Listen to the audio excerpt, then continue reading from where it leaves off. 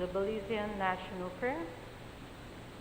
Almighty and eternal God, who through Jesus Christ has revealed your glory to all nations, please protect and preserve Belize, our beloved country.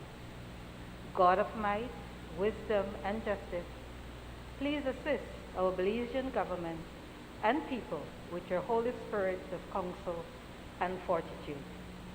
Let the light of your divine wisdom direct their plans and endeavors, so that with your help we may attain our just objectives. With your guidance, may all our endeavors tend to peace, social justice, liberty, national happiness, the increase of industry, sobriety, and useful knowledge. We pray, O God of mercy, for all of us, that we may be blessed in the knowledge and sanctified in the observance of your most holy law, that we may be preserved in union and in that peace which the world itself cannot give. And, after enjoying the blessings of this life, please admit us, dear Lord, to that eternal reward that you have prepared for those who love you. Amen. Can we please remain standing for a minute of silence for those persons who have passed on as a result of COVID-19.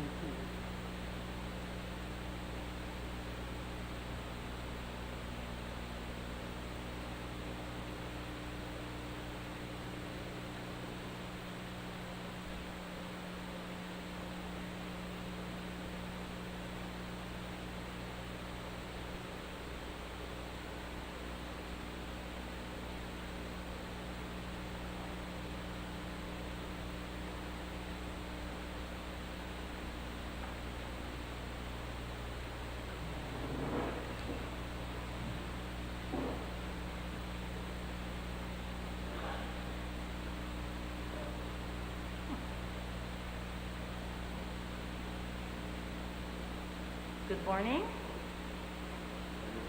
and please accept. Good morning. Announcement by the President. And please accept my very best wishes for a prosperous, safe, and productive 2021, and my gratitude for your confidence as I embrace the role of the President of the Senate. As the gatekeeper to our democracy, complementary to the House of Representatives, the decisions made here impact the quality of lives of all Belizeans and have implications to the preservation of our nation state, our sovereignty, and territorial integrity, and our way of life. Today represents our first business meeting of this parliamentary session, and I thought it important to share with you some brief thoughts as to how I envisage our journey forward. Undoubtedly, the Senate has evolved over time from 9 to 14 members, inclusive of the President, and can no longer be referred to as just as a rubber stamp, as it was during the political reform review carried out in 2000. In addition, the perception of the Senate as a space solely for the voice of political parties can no longer hold, as it now is a representation of diverse and important groupings of interests, which may be underrepresented in the elected chamber, with members of the unions, business, civil society, and the church. As proficiently described by Canada's first Prime Minister, the Senate is the voice of sober second thought.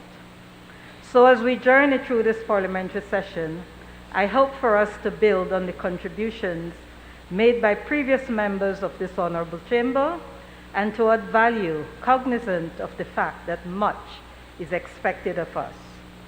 3 ways I believe we can do this beyond these sessions and in these sessions are: first, be committed to enhance knowledge and awareness of the rich history of the Senate and the work we do here through education, awareness, and outreach, so the nation, particularly the next generation of legislators, is well informed and very conversant with our distinct legislative identity in Parliament.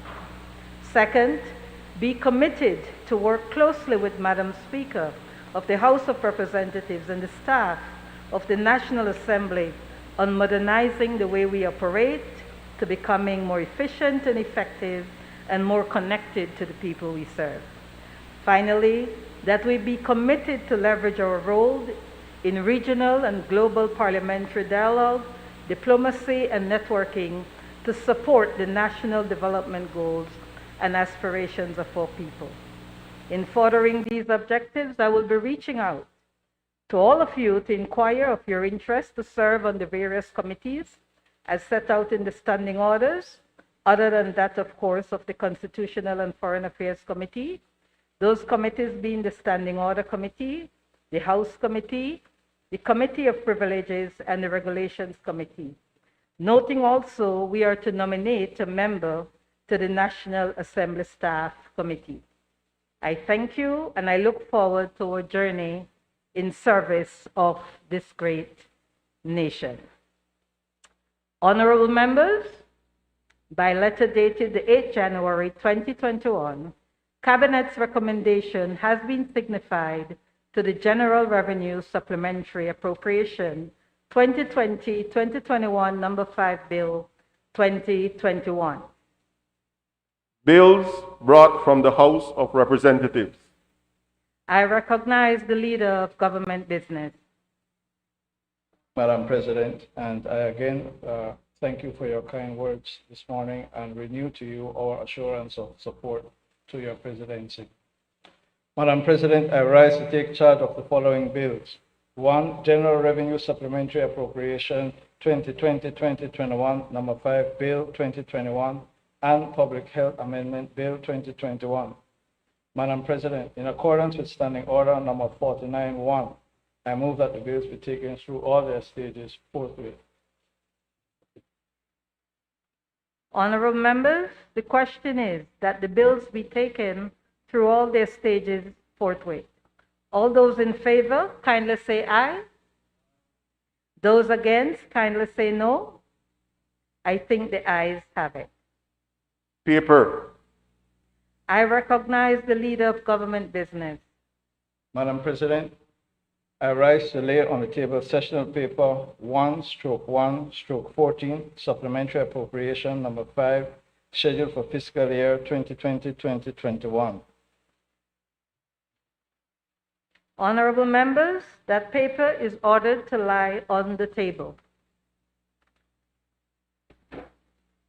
Motion relating to the business or sitting of the Senate. I recognize the Leader of Government Business. Madam President, I move that at its rising today, the Senate adjourn to a date to be fixed by the President. Honorable members, the question is that at its rising today, the Senate adjourn to a date to be fixed by the President. All those in favor, kindly say aye. Those against, kindly say no. I think the ayes have it. Public business, government business, motion. I recognize the Leader of Government Business. Madam President, I move that whereas Standing Order 26 of the House of Representatives provide for a motion to be moved with the permission of Madam Speaker, and whereas the people of this great nation deserve a better Belize, deserve good governance, and deserve to once again live in a truly democratic nation where the rule of law is of paramount importance. And whereas all 26 duly elected members of the House of Representatives on the government side had covenanted to 1. Work ceaselessly to achieve the goals set out in the Plan Belize Manifesto of the People's United Party. 2. Above all, remain faithful to the motto of the PUP, serve the people, and not to use their offices for personal gain. At all times, faithfully uphold and defend the Constitution and laws of Belize. To unreservedly support plans and policies of a PUP government and promote social justice, economic and environmental justice. Ensure that all workers receive fair pay for their work and to implement a livable minimum wage of $5 per hour. Work to eliminate economic and social privilege and disparity among Belizeans, and to protect the right of all to life, liberty, access to affordable education, universal health care, land and housing, and the right to live in peaceful communities, to protect the identity, dignity, and social and cultural values of Belizeans, including indigenous peoples, to actively promote sustainable development in Belize, and to protect our natural and built environment, to insist on good and transparent governance, and to hold accountable those who betray the public good, to defend Belize's territorial integrity, and to protect Belize's interests in international fora. Now, therefore, be it resolved that this Honorable House will, 1, pass legislation to empower the Integrity Commission by appointing professional personnel on the Commission, modify its membership, and provide adequate funding for the Commission to fulfill its important legal, auditing, and investigative functions. Implement measures to ensure that the 3 branches of government, that is, the executive, legislative, and the judiciary, function as truly complementary but independent branches as envisaged in the Constitution. Establish sound systems and good practices for recruitment of judges, magistrates, and officers of the court with security of tenure. Ensure that there is increase in the budget for the judiciary to ensure that the judiciary is able to ensure that persons accused and parties in civil matters are given a fair trial within a reasonable period of time as mandated by the Constitution. Take measures to reduce discretionary ministerial powers in order to increase administrative efficiency and eliminate, where possible, political intervention. Implement a national budget planning, implementing, and monitoring system to guarantee transparency of the budget by engaging civil society, local governments, and electoral divisions in the budget process, and to ensure efficient use of the national resources in the designated programs. To facilitate the implementation of a government procurement process through an e-marketplace for the government, statutory bodies, and state-owned organizations based on best models used by countries in the region, and ensure that the procurement of supplies, works, and services must abide by strict rules in order to ensure fairness, competition, and transparency. These rules will ensure that suitably qualified suppliers or contractors are chosen without bias, and that the best price quality ratio and the best price is obtained with the full transparency appropriate to the use of public funds. The Office of Contractor General will be strengthened by the enactment of the Public Contracts Commission to ensure full compliance with established rules and procedures in each step of the process, from the call for tenders and proposals, publications, and all procedures for establishing shortlists, evaluation, and award and signing of contracts.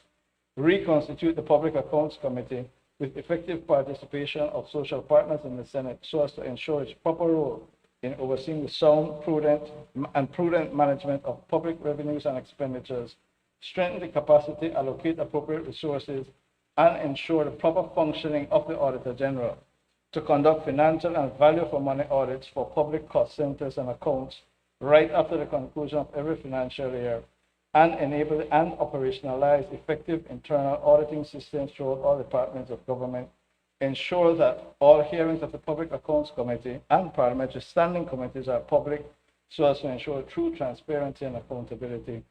To ensure that we have fair and effective representation and participation, we shall provide for the independence of the Elections and Boundaries Commission to be free from political interference. Its chairman is to be appointed in a similar fashion as the Director of Public Prosecutions and the Auditor General, so that the Commission can be autonomous and free from government control. Implement the Constituency Development Fund to enable elected representatives to be proactive in supporting grassroots development initiatives in the country. Importantly, to amend the Constitution to provide a fixed date for elections and to introduce campaign financing legislation. Reform and modernize the public service by taking steps to restore the autonomy of the public service, prevent micromanagement by political directorate, to enhance customer orientation and quality service delivery, and to provide innovative solutions to complex challenges of the day. Assist the Public Services Commission to re-establish integrity and impartiality in recruiting, training, evaluating, and disciplining processes. Revert to appointing permanent secretaries, that is, using senior career public officers as accounting officers of all ministries. Public officers will be made to do their job without fear or favor. Punishment will be swift for incompetence and or corruption, and penalties will be increased for acts of corruption and public authority abuses, introduce legislation with measures to protect whistleblowers and witnesses involved in corruption cases. We will implement e-governance where possible to increase efficiency in service and transparency. Madam President, very briefly, the purpose of this motion is to signal to this Honorable Senate and to the public at large the commitment of the People's United Party government under the leadership of the Honorable John Bersenio, Prime Minister, to renew and deepen our commitment to good governance, transparency, and accountability. What this resolution does is to identify and telegraph those measures which the government will be bringing to the National Assembly, initially in the House of Representatives and then to the Senate. It, to us, heralds a new day in accountability and transparency, and we hope that it will enjoy the support of this Honorable Senate. I recognize Senator Michael Perfy. Thank you, Madam President. Madam President, as I saw the motion, the first question that came to my mind is why? Why is this even necessary? We know what the PUP campaign done. We know what the PUP won its victory on. We know what they said they would do. So what the Belizean public wants them to do is to do what they said they would do. It reminds me of, I don't know if it's, you were taught to write an essay, say what you're going to say it, then say what you just said. But this also reminds me of the saying that goes, stop your coming and come. Don't say what you're going to do, do it. You're bringing a motion essentially saying we're going to promote world peace. Well, who's going to disagree with that? But the devil is in the details, Madam President. We don't want you to say you're going to bring, for example, a minimum wage rate of $5. Bring the bill. Do it. We don't want you to say you're going to reconstitute the Public Accounts Committee. Do it. It's not like this is an issue that is old at all for the PUP. The past chairman of the committee, who is now a minister of government, had great ideas as to how you could reform the PAC. You're in government now. Reform it like you wanted it reformed when you were in opposition. The current member for Cayo South used to push for the majority of the members of that committee to be non-government, to come from the opposition and the social partners. That's what he was crying for when he was in opposition. So now that you're in government, do it. And Madam President, there are a couple issues with the motion. And we know that the government is still finding its legs. At times it seems as if though they're feeling their way. But there are certain things that are just inexcusable right away. You look at number one. Number one says work ceaselessly to achieve the goals set out in the Plan Belize Manifesto of the People's United Party. The campaign is over, man. The campaign is over. Do it. Do what's in the manifesto. Don't work ceaselessly to achieve it. Do it. You look at number three, and this is where, Madam President, I want to point out something for you, how the motion is already ringing hollow for the government. at all times faithfully uphold and defend the Constitution and laws of Belize. Madam President, under Section 107 of the Constitution of Belize, I do admit that the microphones work better now. Lead our government business. Under Section 107, if you may permit me to read Section 107 of the Constitution. It says this section applies to the offices of Solicitor General, Secretary to the Cabinet, Financial Secretary, CEO, Commissioner of Police, Commandant Belize Defense Force, Commandant Belize National Coast Guard Service, Superintendent of Prisons, Ambassadors, High Commissioners, or Principal Representatives of Belize in any other country or accredited to any international organization, and, subject to the provisions of this Constitution, any other office designated by the Governor General, acting in accordance with the advice of the Prime Minister, given after consultation with the Public Services Commission. So you can add to that list, Madam President,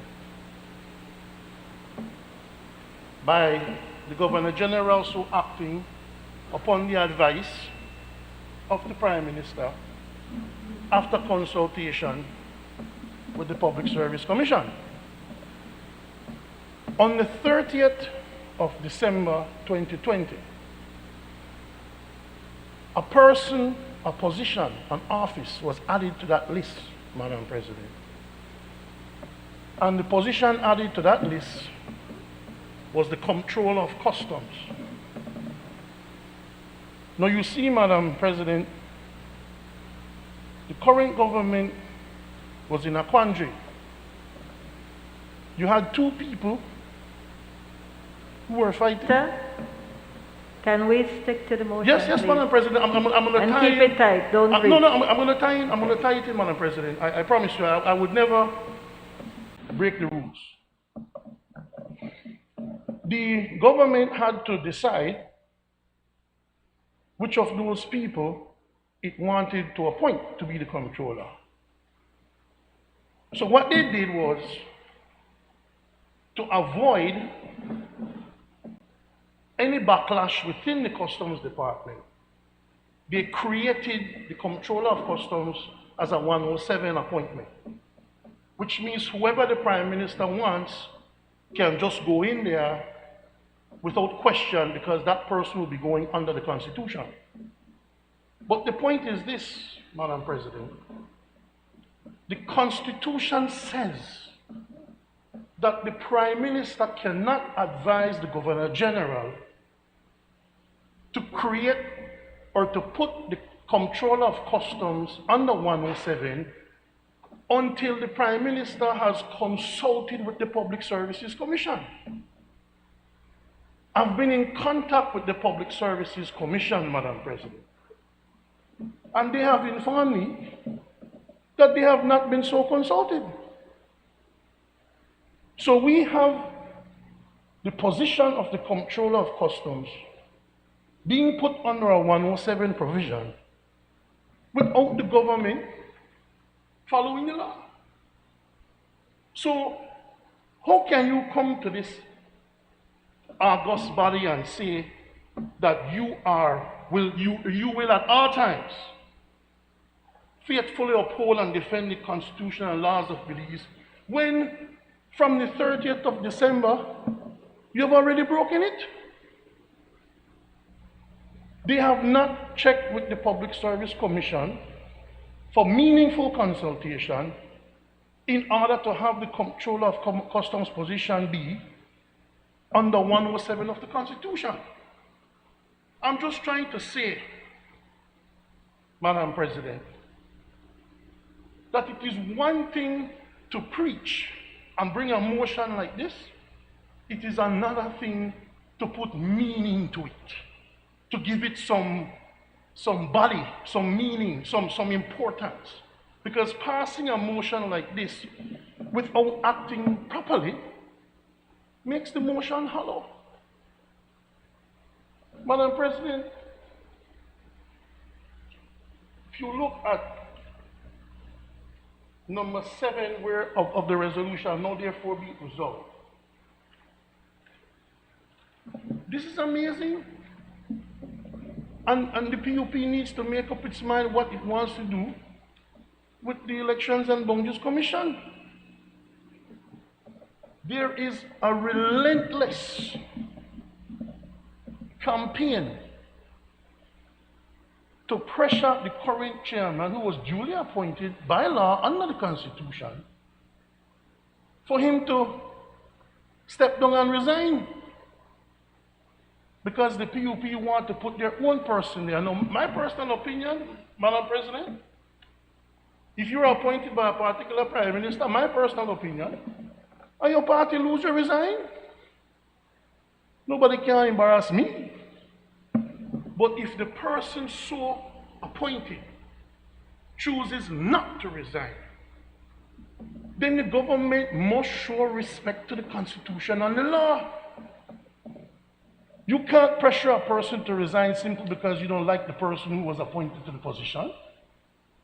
So here you are asking an individual, pressuring an individual to renounce himself from an office he was duly and constitutionally appointed to, but yet in your motion, you say you want to strengthen the position to make it more autonomous. But it doesn't seem to me like right now you appreciate the level of independence that the person has. So, what are you really saying with a motion like this? You want the chairman to be appointed in the same manner as the director of public prosecutions? Under the Constitution, from what I've seen, the director of public prosecutions is appointed until she's 60 years old. So are you saying that Mr. Pereira should stay there until he's 60 years old? So you complain about the fact that he was appointed for 5 years. And now you're putting a motion saying that you will strengthen the position so the person can be appointed for much more than 5 years. Which means it shows that you don't have any real interest in addressing the laws and respecting the constitutionality of appointments. If it is not the person with whom you are pleased with, you will have an issue. That goes against the spirit of this motion, my friends. Madam President, I just look at number 5 and then we'll go then I'll take my seat. You're looking to a public contracts commission to strengthen the contractor general. We have tender committees. We have procedures that people have to follow. What exactly is the point of having a public contracts commission when you already have a contractor general with judicial powers who can, on his or her own, investigate any contract in this country, and if she believes that she needs to summon anybody to answer questions about the contract, she has the power of a Supreme Court judge. So what exactly will a commission do? Well, like I say, I guess we will have to see the legislation before we can debate it properly, and that is why I would have preferred to just bring the legislation rather than saying you're going to bring it. But Madam President, I just want to say that if you're going to bring a motion like this, you have to demonstrate that you are real and genuine. And you cannot bring a motion like this if you have already demonstrated the short period of time in government that you have no intention to carry out the things that you have in this motion. That's my presentation, Madam President. I recognize Senator Salas. Yes, thank you, Madam President. With your indulgence, before I comment on the motion, Madam President, I want to very quickly um, congratulate you once more for being elected as president and to thank you for what you said at the beginning, that you will appoint these various standing committees. The Standing Orders Committee in particular, I've been asking over the last 4 years for that to be appointed, and I'm very happy to hear your intentions and plans to do that. And you can count on our support. And I also want to very briefly congratulate the new administration, the PUP, for their huge victory at the polls, which gave them a major mandate. With all that power, that super majority in the House of Representatives, comes responsibility. And I point out the obvious that here in the upper chamber, the ruling party holds no such supermajority. So I commit, and I hope we all commit, to continue to engage in robust, mature, deep discussion and debate. So on my side, you can count on my support for that, Madam President. On the motion at hand, the Good Governance in Belize Motion 2021, I want to take a slightly different tack on it. In the preamble section number 1 to 10, I think the motion could have done without that. For me, the important section are what follows. Now, therefore, be it resolved from number 1 to 8. I think it is a good thing that this motion is being tabled here today, and we do intend to support it because it commits the government and it puts on the record what they intend to achieve over the life of this administration. Granted, some of the wording could have been fine-tuned, and I will point out certain areas where I think the wording could have been different. But the spirit of what is intended, we must support, and I must say that it is consistent with a joint declaration that 3 of the social partners signed on to a few weeks before general elections. And I'll refer to the name of that joint declaration.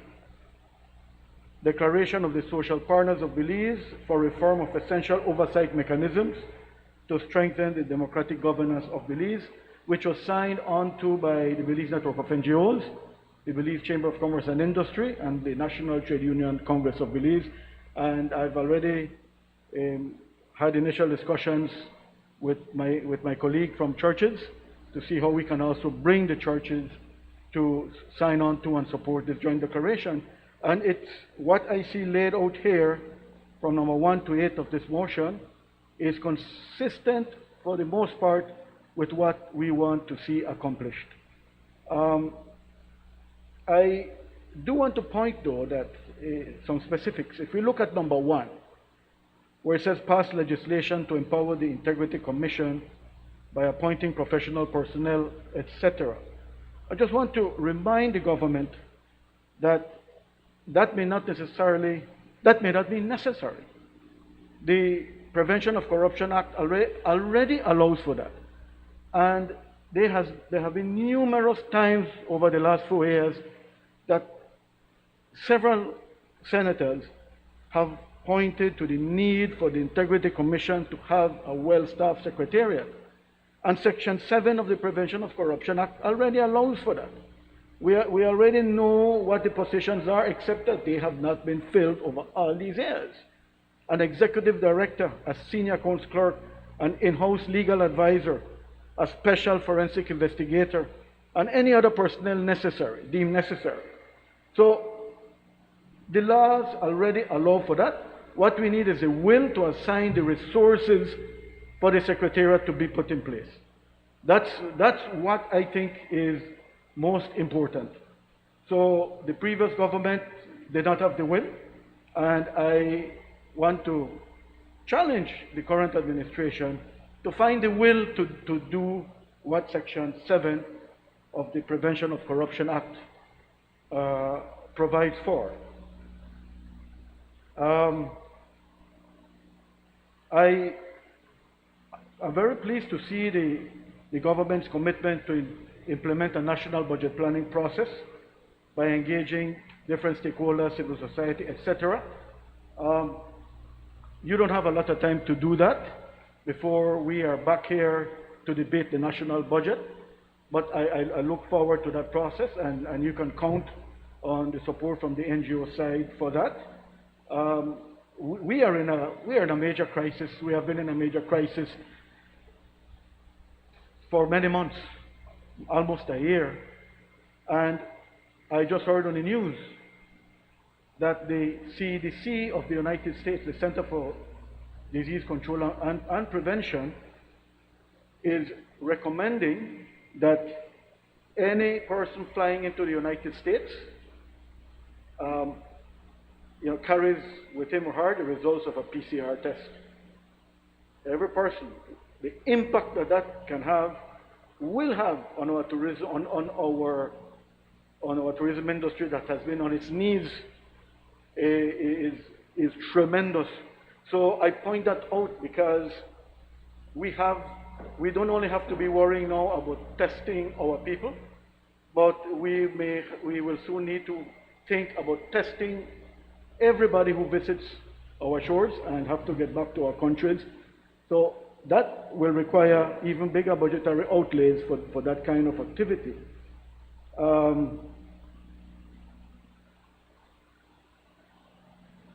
The Election and Boundaries Commission. Again, I understand the spirit, but to us, the issue here is larger than any one person, larger than who is to be the president of the Election and Boundaries Commission. As I have pointed out on a number of occasions, what we need and what I would like to see this new administration commit to is reform of the electoral system. And an example, we have two electoral management bodies in this country, the Commission and the Department.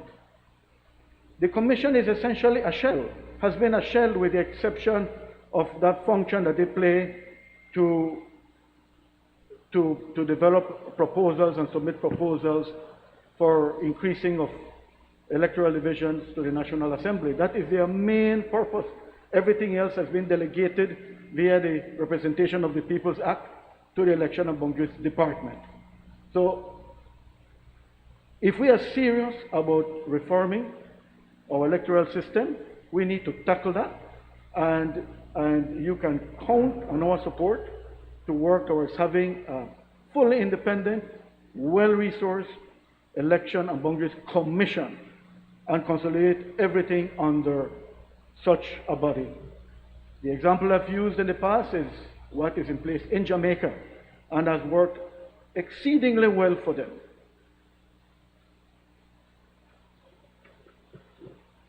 On the eighth one, where there's reference to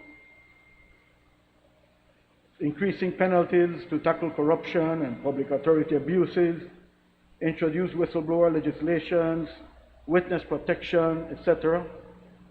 It reminds me of what's missing here. Nowhere here was there any mention of the United Nations Convention Against Corruption, UNCAC. And while different aspects of the motion are consistent with what UNCAC recommends or provides for, I would like to hear from government a commitment to revive the UNCAC process, which was allowed to stall and come to a screeching halt under the previous administration. I speak from experience because along with the vice chair person of our Belize network of NGOs, I represented NGOs in the UNCAC project board that was set up to support the process of implementing UNCAC in Belize.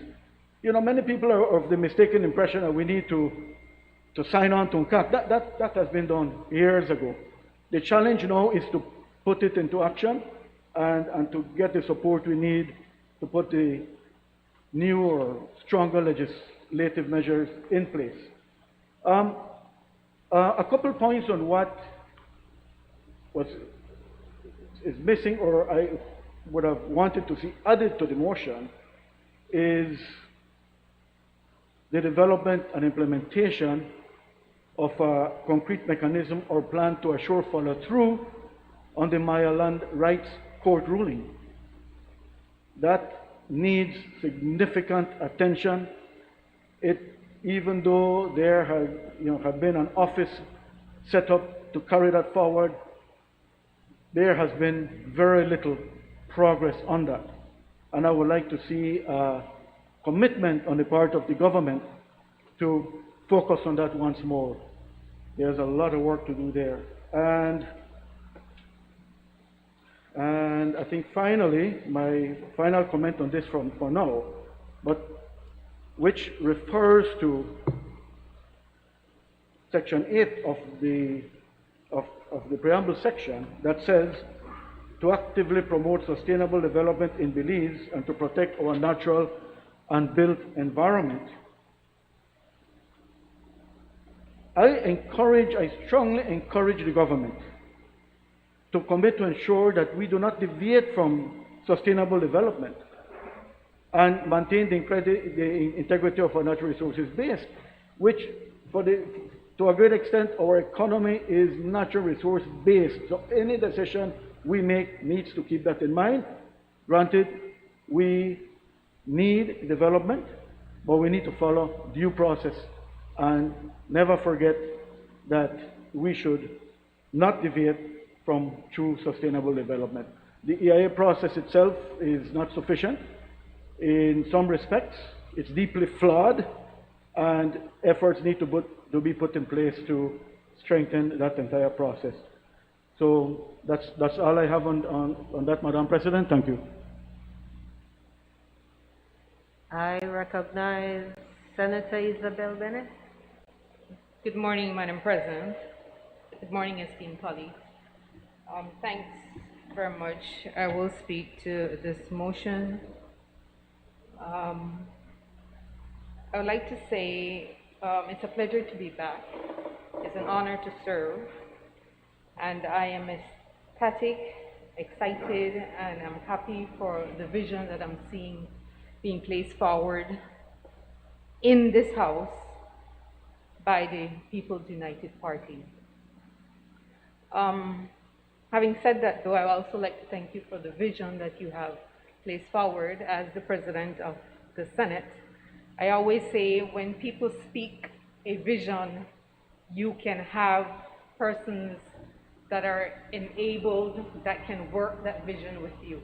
And I think this is what the government is doing based on the motion that is here. But before I actually get into the details of what is being presented, please just can I remind the Belizean people of 8 principles that are fundamental to a document as this.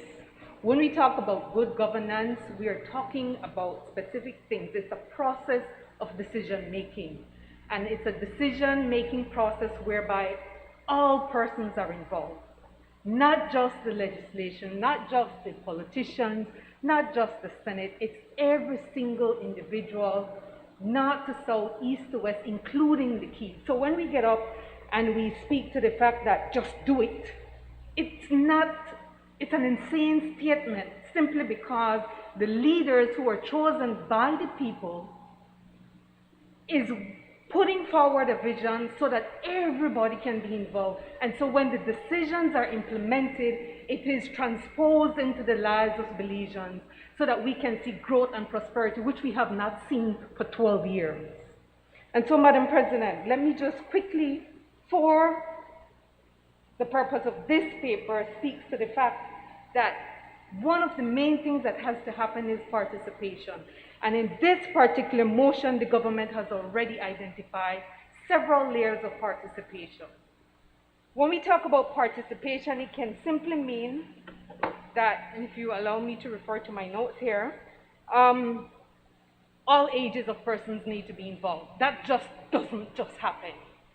It has to be built, it has to be formulated, it has to be researched, and every layer of man, woman, all ages, rural and urban persons must be involved so that there can be growth and development for this country, which we need now at this time. We need to be able to use the jargon so that when persons are hearing about the sustainable development goals, me in my kitchen, the Pachakan, or me in my office somewhere down on one of the keys can know that what I am doing in my home, in my community, is transcending to a greater and better Belize. So it just doesn't happen.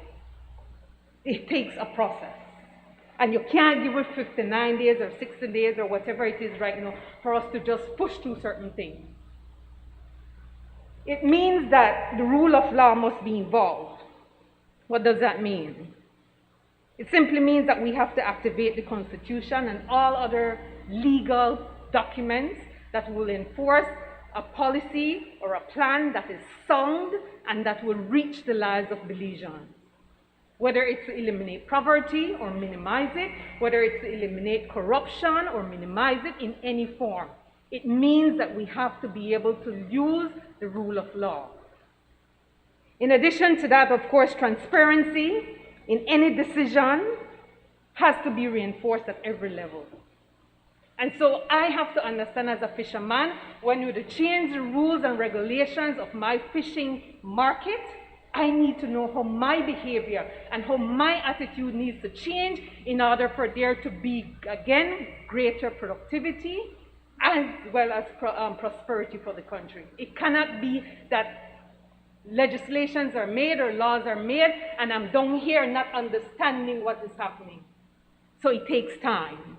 And so when you have a document that speaks to good governance and it's being placed in the House as a motion, it speaks to the commitment of the leaders that the people have chosen. And that's why we're here. Responsiveness is another principle that comes out very strongly in this document. Responsiveness therefore means that we need to be able to communicate in a reasonable time frame with those that are involved at all levels of the decision making and those who are going to be implementing the decision.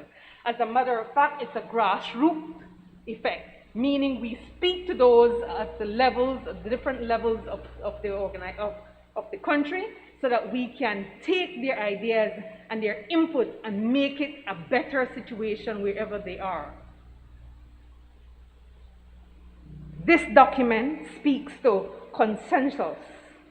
It means cultural context, it means a social context, it means the economic context of the country, and of course we cannot overemphasize that right now, given the pandemic that we're facing.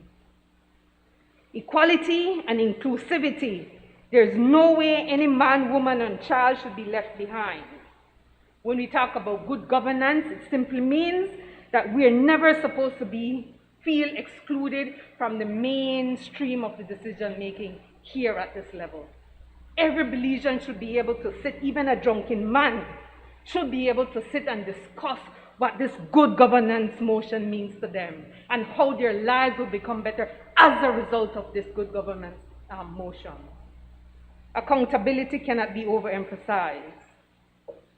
And it's not just accountability for government. It also means accountability for the private sector as well as for the religious sector, because they too hold a responsibility to be able to guide the population to make informed and the best decisions that possibly can for their own personal lives. When you talk about good governance, it's not a concept that was just birthed by this People United Party.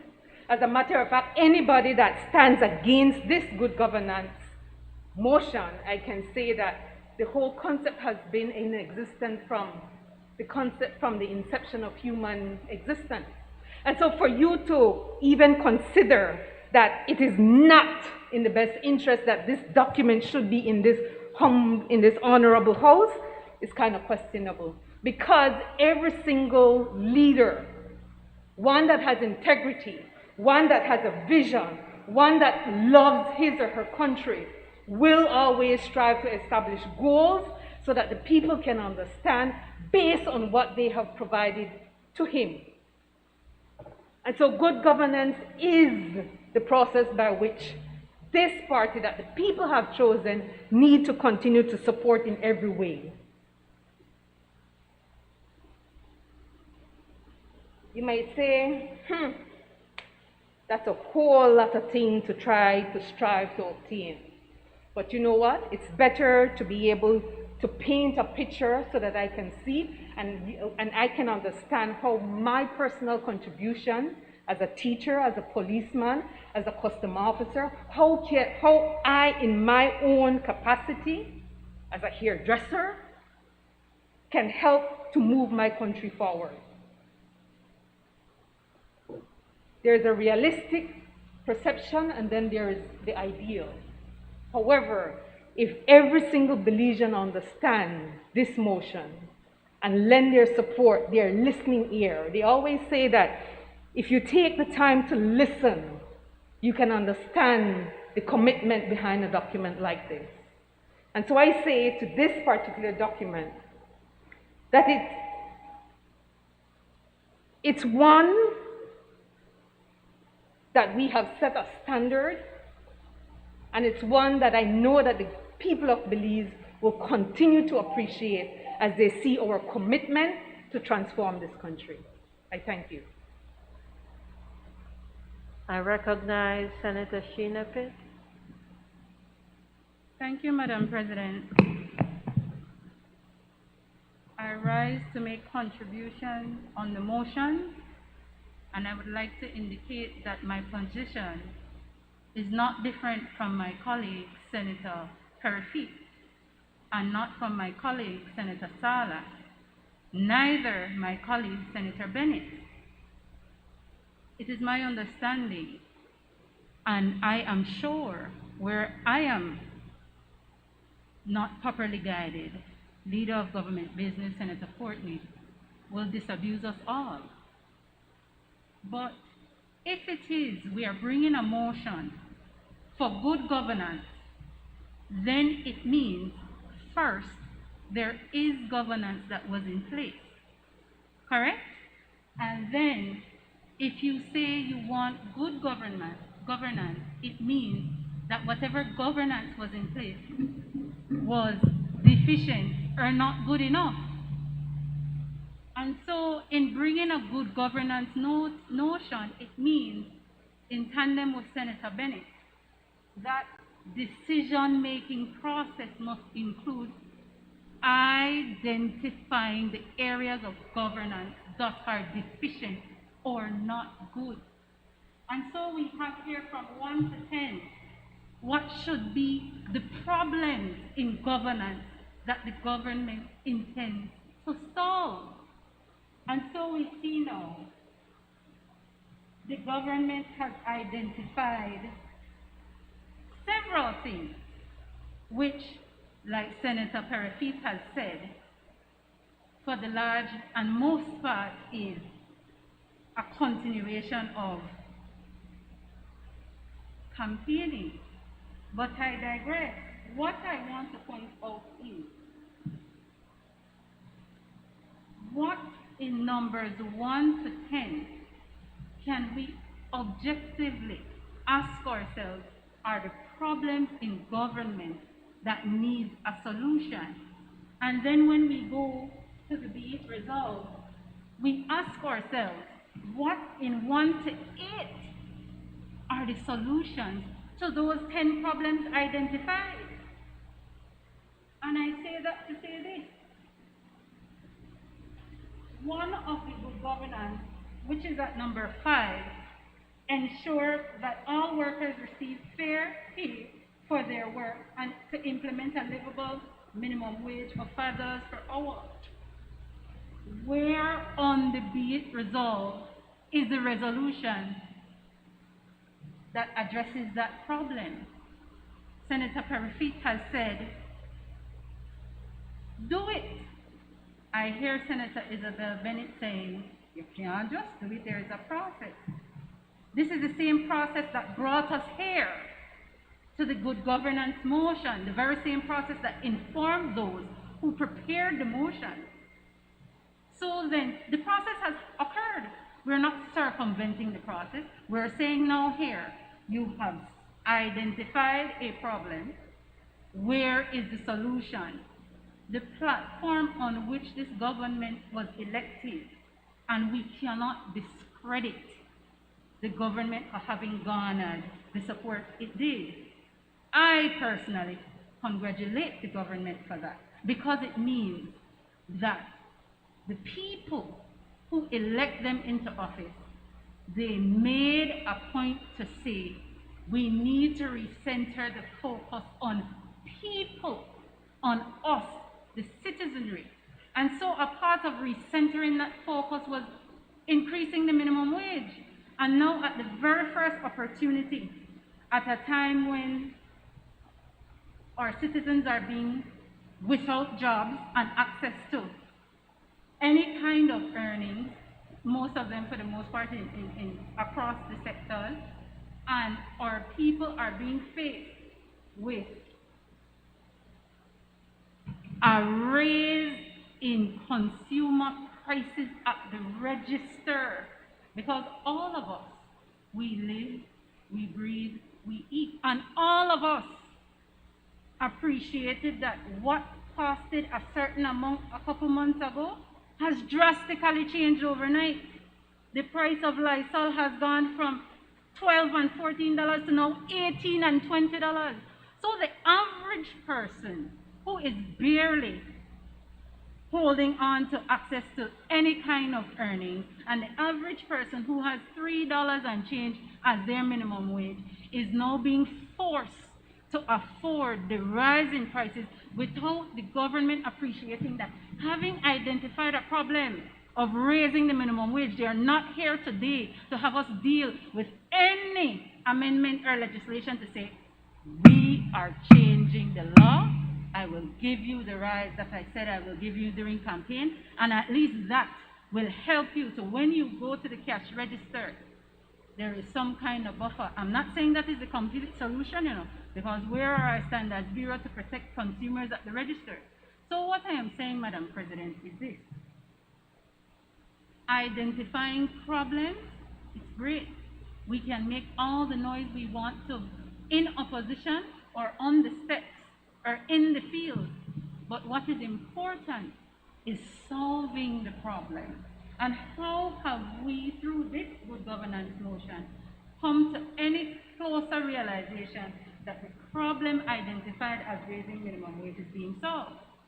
I hear Senator Bennett referring to the process that needs to occur, and you just don't jump to do something. But if I borrow and I reason on her line of argument, didn't we just jump with the supplementary appropriation bill? Weren't they informed of what monies they wanted to bring this bill? On the second reading, it has gone through. Isn't that a jumping, quote unquote? So how is it that we can treat one aspect one way and not everything? And this is not splitting hairs. This is to understand that good governance motion, whether we criticize it or not, and my position is not to criticize for the sake of criticism on the opposition side. My position is this, similar to that saying of accountability, keeping my knees and heels on the neck of the government. You say this is what you want to do, so do it. If we wait and allow this long, elaborate process as is envisaged, then citizenry might very well wait until the end of the expiration of 5 terms to get the $5. No, that cannot be. So the position, as I've stated, is that Having a good governance motion in essence is not awful. We appreciate wanting to have a good governance motion. Having a good governance motion would mean then that those who are involved, they have identified problems which they want to solve. So you identify the problems in the whereas from 1 to 10, and you see the resolution from 1 to 8 on the being resolved, and I ask, we say we treat this as a resolution.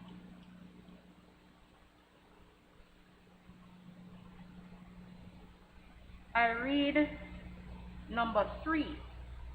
Take measures to reduce discretionary ministerial powers in order to increase administrative efficiency and eliminate, where possible, political intervention. Madam President, is that telling us how? We can all give lip service to grand ideas. We can all give lip service to any group of words. But what is important here and now and for the Belizean people is how.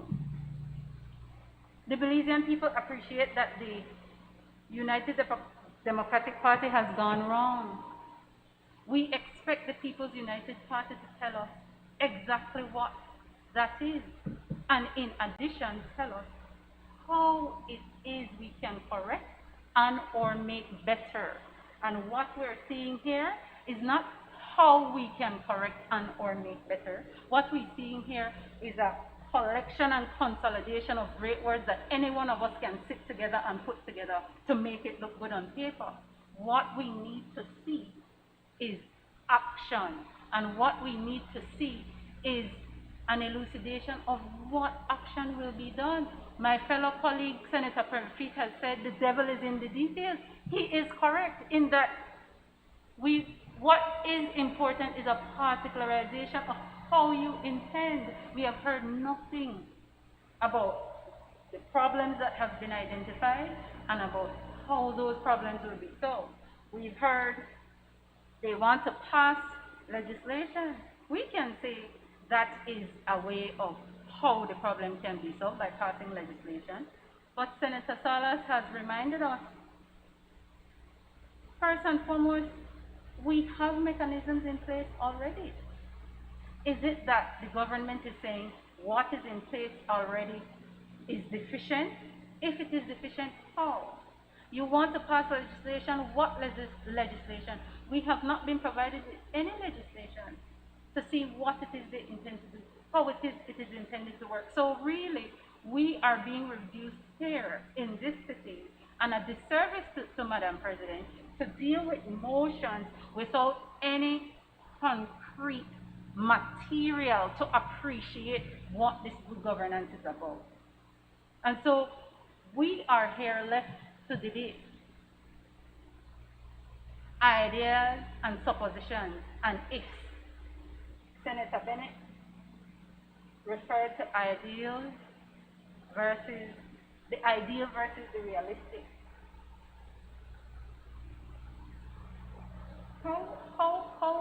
How realistic is this in tying together what the motion is to what will come, or what we can expect to come?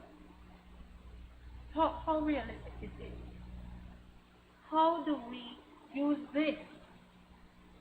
Senator Bennett, and I'm grateful for your presentation. You said each Belizean must be able to say and know how their life, how their respective role in their respective field can contribute to, or what is the relationship between what is going on in the government and them. So, and that is an expression of an appreciation that what we do in government must translate to the citizenry. What we do in government must directly benefit the citizenry. So what we do here must directly benefit them, and we must be able to see it. We must be able to know exactly what. So identifying that the minimum wage must be changed, that is good. That is good. I commend the government for that. But what we are not seeing in their resolution is that they present us with a bill that the minimum wage will be changed, and that affects every Belizean. They will then know that their spending power is a little bit more easy. So yes, I appreciate Senator Bennett's contribution, but let us not be too caught up in idealism and academia and forget that what is important is application. What is important is how this translates to the mandate upon which the PUP were voted into office. How will Belizeans, not their supporters, Belizeans, how will Belizeans feel the benefits of these things? And they're not all bad, you know, Madam President. They're not all bad. But what is short, what is deficient, is that there is no details. We have nothing to go from. So we're expected here today to read some words and agree to it, and then walk away from here. How many persons will know exactly what number 5 entails, especially when it comes to the Public Contracts Commission? How many persons will leave from here appreciating whether or not the jurisdiction of the Commission will not interfere with the jurisdiction of the Office of the Contractor General? How many of us? None of us. Because we don't even have what the solution is. We don't even have a particularization of what is meant to support these resolutions. And so I think it is quite unfortunate to ask all senators to be present and to comment on a debate without more. But you know, Madam President, it reminds me of this. Senator Prevost reminded us that when our roles were reversed, some opposition senators, they raised the alarm and they quarreled, not being provided with the information, not being given details. And you know what? A part of good governance means that you see those old and bad practices, it must stop. If you are committed to good governance, as you say you are, why put us now in a position where we are asking, where are the legislation? Where is the information? How is that good governance? So like my colleague Senator Prevost has said, we are here to determine, to discuss a good governance motion, which is devoid of good governance in its inception, because the process is not in keeping with transparency. And so in that I say, I hold the government accountable. And I crave my colleague, leader of opposition business, Senator Courtney, to have us appreciate that if it is we are committed to good governance, then let us conduct this Senate the way it ought to be conducted. Let us, a part of good governance, appreciate that if we are discussing things like this, let us have the bill. Let us read something, let us know how. Let us have the details. And so, Senator Courtney, I ask you with the most genuine and greatest of respect, if it is in your power, and you can, and I would like to believe one all-powerful person that I've come across in this great Belize is Senator Courtney, that you will be able to deliver. You will be able to deliver and take us out of the darkness of conducting business as parliamentarians without sufficient information. I am hoping, and I'm charging you respectfully so, that when we return here on any future occasion, the wrongs of the past administration to the opposition does not repeat itself, because it serves us no good purpose to be here without more, and there is no particularization, and we're expected to debate.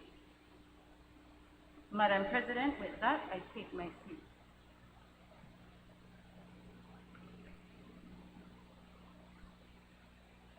President. Senator Eleanor Smith, I recognize. Thank you, Madam President. I wish to commence my comments on this motion before us, but before I do, I would like to congratulate you on your position, and as well as my other colleagues. Thank you for what you shared with us in your opening remarks. We do appreciate those words. I want to make some comments, Madam President, on the motion before us. And let me first start out by saying that as the NCUCB discussed this motion,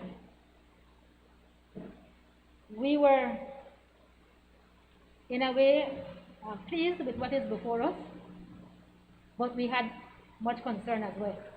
And so I want to share both of those positions. As my colleague spoke earlier, Senator Salah spoke about UNCAC and the joint declarations of the Chamber and the unions and the NGO, and we felt that what we started and some of what we see here do go hand in hand. When we looked at the first section of this motion, we looked at the things like number 3, which speaks to upholding and defending the Constitution and the laws of Belize. We know that that should be happening. So this is not anything new for any particular government or for any particular party. This should be the norm. And so we were a bit not sure why it is that in this motion coming before us, it had to speak particularly to the PUP or Plan Belize manifesto. So maybe that can be clarified, Senator Courtney, because we thought that if it's a good governance, then it should be for the country and not for a party in particular. And so putting that there then make it seem as if though it's just for one group. And we want it to be good governance for all of us across the country. So maybe we can get some sort of explanation for that. And again, let me remind that our comments that we make is based on what we have before us, so we don't have access to interpretation, what it is that they want to do, what will come next. We are only discussing what we have before us. So when we look at 5 in terms of the minimum wage, again, that is a matter that many of our workers will be happy with, because as my colleague over there, Senator Pitts, said earlier, due to what we're currently going through, a lot of persons are struggling to survive, and even those persons who are getting a monthly salary still are still struggling because maybe a spouse has lost his or her job. Goods have gone up, and so people are still struggling. So raising the minimum wage would be good, but we have to also consider, Madam President, the current state of affairs. And so I don't know when this is going to happen, but will businesses be able to afford it, and will this cause some businesses or more businesses to have to close down because they won't be able to afford? I don't think that's what we want. I think the intention is to assist the workers in being able to have more money that they can better help themselves and they can better provide for themselves. So these are some of the things that could occur as a result of, and we have to look at those as well. 7 speaks to protecting the identity and the social and cultural values of Belizeans, including indigenous peoples. We thought that by putting indigenous people separately, make it seem as if though they are a separate group, and we are looking at them differently. And so we felt that maybe it should have stuck with at the values of all Belizeans, as opposed to separating groups. Again, as I said, we are only sharing based on what we have before us. 9 spoke about to insist on good and transparent governance. Madam President, I've been teaching for 36 years now. And as a teacher, we know that words are very important, and the way we use words. So if you are telling me that you are going to insist on good governance, what is that telling me? So at the end of 1 year, 2, 3, 4, 5 years, you come to me and you say, listen, well, I insisted, but nobody listened to me and nobody followed me, and so we were not able to achieve X, Y, and Z. So from the beginning, we have to understand that the words that we use determine or give an indication of what it is that we hope to do or we will do. All right, so maybe we can use stronger words to show that these are things that we will diligently work on. We will ensure that these things do occur. Again, I will reiterate that we don't have issues in terms of what is here in terms of the plan or the things that we want to work on, but it's just the manner in which we have them and the details that we don't have. So when we look at, again, going back to the living wage, how did we determine $5 is appropriate right now? Was there research done? Who were the persons who were involved in determining this? Those are the kinds of questions that we think would assist us in having a better understanding of where we are. Because workers might never say that 5 is enough. You always want more, but if you have an understanding of how the figure came about, you would be better able to appreciate and accept when something is being placed before you. And again, as was said earlier, when do we expect that we will be seeing the details of what we have here? So as we move to the be it resolved, Madam President, just a few comments on some of these ones. First one speaks the passing of legislation to empower Integrity Commission.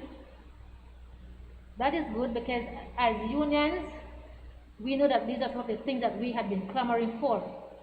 And we really expect that these things would be done.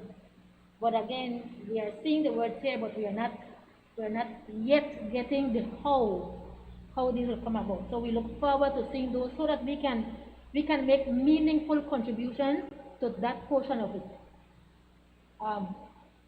Number 2 speaks to establishing sound systems and good practices. So right away one would ask, well, what do you mean by sound systems? What is sound system? What is good practice? What do you refer to as good practices? Again, just more details that we believe, we need to have to enable us to make better contributions on these matters. To measure or to take measures to reduce discretionary ministerial powers. That's a huge one, because we have been saying over and over and over that oftentimes some of the issues that we face are on account of this portion, where our ministers have that power and they can use their discretion. So if it is that we are going to bring something forward to say that this will be reduced, then that's a good start. And we appreciate that one. Again, we want to see those details. 5, I think that was spoken about already. The PAC, again, Madam President, is a huge issue for us. As unions, we fought daily for that, and we hope that we can see the meaningful changes that we need to see to ensure that these things are operating the way they should. Again, we see talk about the internal auditing, which is good because that is needed, and so we agree that is necessary at this time. I want to look a bit at 8, which speaks about the Public Service Commission. And I just want to share, Madam President, just a few situations that we have experienced in terms of Public Service Commission. And again, one of the reasons why we appreciate that there needs to be some change to some of these things. We have, as we have been told, and whether it's so or not, we can be corrected, but since November 5th was the last meeting of the Public Service Commission. And if you allow me, Madam President, just to share again some of our very serious concerns. We have a teacher who recently passed away. She had applied for her benefits over a year, as is the rule that we should do. That teacher has been waiting for over a year to get what is rightfully hers. The teacher passed away recently and did not get her benefits. And we kept calling Public Service Commission, and we kept checking and we kept checking, and to this day we cannot have any answer as to when that commission is going to be meeting, and when those documents will be looked at. So we have to understand that when we look at these things affect the workers. It might not affect the persons who maybe are working on putting legislation in place to make the change, but it affects the workers, and they are affected tremendously when these bodies are not functioning. We also look at Public Service Commission should be dealing with appointments, and we saw where some appointments were made, some acting positions were put in place recently, where those taken through the process if there's not a commission of operating. So these are the kinds of things that we have to question, and we have to ensure that if it is that we are going to make the changes that we see here, that we are proposing to make, Madam President, to ensure that there is accountability and transparency, that those things are done as urgently as possible, because what happens in between the period from now until when these come before us? Does it mean that some persons would not really be abiding by these, and they will wait until something is passed for them to abide by what is here? That is not what we want.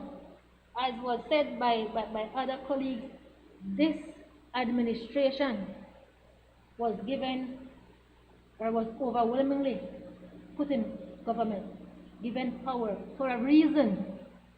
And so we expect that that power would not be taken to say, well, you know what, we have the power and we can do what we want and when we want and how we want. No. It's for the government to say, listen, we have come before you, we placed before you a manifesto, we now brought that to the House and to the Senate. We are saying that these are the things that we will do because we want to see better for our country and our people, and we will ensure that these things are put in place urgently. So as the Trade Union Congress of Belize, again, we applaud what is before us, Madam President. We agree with many of them, but we want to make sure that these are done in a timely manner so that there is no, or as little as possible, time for persons to be ignoring what is in this document. Because at the end of the day, the public officers, the workers, the entire country would be the ones who would be feeling if we don't implement what it is that we say we implement. Let me, in closing again, reiterate that we believe that these matters are very important. It's good that they came to us, but we want to see the other side of how, in what manner, what will it look like, so that we can then have better discussions and we can approve that these can be implemented urgently. Thank you, Madam President. I recognize Senator Aldo Salazar. Thank you, Madam President. I wasn't going to say much, but I believe that, and I'm not going to say much, I wasn't going to say anything, but I believe that there's one thing that we need to clarify, that I'd like to clarify. Because I've heard it said, and I don't want propaganda to get the better of us in opposition, and I don't want it to be understood that we here oppose what is in this. We don't oppose good governance. I heard it said you'd have to be crazy. That's unparliamentary language, and I'm just repeating what was said. We on this side are certainly in support of good governance. So it's not, and I wouldn't want it to be said, that we are opposing what is in here. These are all, I wouldn't even say lofty ideals. These are good ideals. As Senator Salas said, he likes the spirit of it. but a spirit is just a ghost. And what all we are saying on this side is that we want more than just spirit. We applaud a move to good governance, but we want more than just spirit. And all we're saying is that, there are certain, I was talking about low-lying fruit this morning with somebody else, there are certain low-lying fruit, there are quick wins, there are benefits that could have been immediate, for example, the minimum wage issue.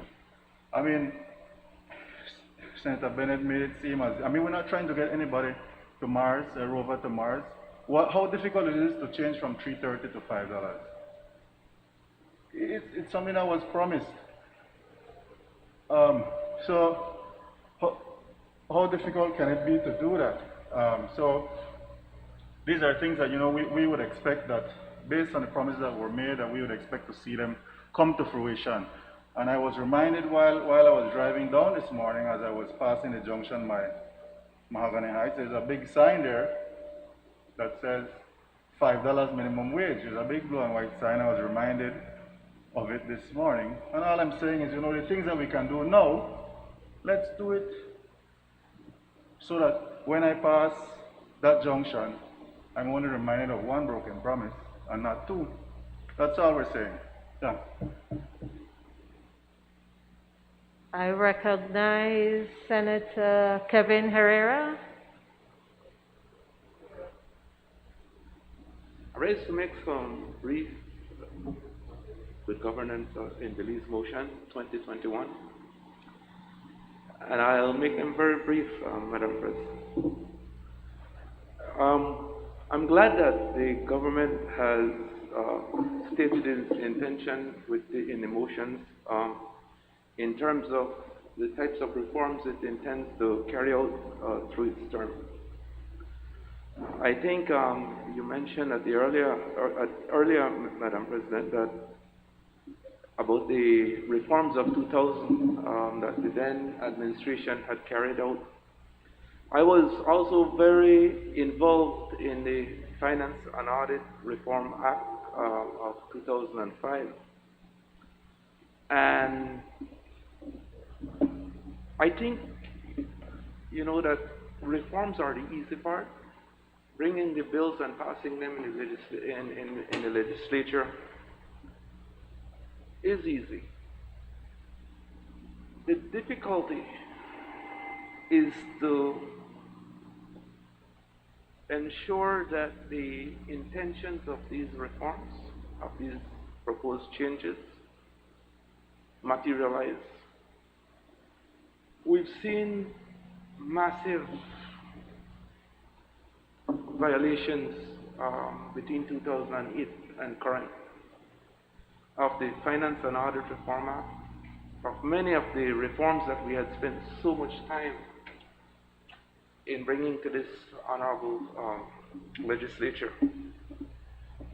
I would hope that when we look at effecting these measures through the various legislations, that we will seriously consider the structures to ensure that they are complied with.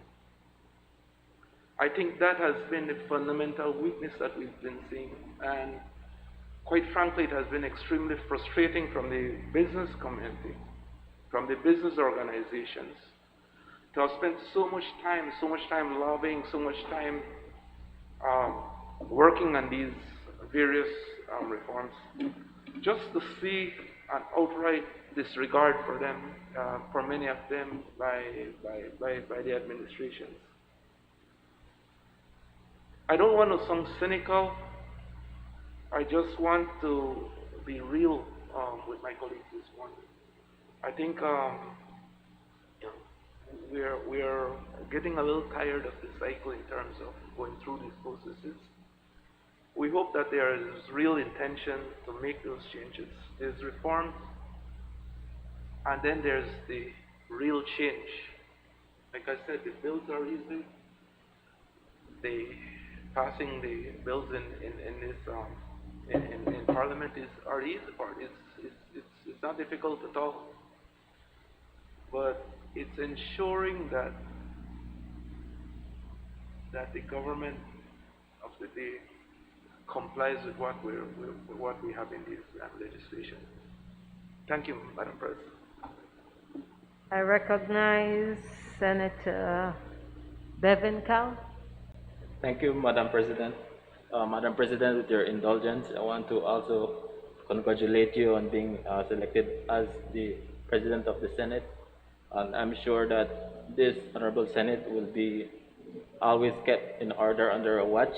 And I will also assure you that I will do my part, to follow the rules and the standing orders of this Honorable House. Madam President, I want to, make my comments in support of this motion presented today.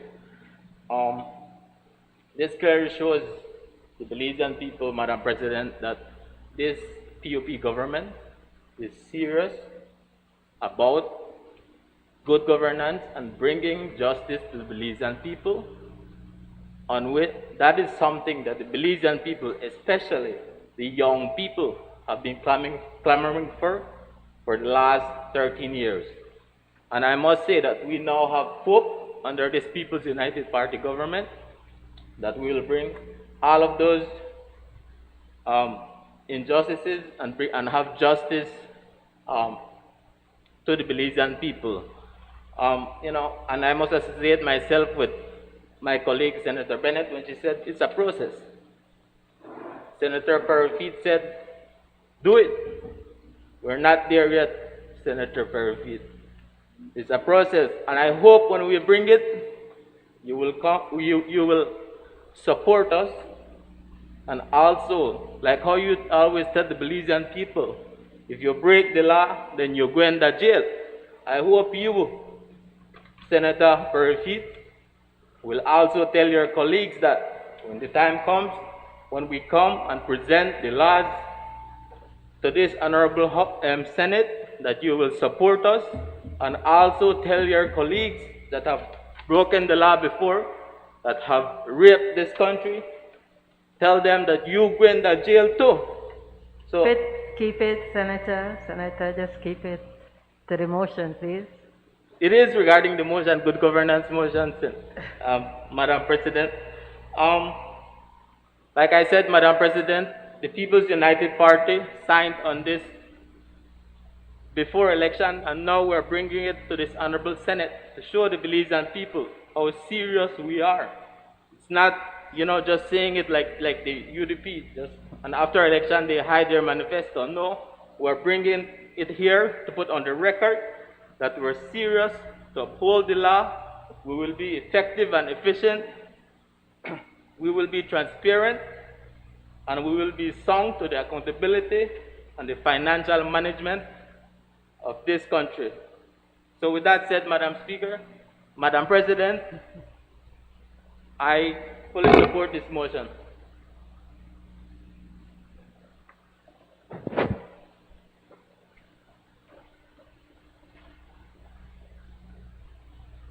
Yes, we recognize Senator Erica Jang.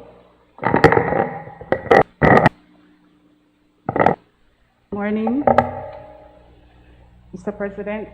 With the absence of Madam President, I would still like to, however, congratulate her on her new post. I would also like to welcome the opposition, and I'm sure that you have your part to do, and together, as good Belizean citizens, we're actually here to make good judgment on behalf of our people.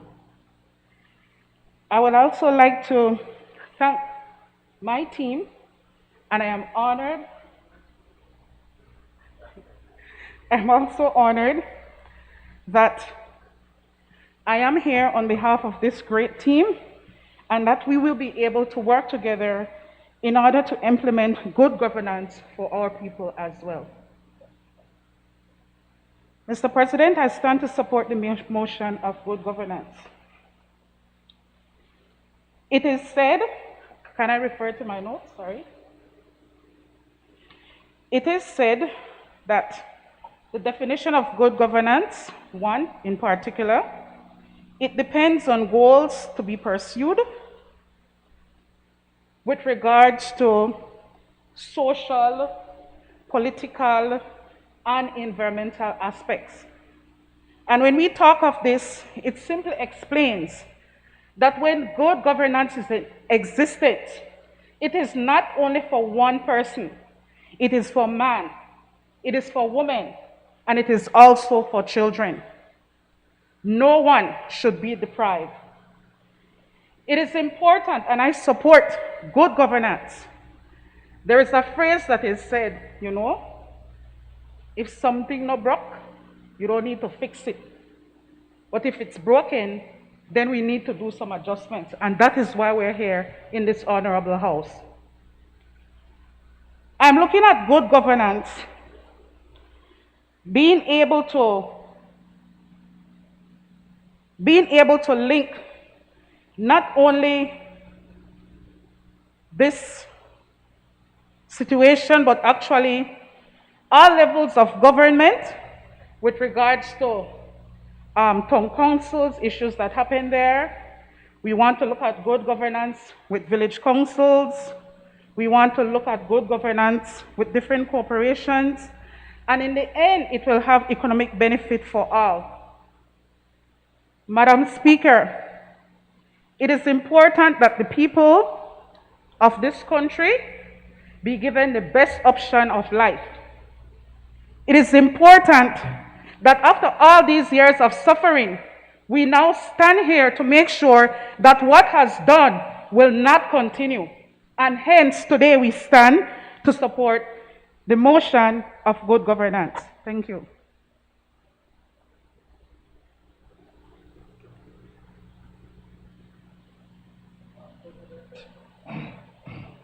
I'm compelled to make a few general comments and then to respond specifically to some of the things that were said. It is important for me to repeat that the purpose behind this motion is to put on record in the House of Representatives and the Senate the intention of the People's United Party to implement the good governance agenda that it adopted by a resolution of the National Party Council that found its way into our manifesto plan Belize and which was endorsed by 58.8% of the electorate on the 11th November 2020. This, Dano, the best is yet to come. I repeat, and in answer to those who ask why is it that there is in the motion the third recital which says, and whereas all 26 duly elected members of the House of Representatives covenanted to, and then it sets out 10 covenants that were made. The purpose is clear. The Honorable Prime Minister called on these elected representatives who had signed that covenant prior to the election to bring it now to the National Assembly, since the people sent you all here. Put it in black and white on the records of the House of Representatives and this Honorable Senate. I don't understand why the other side have a difficulty in holding the People's United Party representatives to these covenants. Is it that they can't hold themselves to these covenants? This, Madam President, members of the Senate, is a step in the right direction. To Honorable Senator Pitts,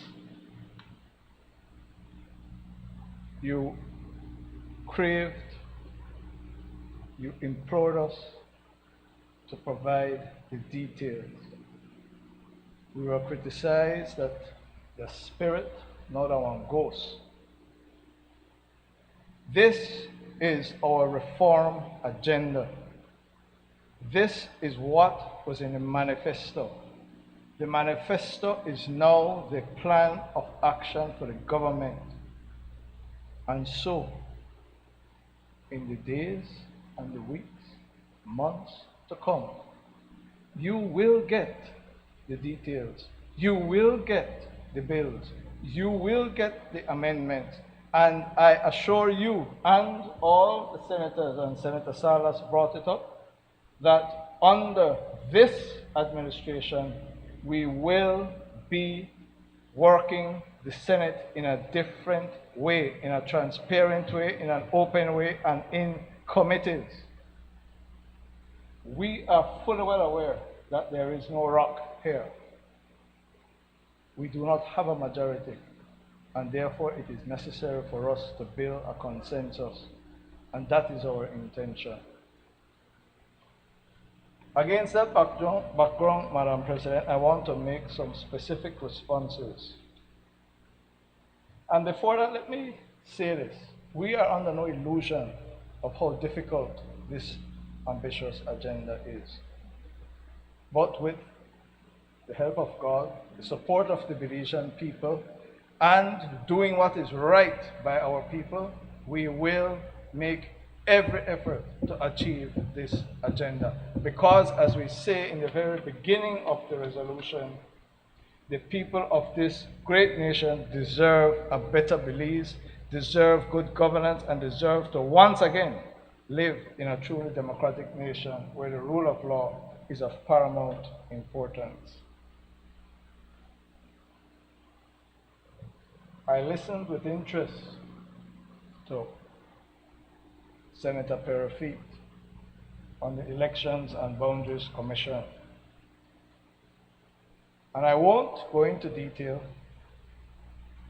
We will not involve ourselves in any debate about it now.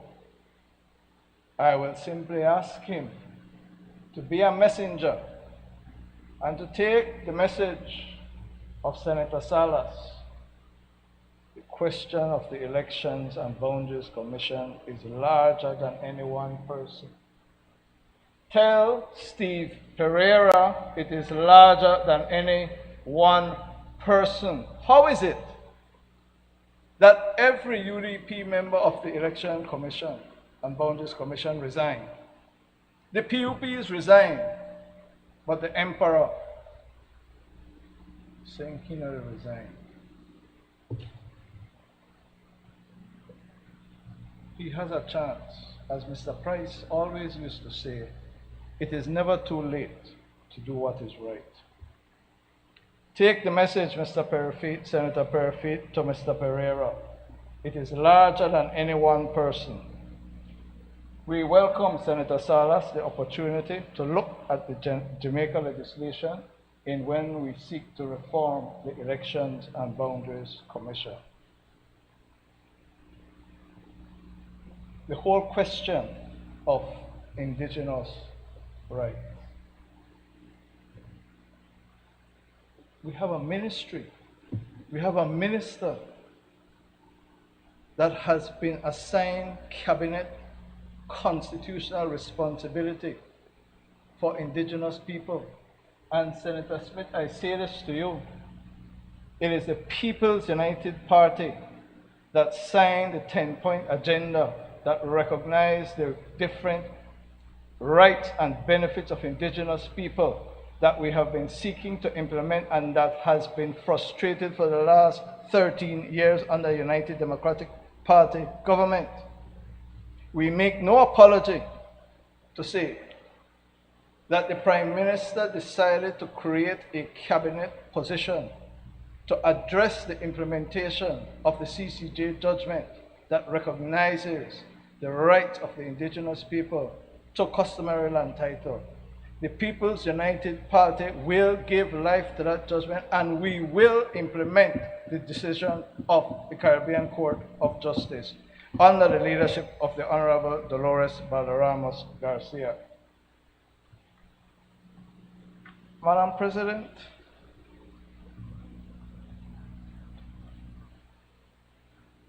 $5 minimum wage. I'm not sure whether we could do it or not do it now. Some people say business and shut down. Some people say that low-hanging fruit, just do it. $3.50 to $5. What's so easy? You had 13 years to do it, and you didn't do it.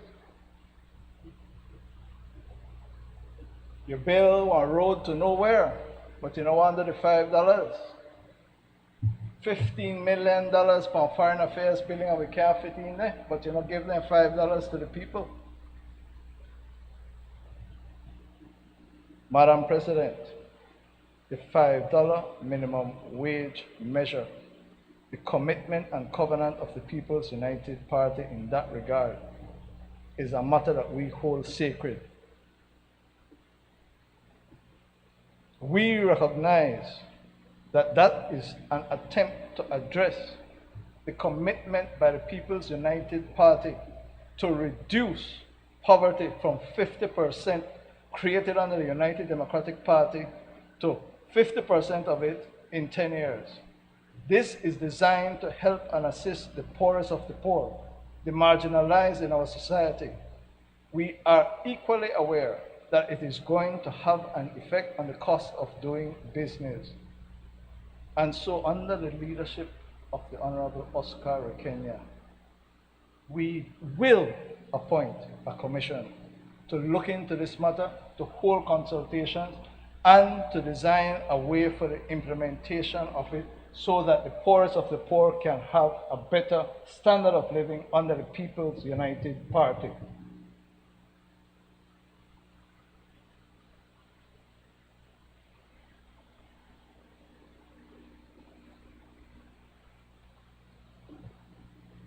It is interesting,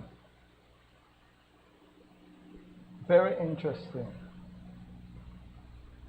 that reference is made to the Public Service Commission.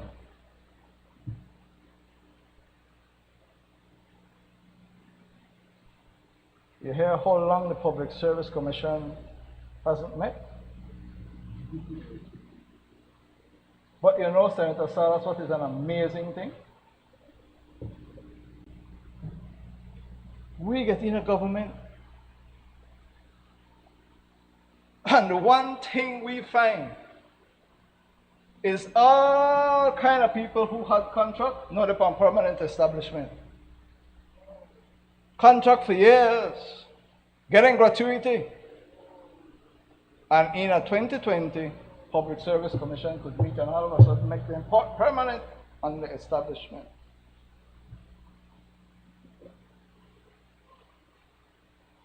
But the Public Service Commission can't meet to deal with people who have needs. The Public Service Commission, Senator Perafit, as you would know, is another one. They never resign. The last point I want to make is this, because Senator Perafit insinuated, if not outrightly questioned, our sincerity. Do it! Do it! Beat the chest. He research. He call. He investigate. He look into this. 107. How could they dare assign controller of customs to 107 without complying with the Constitution? You read the Constitution. Let me help you. Call me, text me. When you have a doubt, contact me. Reference CS stroke PSC stroke 2 stroke 01 stroke 2020. Office of the Prime Minister, letterhead. You listening? Secretary Public Services Commission, Ministry of the Public Service and Constitutional Reform, Sir Edney King Building, Belmopan. I write on behalf of the Prime Minister in relation to the above reference matter, the designation of the Office of the Controller of Customs. Pursuant to Section 107(1) of the Belize Constitution, the Governor General, acting in accordance with the advice of the Prime Minister, given after consultation with the Public Service Commission, may, subject to the provisions of the Belize Constitution, designate any office as one to which Section 107(1) applies.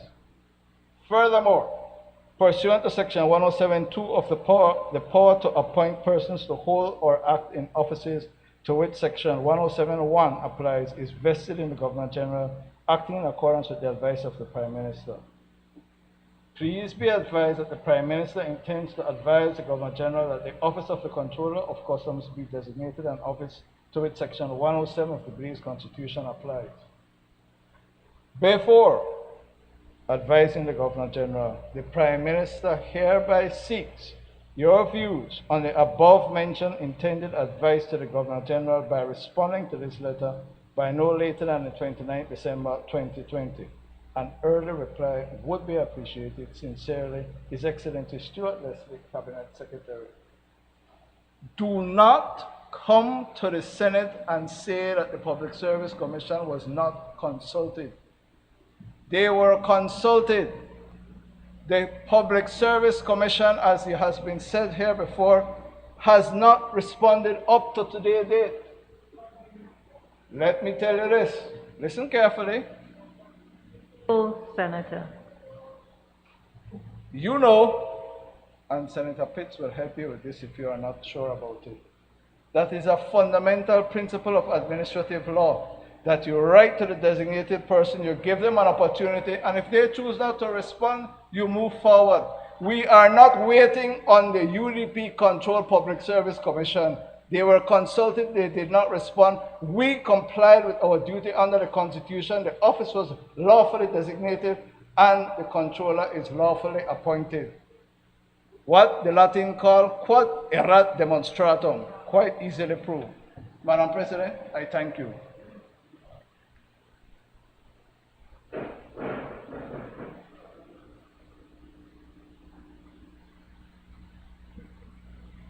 Madam President, in accordance with Standing Order number 10.8, I move that the proceedings on the order paper be entered upon and proceeded with at this day's sitting at any hour though opposed.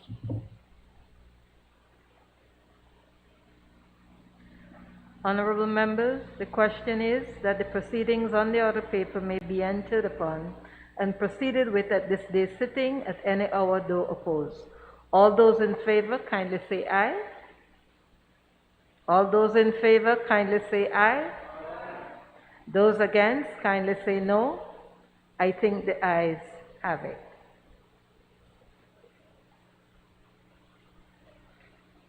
Honorable members, that motion is referred to the Constitution and Foreign Affairs Committee for examination, consideration, and report. I recognize the Leader of Government Business. President, I move that whereas Standing Order 26 of the House of Representatives provide for a motion to be moved with the permission of Madam Speaker, and whereas Belize is a free, democratic, and independent nation thanks to the sacrifice and service of many people, but more particularly the Right Honorable George Price, Father of the Nation, and whereas we believe that it is right and proper to honor the Father of the Nation, the Right Honorable George Price, by designating his birthday the 15th January, day of January, is a public and bank holiday to memorialize his sacrifice and efforts in the achievement of this great nation's independence.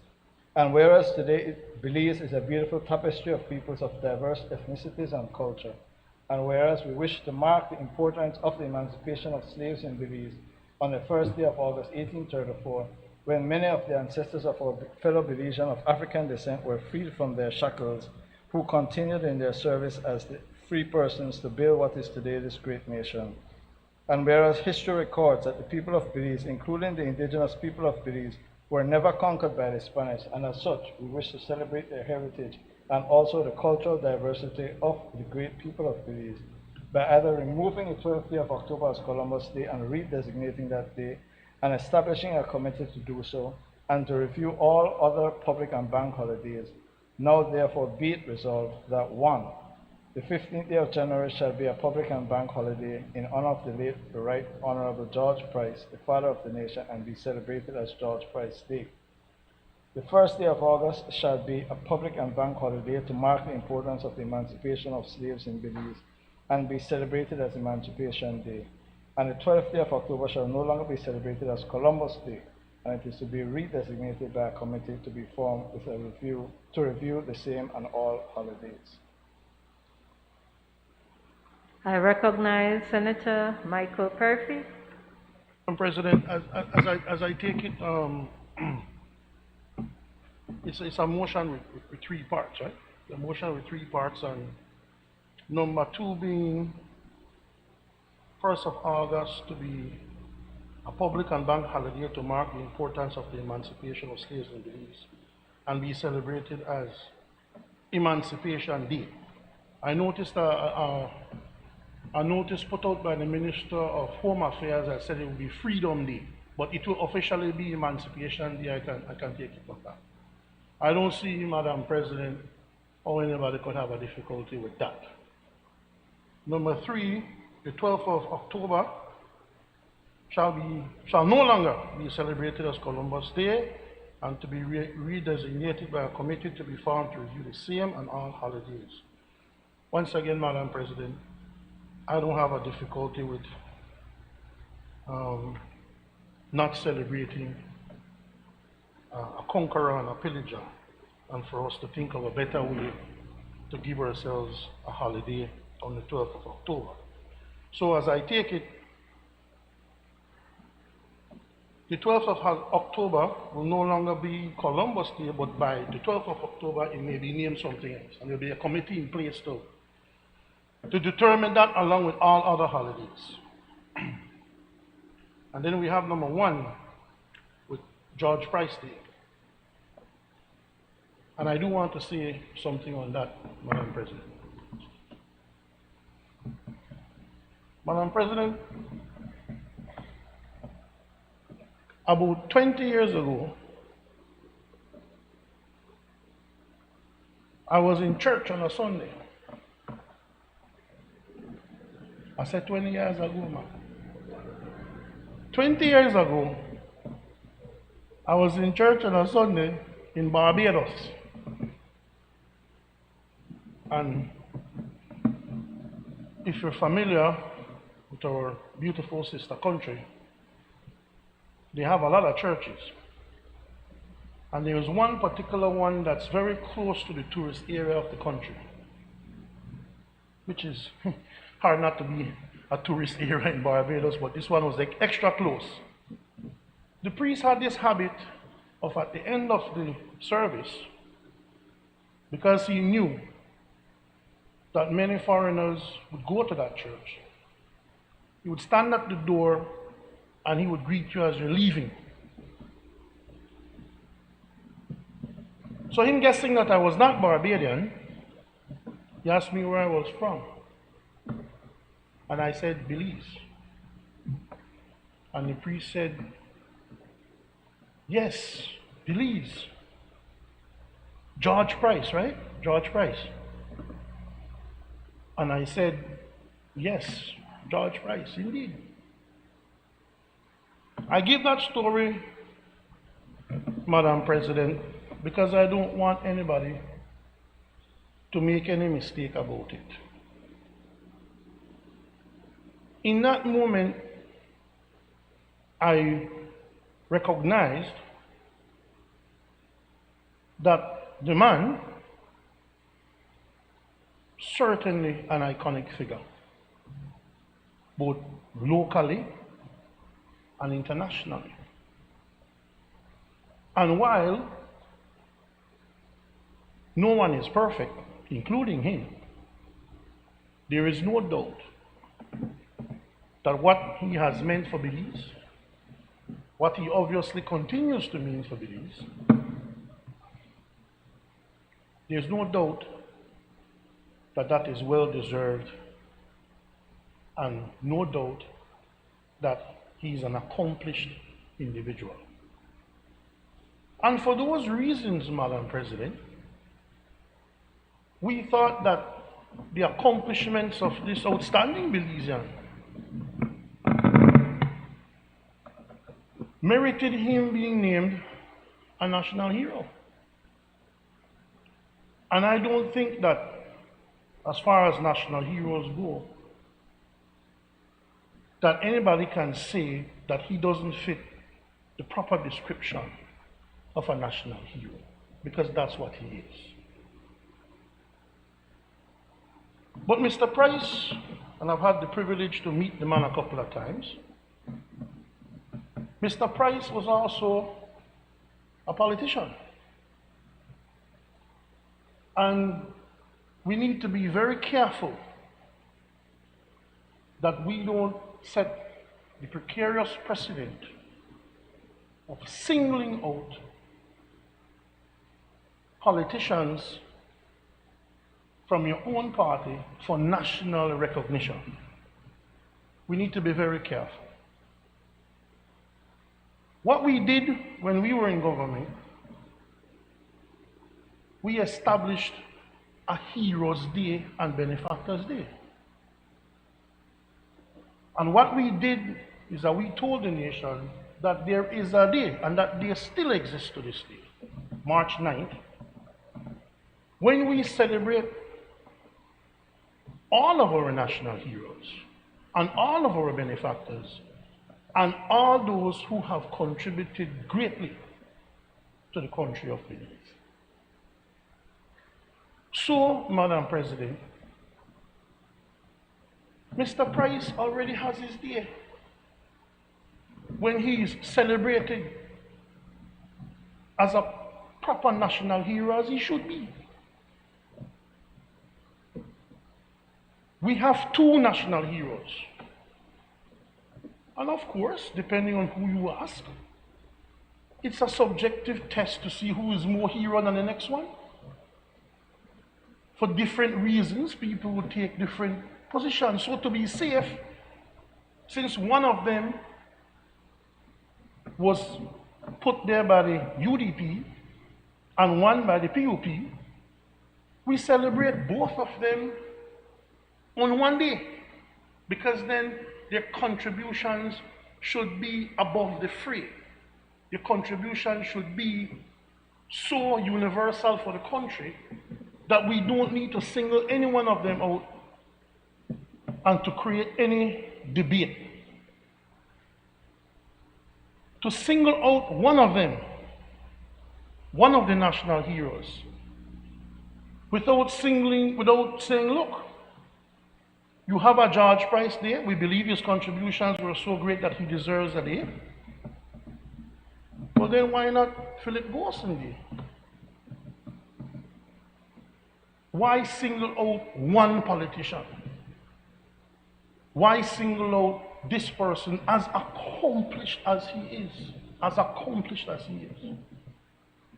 We already have a day that we celebrate all of our heroes and benefactors, and we already have a day when all Belizeans can celebrate all of them together.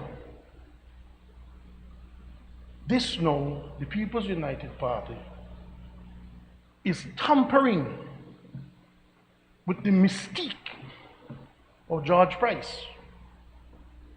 They're making it partisan. And I think it reduces Mr. Price. It doesn't elevate him. I would say, Madam President, we already have a day when all UDPs, all PUPs celebrate our national heroes, whether they're UDP or PUP. Leave well alone. That's my presentation, Madam President. I recognize Senator Bishop Alvin Benglishe. Thank you very much, Madam President. And Madam President, like the other senators, and especially from the church, I want to take the opportunity to congratulate you. I know that you have an association with the Wesley College, and that association, especially in the way you have conducted yourself as a lecturer, has been very special to us in the Methodist body. But I congratulate you, especially on behalf of the church community. Today I want to speak on behalf of this bill, the designated holidays. And especially, Madam President, I would like to perhaps just quickly say that as I speak on the aspect of the 15th of January to be a public and bank holiday in honor of the Right Honorable George Cadle Price. Let me just quickly say that when I was a boy growing up in Ladyville, walking 4 miles to school, I would see this Land Rover pass from time to time. And eventually, the person in that Land Rover recognized that this little boy was walking to school covering 8 miles per day. And thereafter, when the gentleman in the Land Rover and his driver recognized that perhaps this was too much of a sacrifice for a little boy walking to school, he would eventually stop and pick me up ever so often. That is my story of the humility of the gentleman who I recognized at that time as the premier of the country. I have never forgotten the experience and the sacrifice he made in picking up this little barefoot boy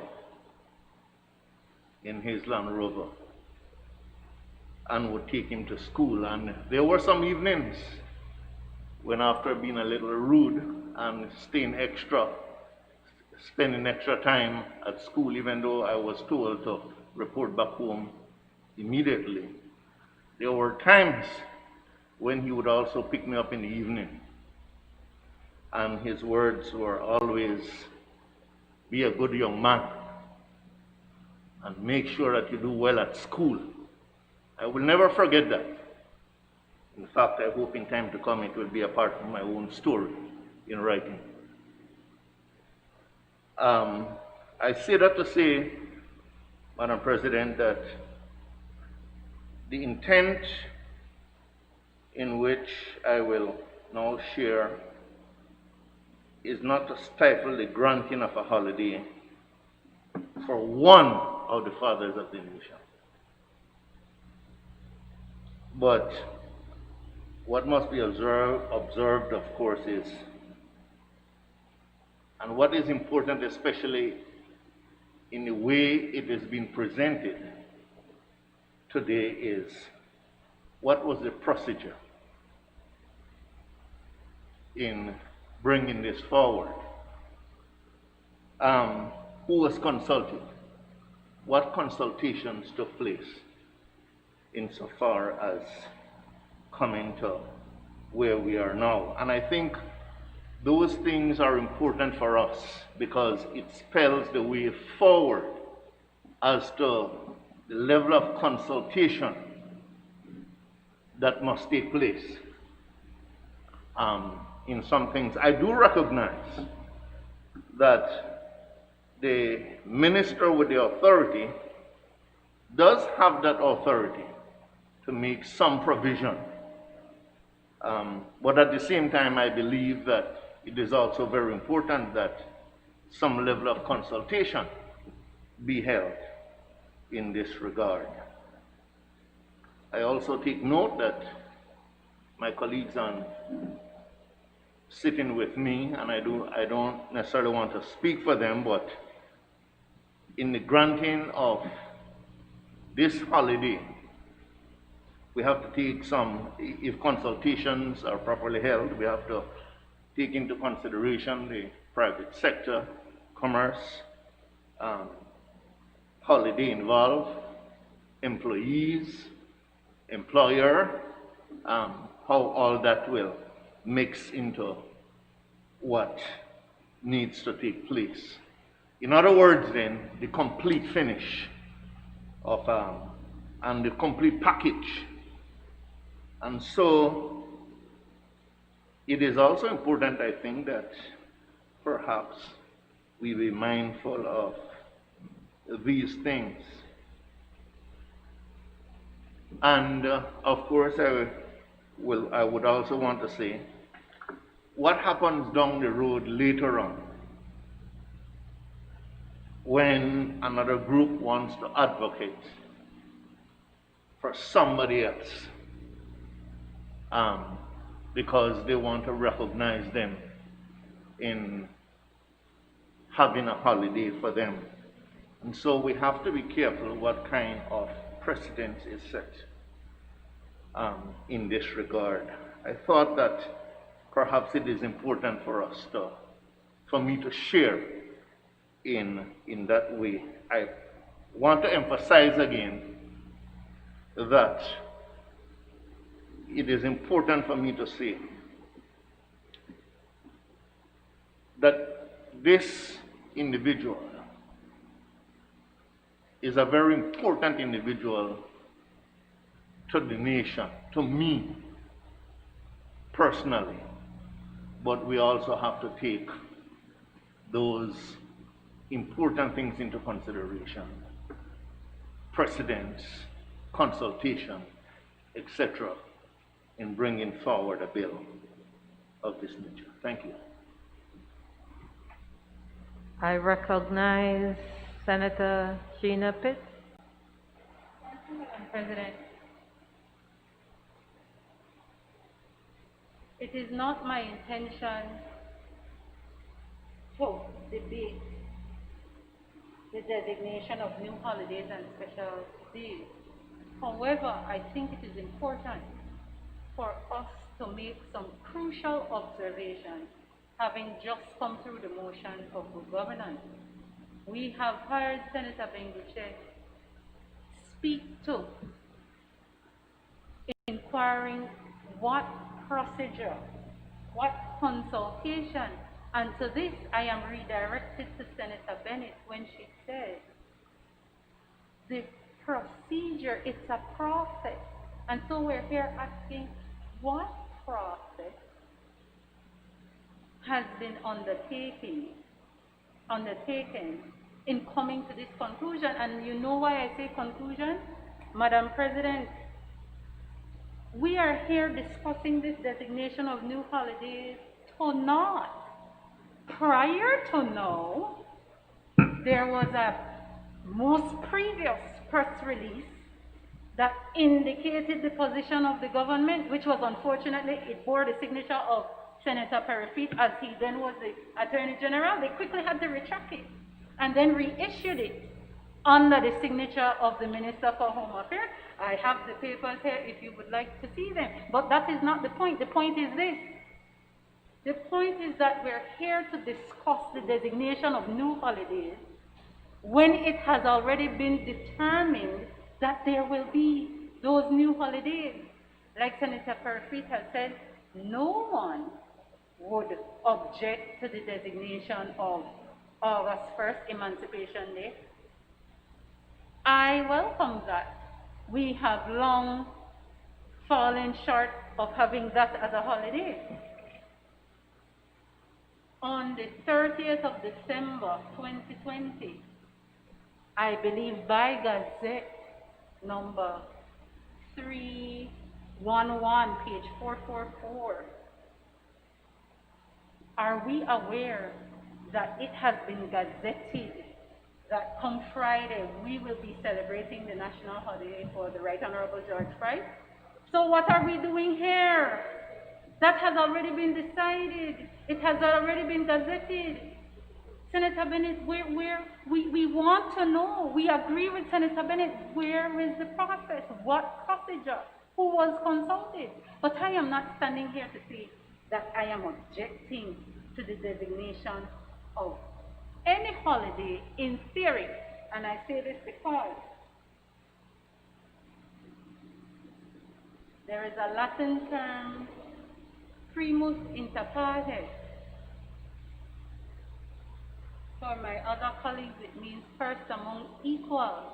And I understand that they might want to treat one or two of us first among equals, but it is constrained by the term equal. And so that is where I stop in relation to that. I will not speak on the Right Honorable George Price. He deserves his designation and he deserves his holiday on the National Heroes and Benefactors Day. I am not here joining my colleague, Senator Perifit, to say, oh, well, if you give him a day, then give Honorable Philip Golson a day. That is the quintessential floodgate argument. No. What I am here to say is that there is that day designated already, the March 9th, and we need to ask ourselves whether or not there was truly a need to designate a new holiday for whom some of us want to treat primus inter pares, and whether or not, like Senator Bengushe has said, what consultation. And I said all of that just to have us appreciate that we are here to discuss something, to debate something that has already been a foregone conclusion. The Gazette is out there. This Friday, everybody knows that we will have a holiday. Employers, we have to pay our employees whether we like it or not. That kind of consultation to inform the government the financial ramifications of introducing new holidays, that wasn't done. I go to number 3, the 12th day of October. I join with Senator Perifit and everyone who can acknowledge that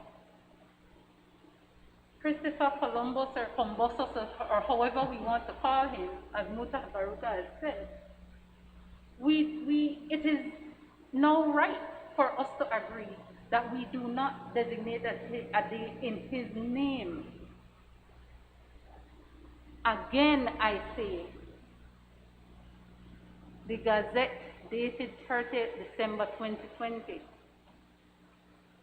Do we all know that that Gazette, quite contrary to what is stated there, what is stated here is the 12th day of October shall no longer be celebrated as Columbus Day and is to be redesignated by a committee to be formed to review the same and all holidays.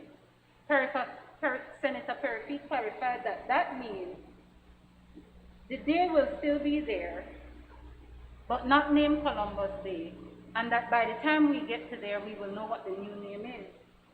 But that Gazette is in contradiction to that clarification or the statement. That Gazette does not even have on October 12th. It does not include October 12th as a holiday any at all. It has been removed.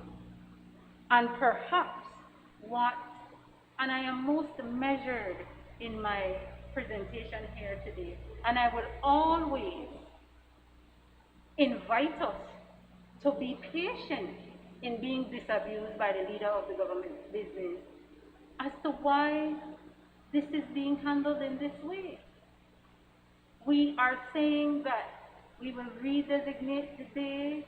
We are saying that the day is still there, but we have the Gazette that removes the day. We are doing this when the Gazette has already done that. This is to not. No, much further than that. I tie in an aspect of the good governance motion with this.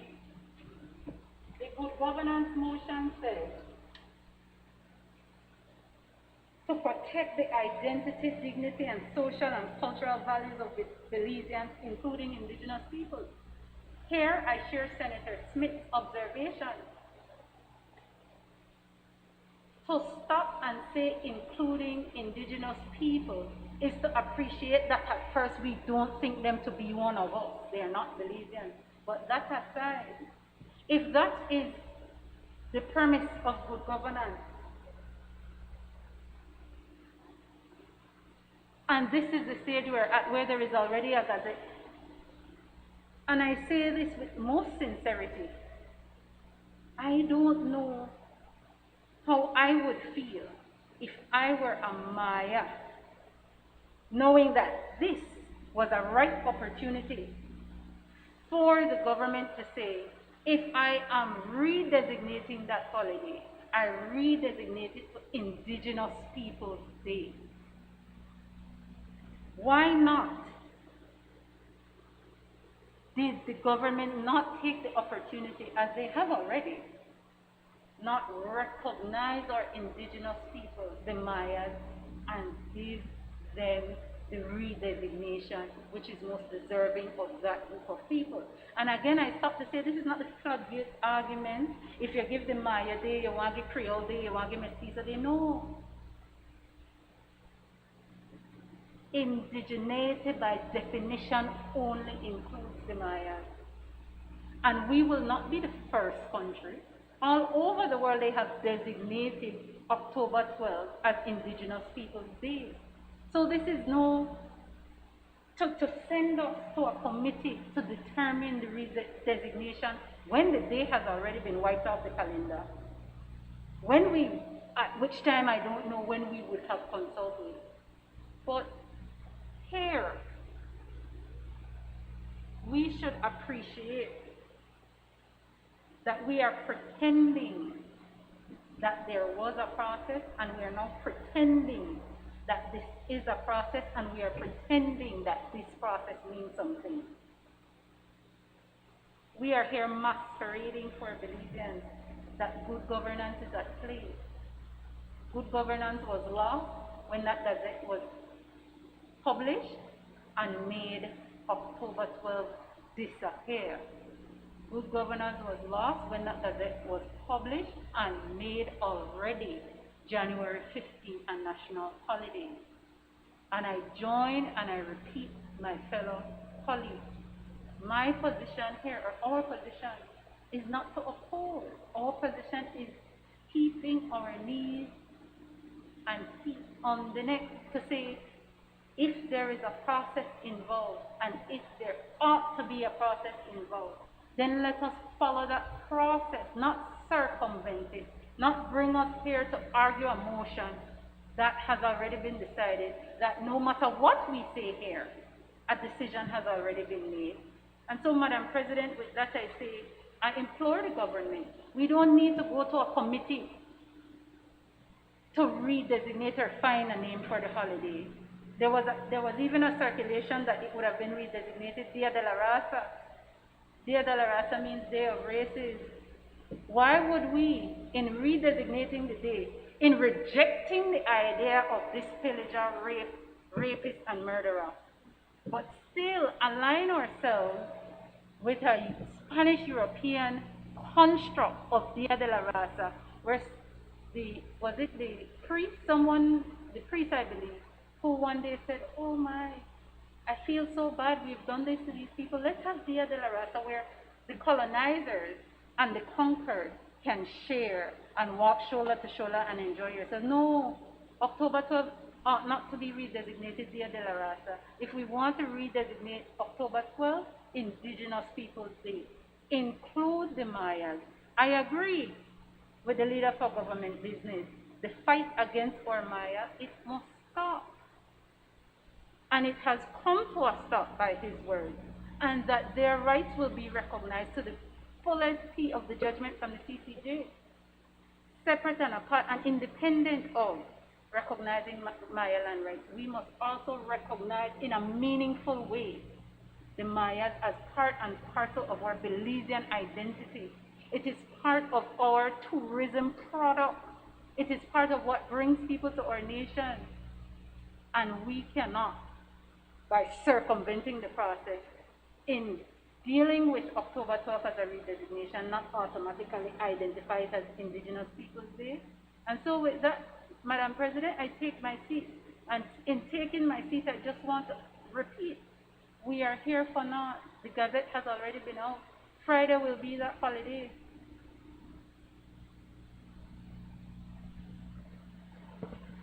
I recognize Senator Salas.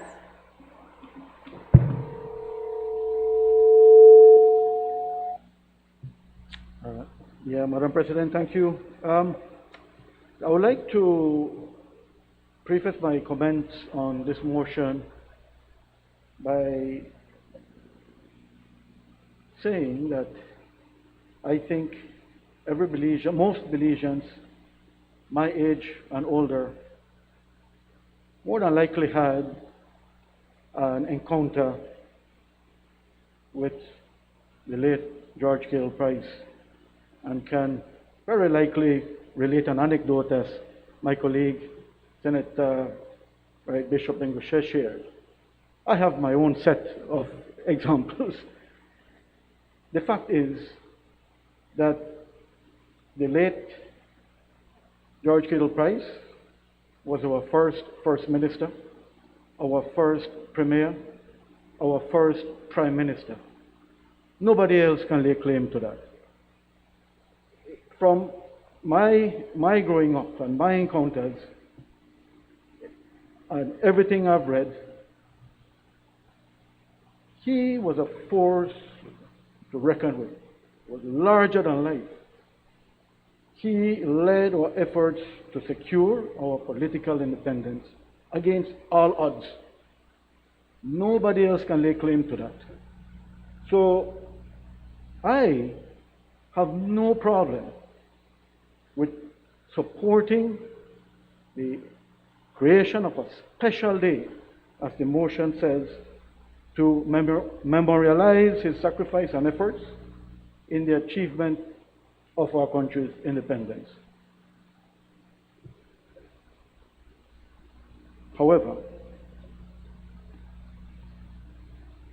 I must also say that there was no need for this motion, and I'll explain. The Holidays Act, specifically Section 9, empowers the minister to appoint special days to be observed as public and bank holidays. So, really and truly, there was no need for this motion. But I guess we can also say that it's a good thing that this is here, because it gives us the opportunity, as my colleague before me have said, to make some very important points. And the one I want to focus on is the one having to do with process. The key part of this motion, for me, the most important, is the one that refers to the establishment of a committee to review all public and bank holidays. This is what should have been done first. So, in a manner of speaking, we are putting the cart before the horse. We need to look, and one other observation I have with the Holidays Act is that up to 2011, what we have is that the first schedule, public holidays, and the second schedule, bank holidays, are exactly the same. The very same 13 days. So now what we have is an opportunity to do a comprehensive review of the Holidays Act. Now, if I could come back to the late, great George Gale Price. Whilst I said that a special day is well deserved, highly warranted, did it need to be a day where we close down the entire country? Public and bank holiday? Couldn't it have been a public day where the banks, businesses remain open, but our public service, our students, engage in a day of service, for example, as a way to memorialize the sacrifice of George Gale Price, who was about service above self. My worry, my preoccupation is that those much younger than me may not understand, may not grasp the extent of the sacrifice of George Gale Price, the extent of everything that went into the independence movement, and what that meant for Belize then and now. So focus on building awareness during such special days. You give a holiday where all the businesses closed down, etc. What do we do? Well, I mean, these days we stay at home because of the pandemic. But on normal times, we go to the beach, we go drink with our friends, the borders reopen, we flock to Chatham, Melchor de Bencos. George Kittle Prize is the last thing in our mind. So, to me, I find that counterproductive. If we want indeed to memorialize his sacrifice, then we honor him by engaging in a day of service. So it is important for for a committee to be put in place to do a comprehensive review. Now, the pandemic has created huge challenges for the country. That if we look at the tourism industry, the only thing we have to talk about is the local tourism that we have, which cannot be the saving grace for the industry, but it's something during this very difficult time. This new decision by the CDC, which I referred to earlier, will make it even more challenging for us. So it is important to do all we can to promote local tourism. And one way to do that is to have some long weekends.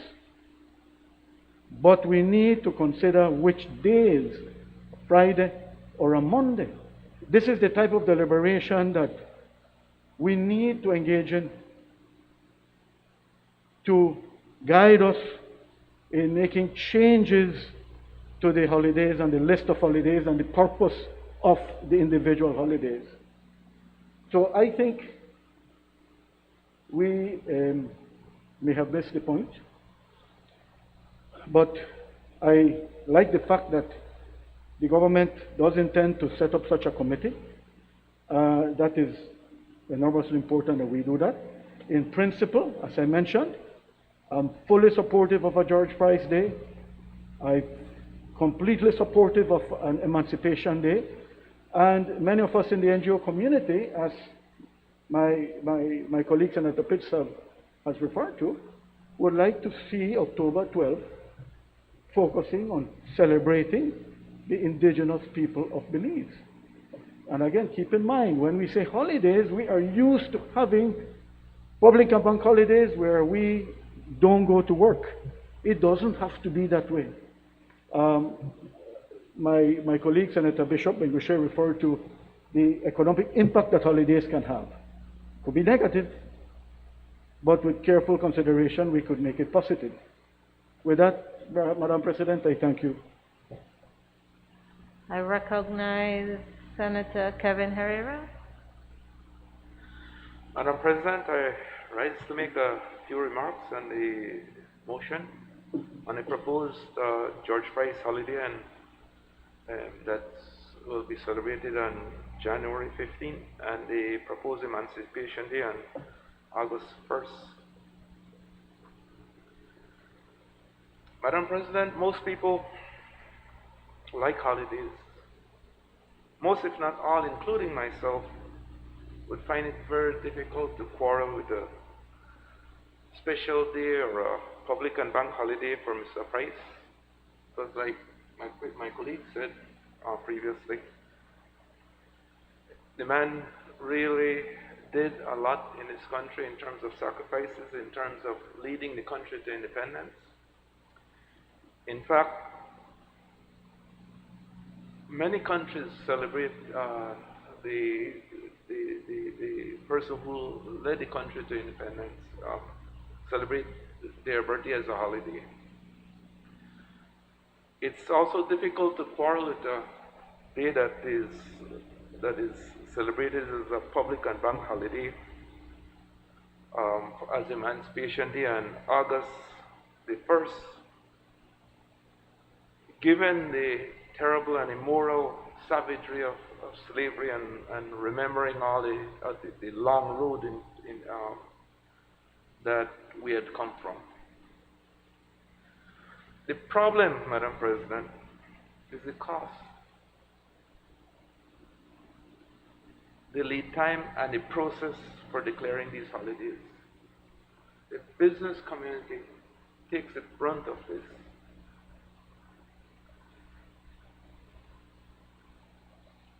We're still in the throes of the effects of COVID-19 and the effects of the two hurricanes, Eta and Lota, last year. It's been a tough year for business, extremely tough year for business. I know that the present administration has reached out to the business community on several occasions in terms of trying to talk to us about how they can address certain issues, but I would not think that the feedback they've gotten from us would be that we need an additional holiday to pay for another unproductive day. Many sectors are earning virtually zero. I think about the tourism sector, the local airlines, the airport taxis, tour guides, and then many products such as beer, soft drinks. Yesterday evening I was listening on the news where the dairy producers were saying that sales have been down, and how they go about not so that they don't have to dump all this product is they're making extra cheese, but there's only so much that the local population can consume. And so it has been difficult, Madam President, extremely difficult. Just to try to weather the storm, the business community has been taking on debts that will affect its competitiveness for the next 4 to 6 years.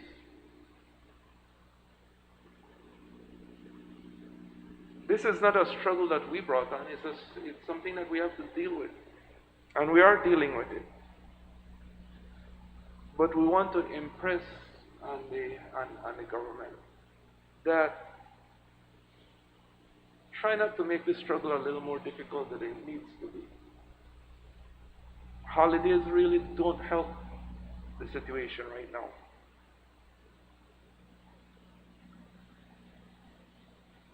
But this is what we have in these holidays. We will lose production, like I said, and for those sectors that must work, they will need to increase costs. For example,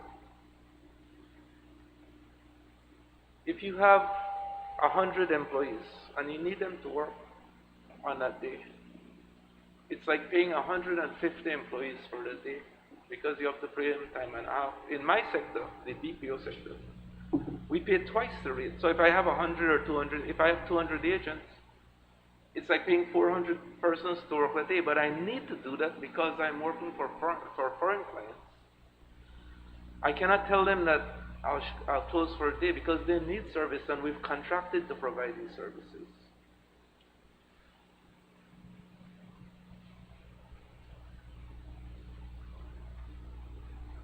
Just to outline how bad this is, Madam Speaker, with respect to an additional designation of holidays, actually 2 holidays, and I heard Senator Pitts mention that the Gazette does not include October 12th as a holiday, but the motion is not saying that. The motion is saying that it's still on the table, and so that might be a holiday as well. So we're talking about 2 additional holidays.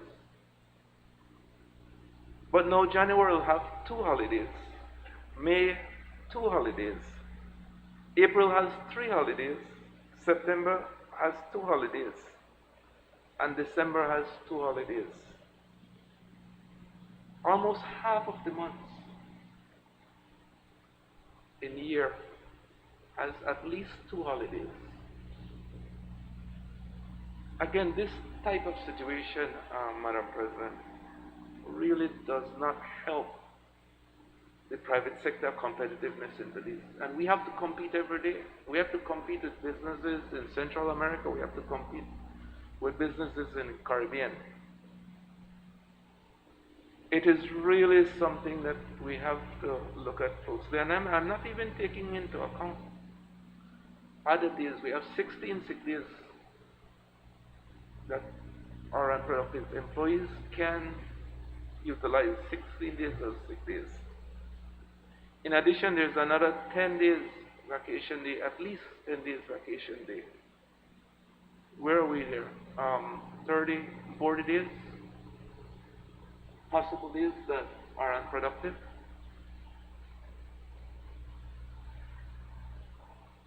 Madam President, these types of concerns could have been ventilated had the government elect to consult with us through the tripartite process. There's a tripartite body which is the mechanism to ventilate these types of issues.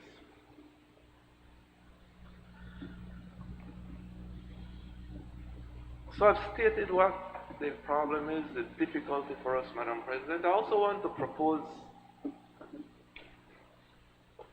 an amendment, perhaps,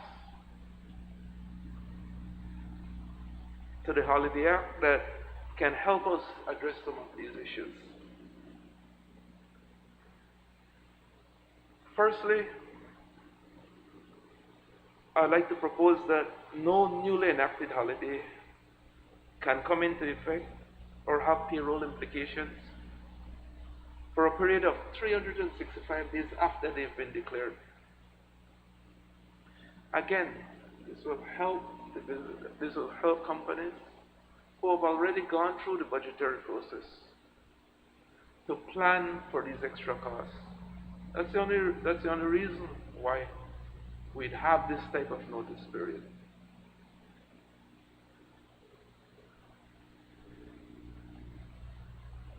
Secondly, we'd like a ceiling on these holidays.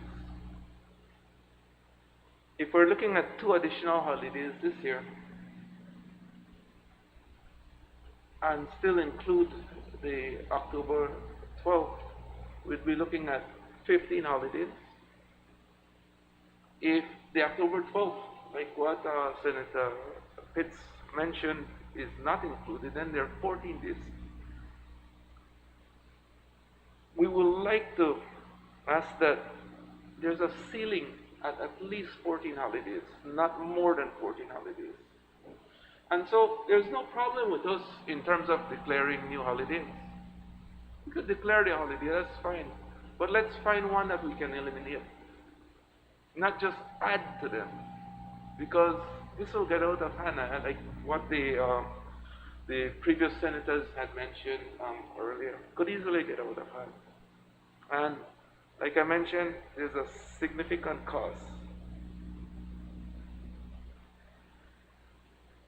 The third point or suggestion I'd like to make, Madam President, is that no new public and bank holiday can be declared without the agreement of the tripartite partners, perhaps through the Labor Advisory Board.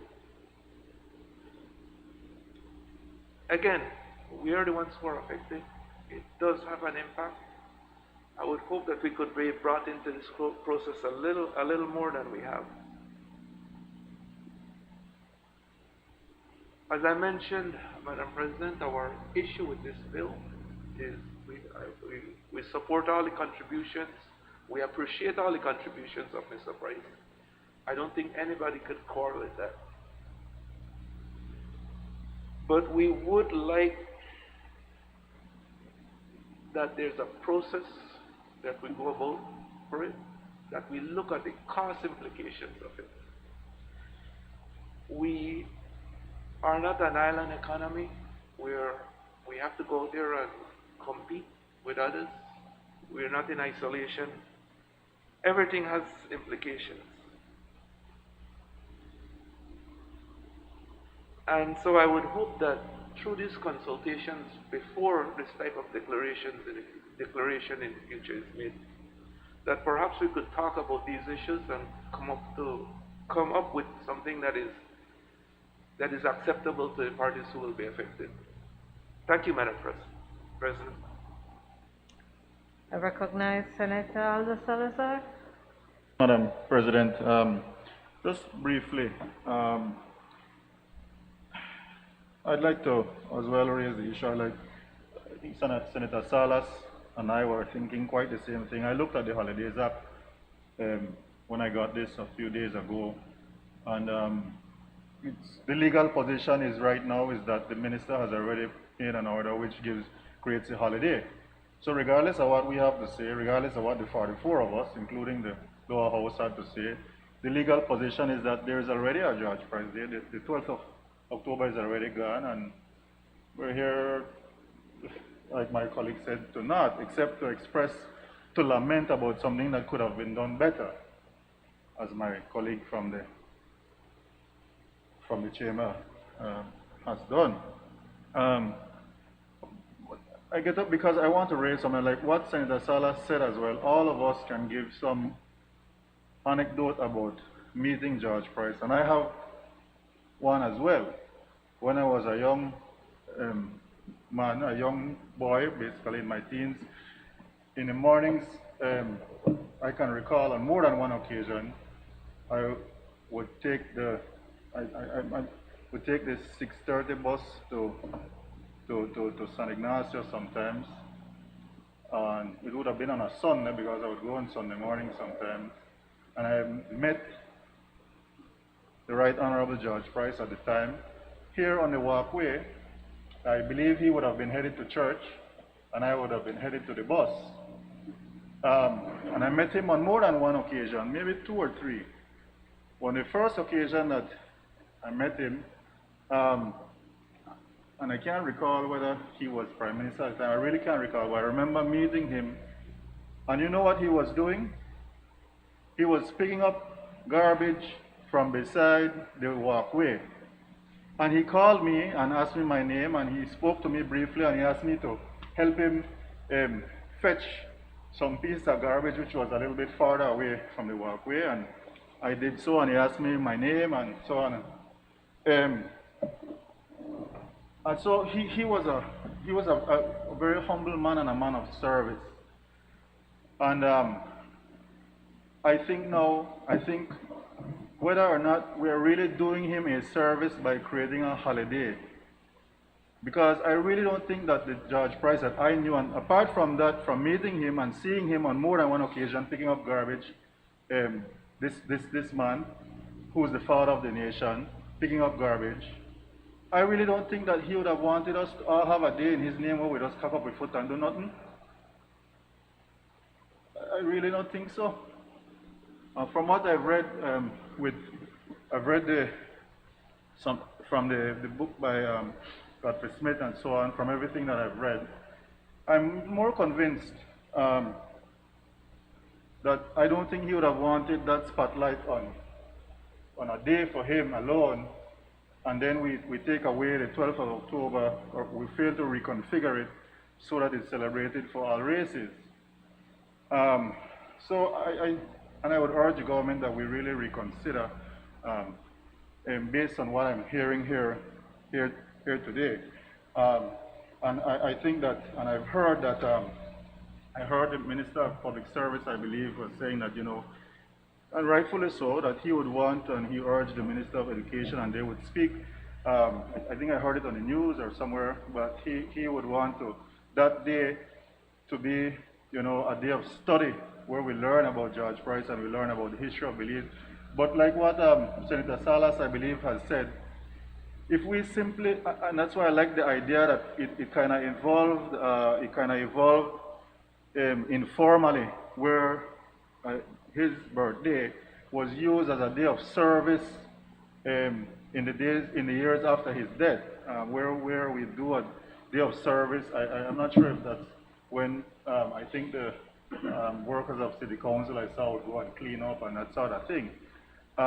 If we simply just do a holiday and everybody stay home and not do nothing, we're doing a disservice to his legacy, I feel. And the truth is that nobody's going to go home and study on a holiday.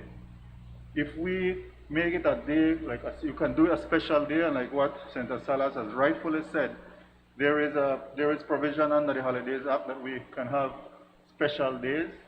I won't get into the argument about Philip Wilson and George Presley. I think enough has been said about that.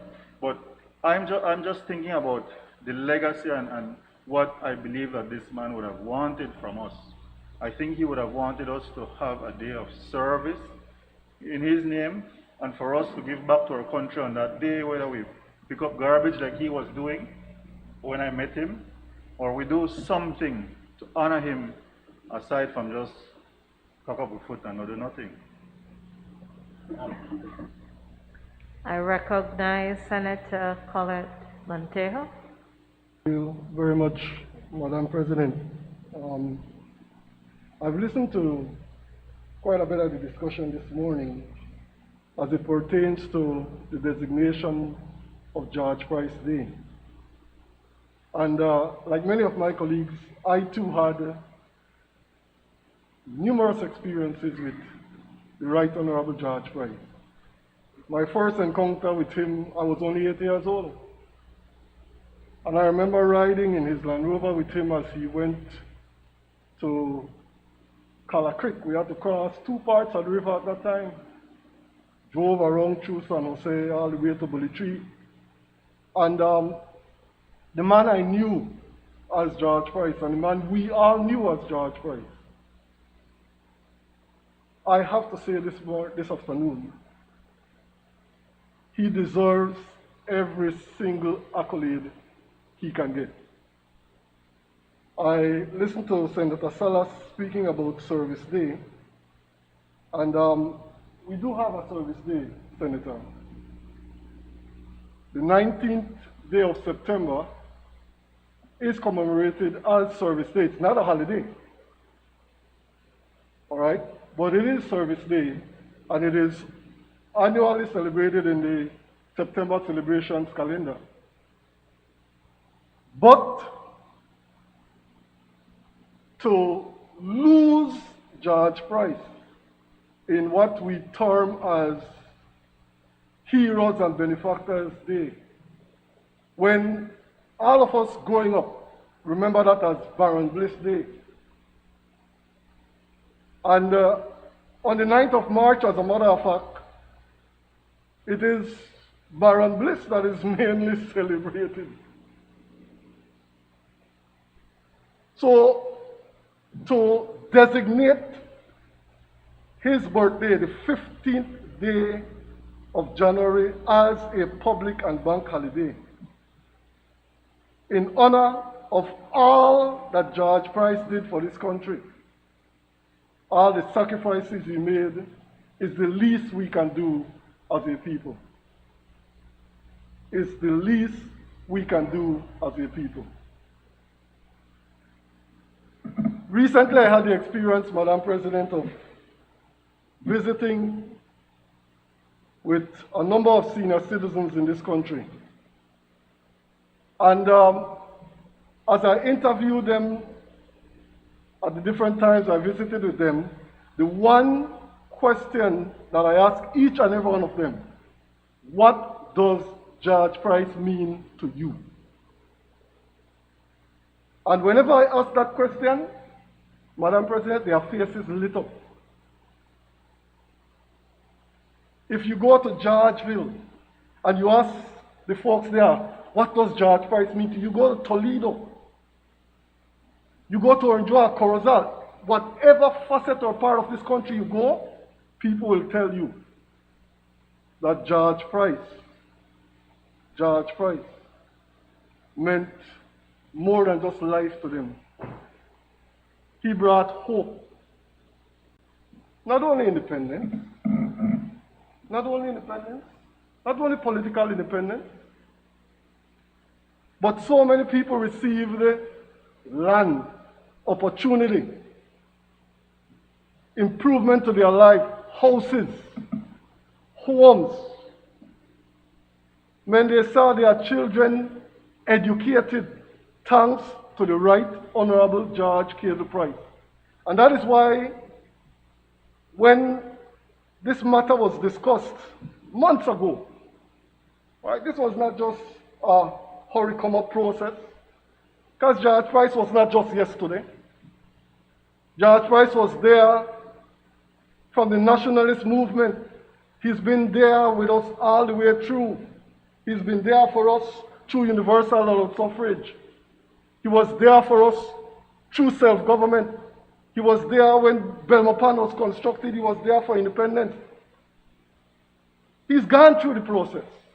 And now it is only fitting that as a nation, we set aside a day dedicated to George Cable Price. I can remember the former Prime Minister, and I'm not a fan of his. But I might misquote him, but I'll partly quote him this afternoon, when he said, only one George Price.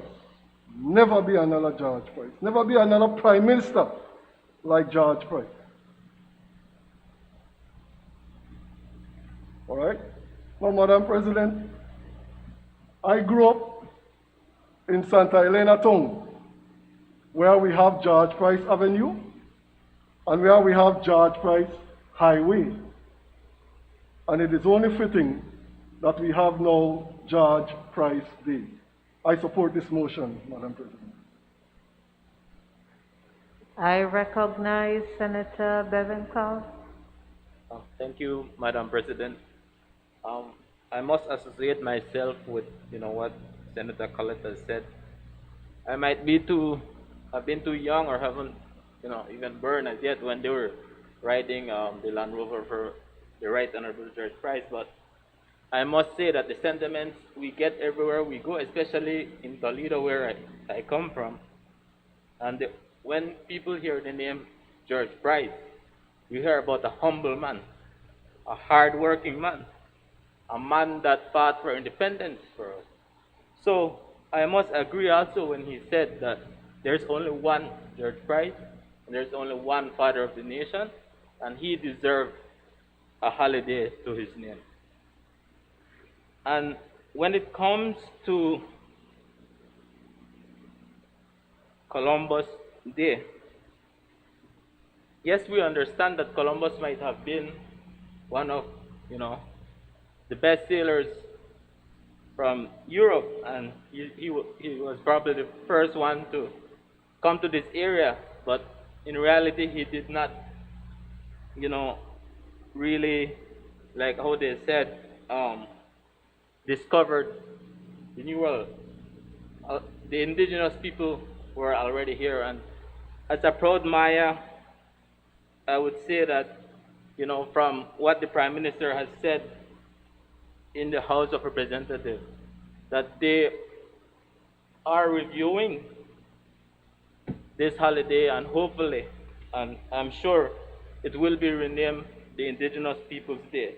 And this means a lot to us as Maya people, because one, we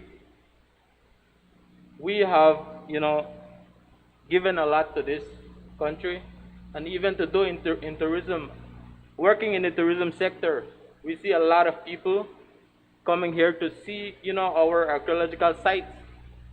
We give back a lot to this country, and I must thank the senators, especially Senator Fitz, who agreed to this, who said that, the Mayas should be recognized. And this is something that we really appreciate, like I said. And we also want to place on the record that we're not asking for any special rights or treatment. Rather, we seek for us to be recognized of the contributions in the sustainable management of our territories for generations. A recognition of the fact that we have been subjected. Please keep the noise down. Thank you. A recognition of the fact that we have been subjected to, and sometimes we continue to be subjected to the worst forms of oppression, especially through land dispossession. And so, Madam President, I'm happy to say that as a responsible government and a caring Prime Minister, we, the Maya people, now have hope that our voices will be heard and that we will have a say in the development of this country. So, once again, thank you, and I fully support this motion. I recognize Senator Elena Smith. Thank you, Madam President. Just a few comments on this motion, and I'll try my best not to repeat what has already been said. In terms of holidays, we know we can't please everybody. The workers enjoy the holidays, the employers consider or worry about the cost to them, when there's a holiday, and we understand that. It's not that we don't know what it does. But from our perspective, Madam President, we just wanted to caution that we don't want to end up politicizing holidays. So that's one general comment that we had. But we also want to bring to the table the fact that these holidays are important days. But a lot of times through the celebrations, we forget the educational part of these days and how meaningful these days are and what we should be doing about these days. And so for us, it's very important that we educate our people, especially our young children. And so if it is well, not if it is, today has been set already. So on Friday, when we'll be celebrating Right Honorable George Price Day, we must ensure that our students who know little or nothing, the younger ones, of who George Price is, that we take some time to educate our students, our people, and that we use the day as a day to truly commemorate what that day actually means, as opposed to just, as somebody said, put your foot up and relax. So we want to take some focus on education as we celebrate these days. In terms of the matter of October 12th, we are happy that, again, there's going to be a committee, and we wish that would have been done prior to us coming here today, that we could have, looked at those. And I'm saying we, not because I know we would have been a part of the committee, but we as in whoever that committee would have been, that we could have looked at those. But we have, and I personally have no issue in terms of October 12th being celebrated as Indigenous Peoples Day. I am from the South. I'm mixed with Maya, so I do understand, the importance of celebrating. And as we spoke this morning when I raised the matter of point 7, protect the identity and dignity, I think that in recognizing our Maya people by giving them a day, it will help us, I think, to fulfill what we spoke about and what it is that we presented this morning in terms of protecting their identity and their dignity. And so while this morning I mentioned about, we don't want to be segregated because we're all Belizeans, we don't want to lose that. I also recognize the struggle that the Maya people have gone through to be able to keep their dignity and their respect in this country. And so we believe that maybe if that day is going to be redesignated as Indigenous Peoples Day, then we believe that would be a good thing for our people. Thank you, Madam President.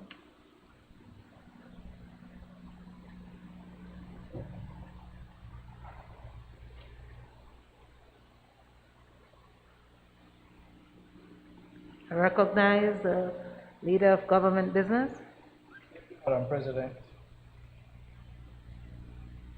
Madam President, I listened with keen interest to those, and I'm not sure whether they support the motion or they oppose the motion. Honorable Senator Perry says he opposes the motion. He opposes August 1st being Emancipation Day. Remarkable. Remarkable. He opposes the abolition of the recognition of Christopher Columbus.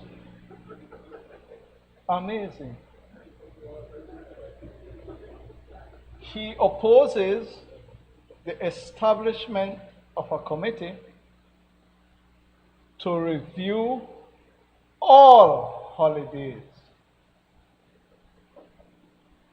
I expected him viscerally to oppose the George Price holiday, but I am surprised that he would oppose the others. Madam President,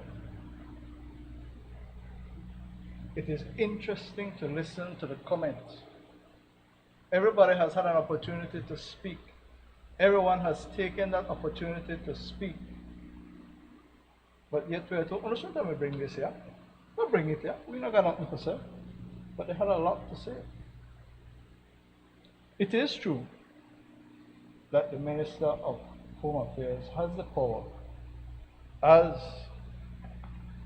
former Minister of National Security, Honorable Michael Perry, had designated holidays, and the current minister has designated holidays. That is a legal position. We are here not amending the Holiday Bill, Holiday Act.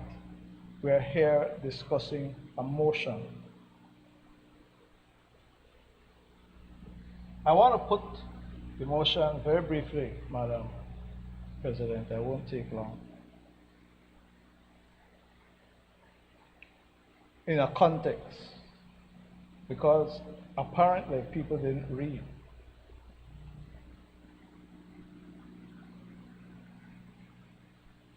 Senator Salas said, and I quote, George Price fought for our political independence.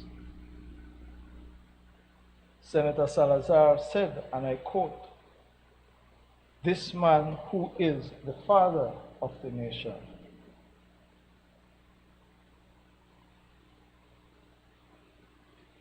The motion says, whereas Belize is a free, democratic, and independent nation thanks to the sacrifice and service of many people, but more particularly the Right Honorable George Price, father of the nation.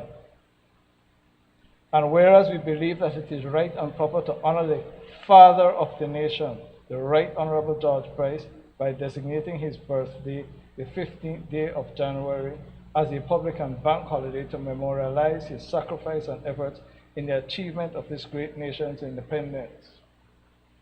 This motion is not presented in the context of Mr. Price being a national hero. In September 2000, he was designated the first national hero. Mr. Golson is the second national hero.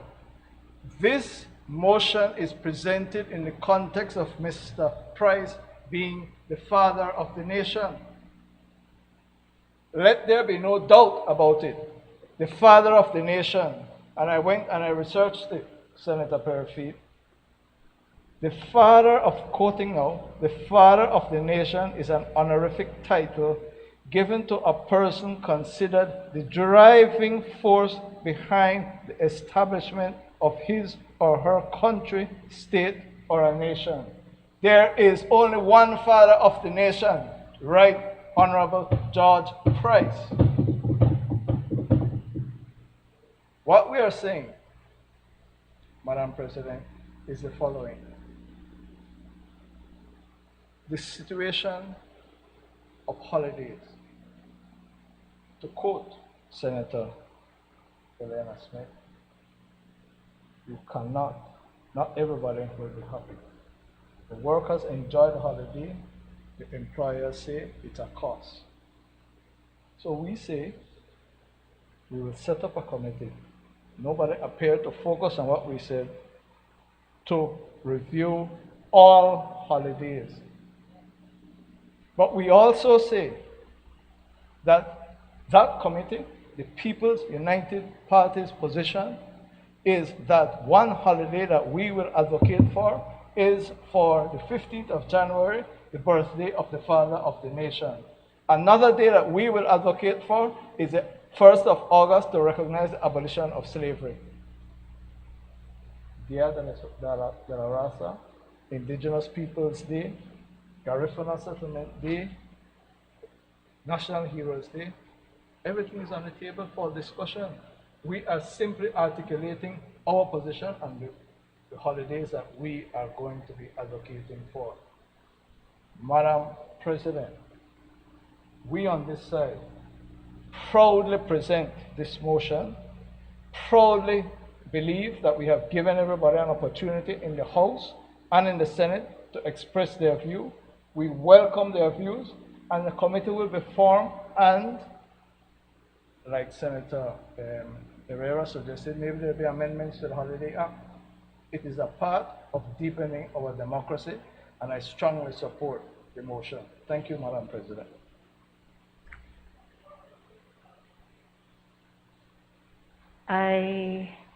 Can you quote which standing order you wish to speak from?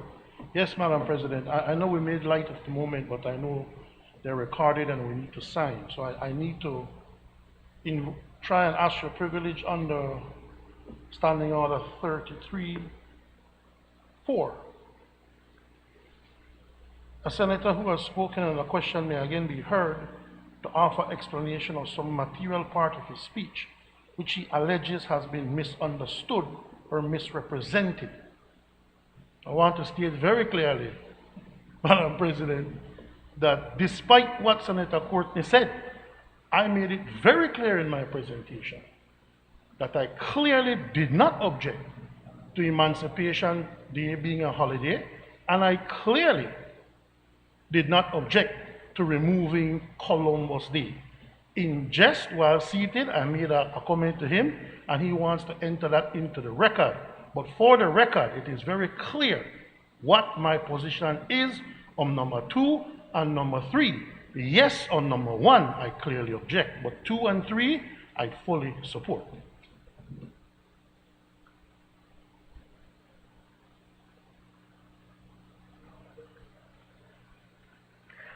Honorable members, that motion is referred to the Constitution and Foreign Affairs Committee for examination, consideration, and report. Bill for second reading. I recognize the Leader of Government Business. Madam President, I rise to move a second reading of a bill for an act to appropriate further sums of money for the use of the public service of Belize for the financial year ending on the 31st day of March 2021. Madam President, the bill before the Senate it is the supplementary appropriation number 5, and it seeks to appropriate further sums of money to meet the expenditure for the last quarter of the fiscal year. I recognize Senator Michael Perfeet. Thank you, Madam President. Madam President, I want to preface my submission on this bill on what I said earlier on the PUP motion, or the Good Governance motion, as is the official title for it. And, Madam President, when I look at this bill, I am extremely shocked to see that the government is doing exactly what they crucified us for when we were in government, and what several members who were non-governmental used to cry about when we get these appropriation bills. Now, two questions I have. Because like how I contacted the Public Service Commission, who has received no such letter, and I contacted the Ministry of Finance. And the Ministry of Finance has told me that some of the estimates that are in this number 5 bill, supplemental bill, some of them have already been used and spent by virtue of special warrants, which is in the previous government we accepted as a legal form of expenditure. But this concept was railed against by the PUP when they were in opposition. That you can't spend and then come to the National Assembly to ask the National Assembly to certify that spending. So if it is true that some of the money they're asking us to vote on now has already been spent, we want them in the spirit of, if you look at their motion, in the recitals number 9, to insist on good and transparent governance. In the spirit of transparency, give to us and the nation how much you have spent so far since November 11th, and on what? Because we hear money is being spent to help ministers with transition teams for transition into government. What has the money been spent on? Madam President, if you look at the Ministry of Home Affairs and New Growth Industries, and from what we see here, from what I have that I got from the Senate office, is that this is the only ministry for which monies were already allocated, but more monies are being allocated. The Ministry of Home Affairs and New Growth Industries is asking for $392,790. Well, it doesn't say for what. I can imagine that maybe, I keep hearing about a recruit intake that is supposed to come in for police officers sometime soon. Is it for that? If it's for that, then we should say so, and we should explain what that money is for. The PUP said that they would be different, that they wouldn't do, that they wouldn't imitate what they repudiate. And they campaign on being different. But yet we have a bill that gives us nothing, no transparency. You look at the Ministry of Blue Economy. Why couldn't be Red Economy? Blue Economy. 30,000 for public utilities. Operating costs, 24,400. Personal emoluments, 72,000. That's for what? No details. The Ministry of Finance and Economic Development and Investment. Economic recovery support, $10 million. But what is economic recovery support? Moral support? Counseling? What kind of support? For $10 million? How? Spent on what? How much? When? And how much of that has already been spent? And on what? Ministry of Health and Wellness, $15 million. Just COVID-19 medical supplies and equipment. That's it. What supplies? What equipment? $15 million that they will need between now and March, they need $15 million for 2 months. But, like I said, Madam President, we could either support it or not support it if we knew what it's being spent on. We don't know. Hurricane ETA humanitarian assistance from the Ministry of Sustainable Development, $4,801,000. But what assistance based on Hurricane ETA? What's the assessment? What was done? How do we know there wouldn't be any overlapping between that humanitarian assistance and the COVID-19 assistance? There are no details. Just give me $15 million for the Ministry of Health and Wellness, and that's it. We don't have to tell you what you're going to spend that on. Or, if you have already spent any, we don't have to tell you what we have already spent it on, just approve it. That's not what the PUP promised, Madam President. That's not what the PUP told the Belizean public. And, Madam President, I know Senator Courtney will say, well, I'm being hypocritical.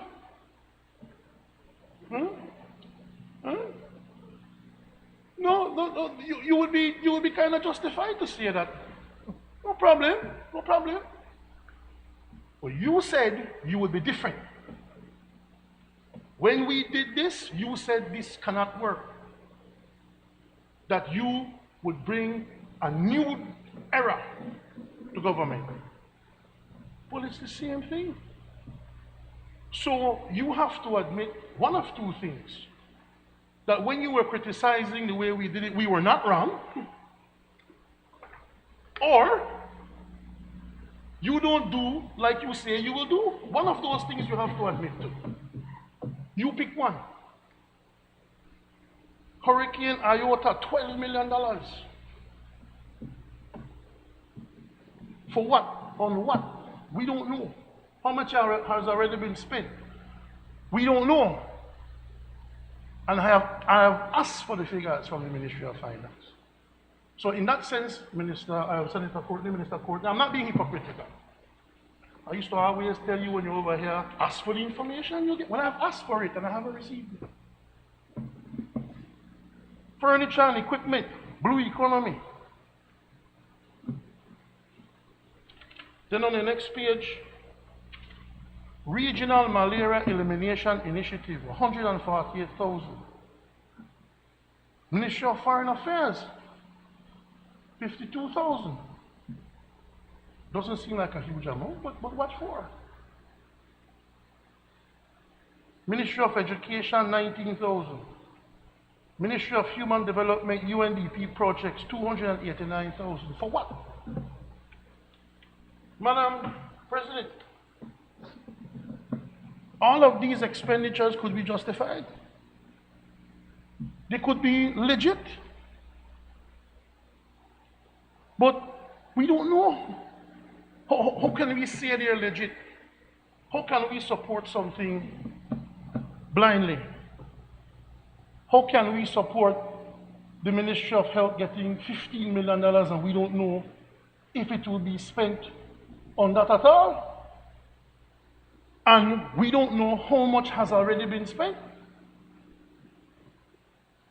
There are just so many questions with this appropriation bill. And remember, Madam President, that this is only till March. This is only till March. It's only for 2 more months. So let's just say you have the Ministry of Health and they're saying, well, we only need to spend $5 more million before now and the end of March, the next budget.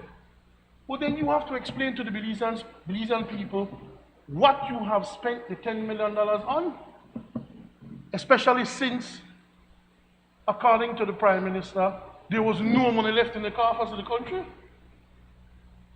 So if there is no money left, what were you spending? Where were you getting it from? You have to explain that. And if you haven't spent any money that wasn't budgeted for from last year, then how you are going to get the money? So where are you going to get $15 million from? For the Ministry of Health and Wellness, for example. You have to borrow it? Well, if you have to borrow it, we understand that. We had to borrow too. But then you criticized us for borrowing. So you can't criticize me for borrow, then you get into government and have to borrow as well, and then feel that there's nothing wrong with that. And then the Prime Minister, when he was leader of the opposition, used to always say, why are you borrowing so much? Grow the economy.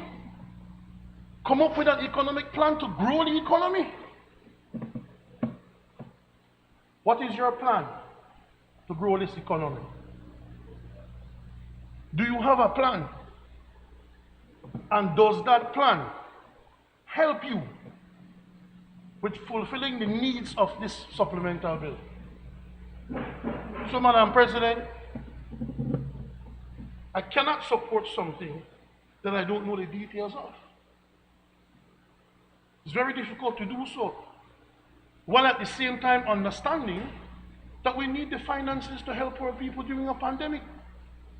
But this is where this so-called transparency and openness should have come to help all of us. Because if you had attached to this bill detailed explanations as to why you need this money on legitimate things it will be spent on for legitimate purposes, then we would have to support it. Because we were just there and we understand.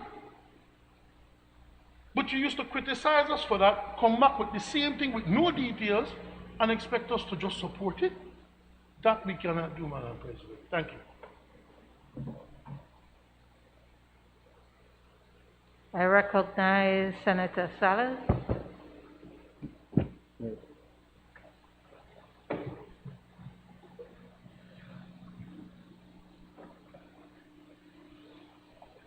Yes. Thank you, Mr. President. I just have very brief remarks on this bill. I will start by saying that I agree with a lot that my colleague before me said. However, I must also say that it sounded hollow, sir, because I remember under the previous administration how it frustrated us to no end when we asked and demanded and implored for more details, and what the response was, and that it's in our right to be making all these calls, which, of course, speaking for myself, I did, I made, and I will continue doing.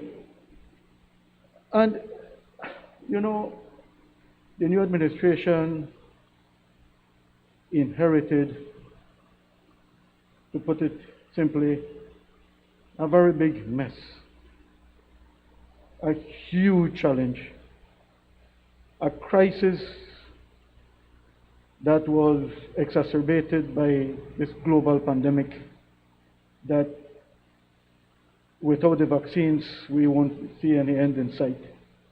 So I noted what is being asked, and it's mostly economic recovery support, COVID-related, etc. And I understand that the new administration needs money to operate. But I implore the new administration to please don't follow in the steps of the previous one and provide us with more details. For example, in the Ministry of Health and Wellness under Cap 2, I found out that medical supplies and equipment meant expanded testing kits and equipment, etc. HR support, which I should, I guess, have been under a current. But provide us with that kind of detail. Break it down a little more for us. Don't follow in the footsteps of the previous administration that refused to provide us with information. Did not make it easy for us. I don't look forward to the very same thing happening under this new administration. And to conclude, Mr. President, I go back to one of the sections in the good governance motion that will be approved today. And I look forward to the new administration implementing national budget planning by engaging civil society and other stakeholders. There's not a lot of time. That in itself is a tremendous effort. But we commit to engage and to support in that process because it can only benefit all of us and the country as a whole. Thank you, Mr. President. Recognize Senator Sheena Pitts. Thank you, Mr. President. I'll be most brief with this one, and that is because there isn't enough for us to comment on. And I anticipate and I hope, earnestly so, that perhaps the leader of government business or even Senator Cowie can assist us in understanding the numbers and the figures. I want to point out that we must now be beyond the point of obnoxious relativism. When I say that, I mean this. We must be beyond the point where we continue to remind ourselves or even say and repeat that when the roles were reversed, this is what used to happen. As if though that is justification for us to now not complain. As if though that can overshadow the clear position that the government has brought to us here, that in keeping with good governance, there will be transparency. So I want us, and I am hoping that we can move beyond that, because like everybody would have said on the streets, that scratch record now. We no need to hear when it happened before, when no one they say this the way we are do, so make we now do it. And if it is, we continue to remain in that state of affairs, how is that different from what the approach was when our roles were reversed? How is it different? How am I to believe and appreciate the representation that this is the way we're moving forward? I now move on. And I don't only associate myself with Senator Perfeet's position, but I want to go a little bit into detail to perhaps have us appreciate the kind of things, the kind of information that would have been helpful for us to understand why monies need to be appropriated. Because it is not my position that there is no need to appropriate money. My position is that where monies need to be appropriated, help us to understand why and how and for what. So I go to the description, and I would like to point out under the Ministry of Finance, Economic Development and Investment, there is the Economic Recovery Support.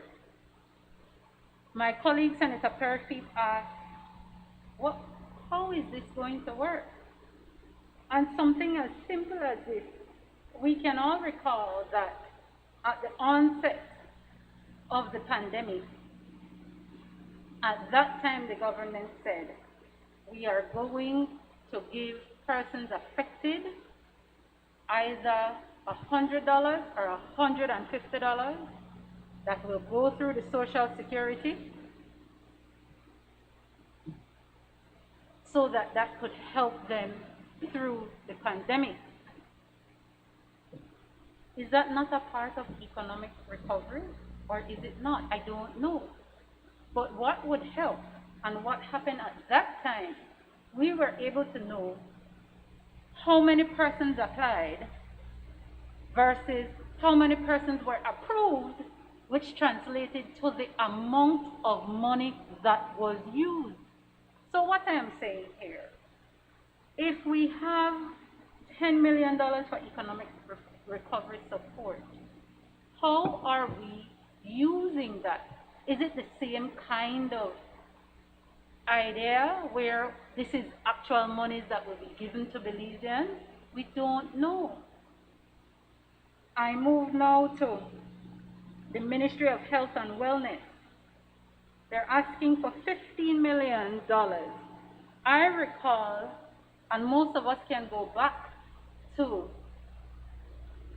it being on record by the Minister of Health and Wellness, stating that this same amount will be procured for the Ministry of Health and Wellness. And when he was charged to respond where it is coming from, you know what he said? Go and ask the Prime Minister. He needs to answer to that because not my answer to give. The Prime Minister was asked, and to this day, we have no answer. What I want to know is, at that time, before this bill was presented, the origin of that $15 million, is it the same? Was that $15 million coming from a benefactor with a title beginning with A? I don't know. I'm just asking questions. Or is that $15 million at that time was envisaged to become a part of this appropriation bill that we're now asking to agree to? I don't know. If that is the case, then so be it. But what I would like to know, and what is unfair for us, is that we have seen countless media footage of the donations of equipment and supplies to the government at the onset of the pandemic, during it, and most recently. I would like to know, and it perhaps would be helpful, can we appreciate what stock we got over time versus what was left in order to justify what we need in the future? What is most important, and I find could be dubious. We need to procure medical supplies and equipment, of which it is not my position to say I will not support this bill to do just that, because we need to ensure that we have medical supplies and equipment, especially in the face of the CDC requiring us not only to test our citizens, but also to test those who may have come on our shores and are now going back. We must be able to facilitate that, so we have to access money in order to do that. But what I want to know is, where are we procuring it from, or through whom? Are we going to not appreciate that there may or may not, I don't know, I am not saying so, but there may or may not be an opportunity where, and we have been seeing companies form, companies benefiting from, to an eventual identified beneficial owner. So when we procure these things, is it the government directly procuring it with our neighbors or from afar? Is our government going to offer a contract or tender for a third party to procure these things? If so, what is the value? I don't know. And I'm not trying to be seen as imputing anything on the government. What I am repeating, and hope resoundingly so, is to elucidate that salient to these matters is that for us to be provided with information as to the particulars. We have been saying that over and over again. And might I put on record that the leader for government business has said that that will be done. He has taken it up. I appreciate that, Senator Courtney. And if I can say that I know Senator Courtney from my experiences with him, what he says he will do, he will do. So then, we are here being asked to discuss a matter at a point where we have not given Senator Courtney the opportunity to deliver on his promise. And so we have slighted ourselves in the beginning and now. And I don't expect that it will be repeated because Senator Courtney has stated that he will undertake to change. What I'm pointing out is that despite all of this talk of good governance and transparency, I am yet to see, and I proceed. Ministry of Sustainable Development, Climate Change and Disaster Risk Management. For Hurricane Eta, the humanitarian assistance is $4.8 million. I don't know, but I ask, why is that coming under that ministry? I am not presupposing that it ought not to, but I would like to be afforded the benefit of an explanation of what it means for that $4.8 million to come from out of that ministry. What it will be used for, who it is helping. Perhaps one can say that that is self-explanatory, but not for me, not for the Belizean people who are relying on us to ensure that what the government does is above board. Right after that, we have Ministry of Human Development, Families and Indigenous Affairs coming with, again, COVID-19 food assistance and special relief program, $9.4 million. Senator Perifete indicated that he would want to know and be able to be certain whether or not there is any overlap as between these two figures. I would go venture further to say, considering that it is COVID-19 food assistance program, and this I say very boldly, considering what was issued through the Social Security Board at the time of the pandemic, this sum is meager, because this sum is meant to relieve Belizeans. And I have said before and I repeat now, everything that we do, and if it is most urgent to come to our attention now to debate, must be to appropriate funds. It then must come with it that also urgent need for the government to assist citizens. And so, forefront of this effort should have been some sum, not $8.5 million or not 9.4, which pales in comparison to what was used before, but a sum that will tell us in relation to grocery bag. These are the numbers of successful applicants. These are what so many Belizeans will receive. But this food assistance, this is the very food assistance which I hazard, and you know it is unfortunate because one should never premise an argument on an unknown. In law, we don't ask questions if we don't already know the answers. And so I show my cards to you that this is an unknown. And why I say so, we're asking for $8.5 million for food assistance. What part of that was used before now, if any at all?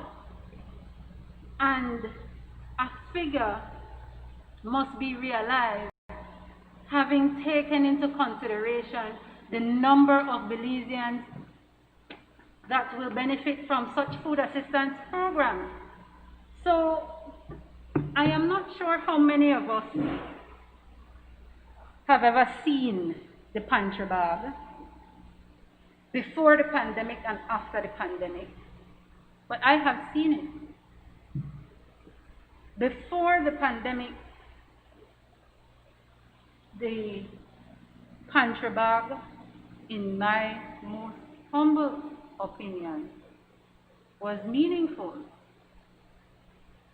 And then sometimes after the pandemic and leading up to the election, the content of the pantry bag expanded. And when I saw that is when I realized sometimes you don't know how much better it can be until it is better. And the pantry bag, up until the point it was discontinued and renamed grocery bag, it had every aspect of food item from all the food groups. It had reasonable provision of household items needed to live. And those things I refer, man, the thing had Clorox in there. Mind you, they're not the original brand, I mean Cloralex, and I've been told that Cloralex even stronger than Clorox, but it had Clorox. The average Belizean can use that to help clean and sanitize, I understand that. It now, before it changed, contained chicken, raw chicken, and not one, not guinea hen size, not no lead chicken, one decent sized chicken. It contained in it also fruit and vegetables. I stopped to particularize a few items only to show that when we disband pantry bag, reintroduce grocery, we expect that the contents thereof are to match what it once was and or be better. And if it is to be better, because of course the government must outshine what was, then we fail to appreciate how only $9.4 million in total for food assistance and special relief programs can be enough. How many families? What is it? Is this? I really and truly am crippled by the inability to know exactly what these things are being used for and how it will be translated to every Belizean home that needs it. Mind you,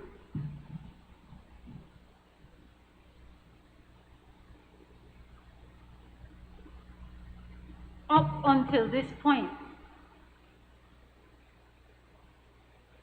Belizeans are being denied access to their grocery bag. They are now having to apply anew. That is just a backdoor way of filtering out what they might want to classify as UDP supporters from the grocery assistance program. But I don't know that. And I will not stand here definitively to tell you that that is so. But what I will stand here to say is that requirements such as asking whether or not a Belizean has sewage and bathing at a house to determine their eligibility to this program is unfortunate. It is really unfortunate. It is not only the indigent that needs to access this program. It also includes persons who have lost their jobs. It also includes persons who are struggling. And so to have questions like those as prerequisite to determine whether or not you qualify is unfortunate. I will not belabor that point. I conclude that point by saying I am ready to support food assistance programs I am also ready to see what amounts will be spent for what, and how many Belizeans will benefit from it.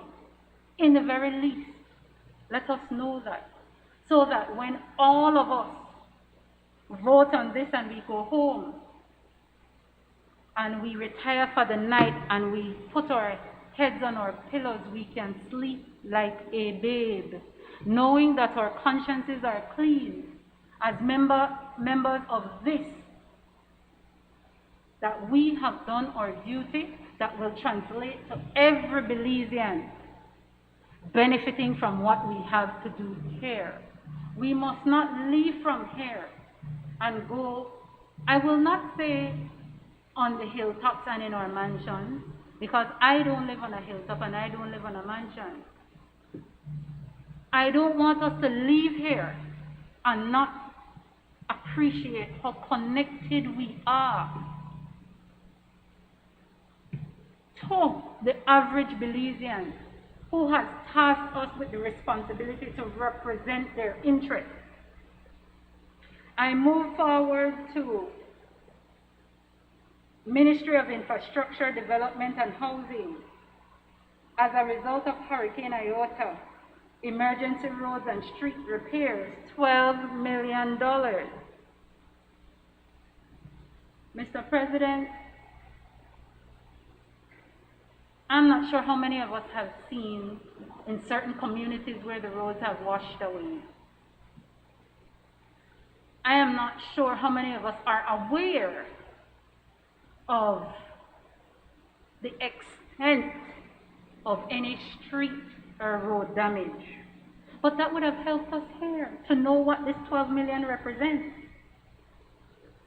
And note that $12 million is much more than the amount for the food assistance program. So, and I borrow from my cousin, Dr. Candice Fitz. I love her very much. Our love for each other has not changed regardless of where we are, but in her words, and I repeat, people can't eat street. And I'm not making joke, and I don't want that statement to be taken lightly, and I'm not playing politics here.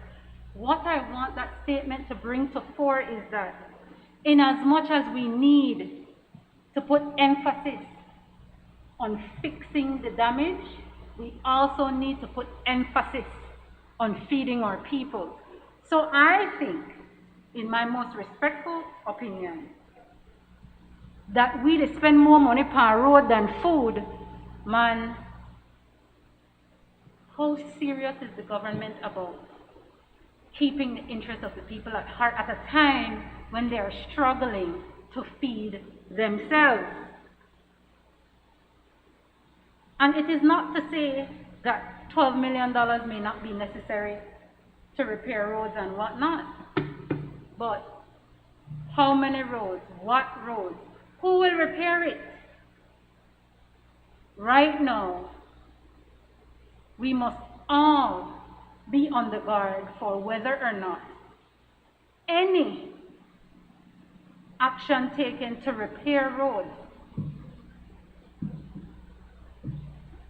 whether it is put out to tender for contracts or not, that who comes in to do the work, that does not expose itself to be a mechanism for anything other than using all of those monies to repair the road. And that is all I will say about that. In the Ministry of Blue Economy and Civil Aviation, we have $38,000 for furniture and equipment.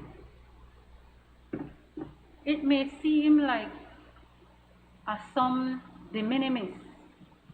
And when I say de minimis, my colleagues, I mean leave it a money in comparison to the other millions. Leave it a money though it may be, at a time when we need to be focused on how we assist our citizens and very, very careful on how we spend money.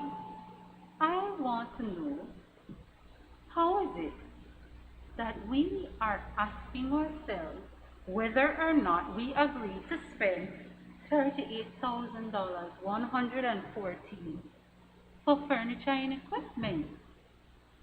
Why are we doing that? What kind of furniture? What kind of equipment? Is it that that ministry hired more people and they need their own desk and chair, computer and whatnot? I don't know. Is it? And one thing that is very important we need to appreciate,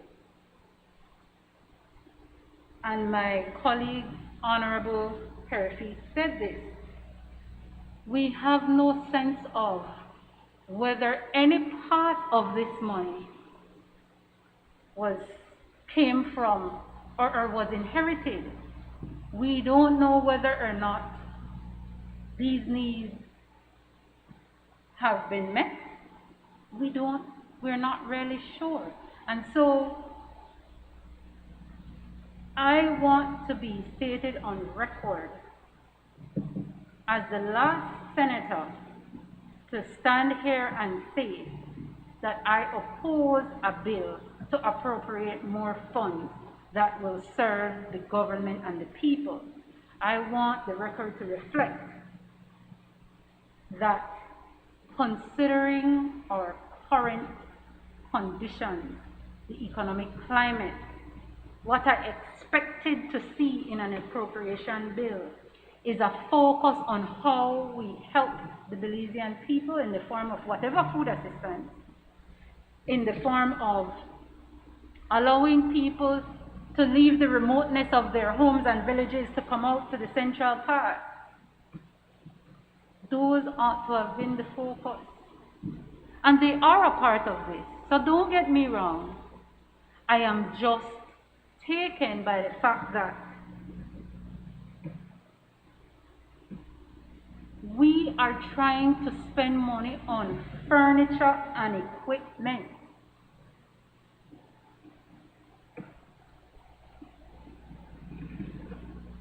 Without any editorial, without any justification of why we need to spend any amount over and above what is absolutely necessary.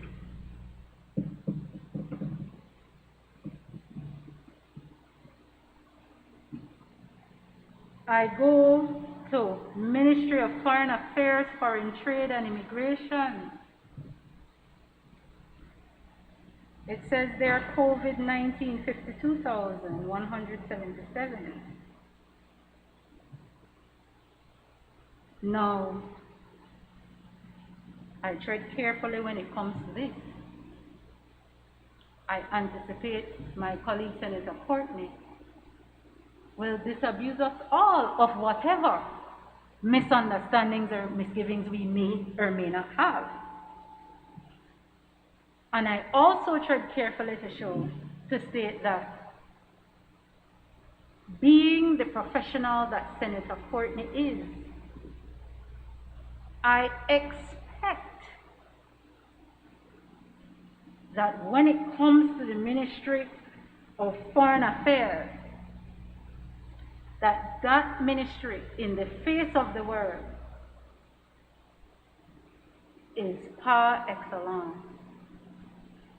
That when we go there, or those personnel, public servants who are working there, they are working in an environment that does not demoralize them, in an environment that does not abuse them, in an environment that does not expose them unnecessarily to any disease of which COVID-19 is being the reason why they're being asked. But all I would like is to know, is it that this 52,177 will be used to outfit the ministry the way we are outfitted here today to ensure our safety? Is it that this money is being used to purchase equipment that will be used for the outfitting, for the preservation of the safety of that ministry? So I stop there to say, all we want, or all that we would expect, is some detail in relation to how these monies are being spent. And let me tell you, if it is in the Ministry of Foreign Affairs, my esteemed colleague Senator Courtney says he needs to outfit it. I understand that he will do so exceptionally well. All we would like to know is how and for how much that justifies this aggregate sum. We all know that COVID-19 has put us in a place where we not only need to fight against it, but we also need to protect ourselves. We also need to assist those who have their hands tied behind our backs. And so anything related to COVID-19 relief, it is my position that I am not questioning whether or not it is necessary. I am only asking for you to share with us how that monies will be spent.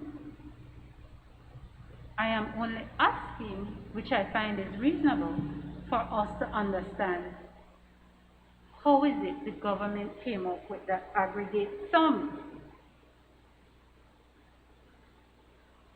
I go to Ministry of Education, Culture, Science and Technology. That's Cut 3.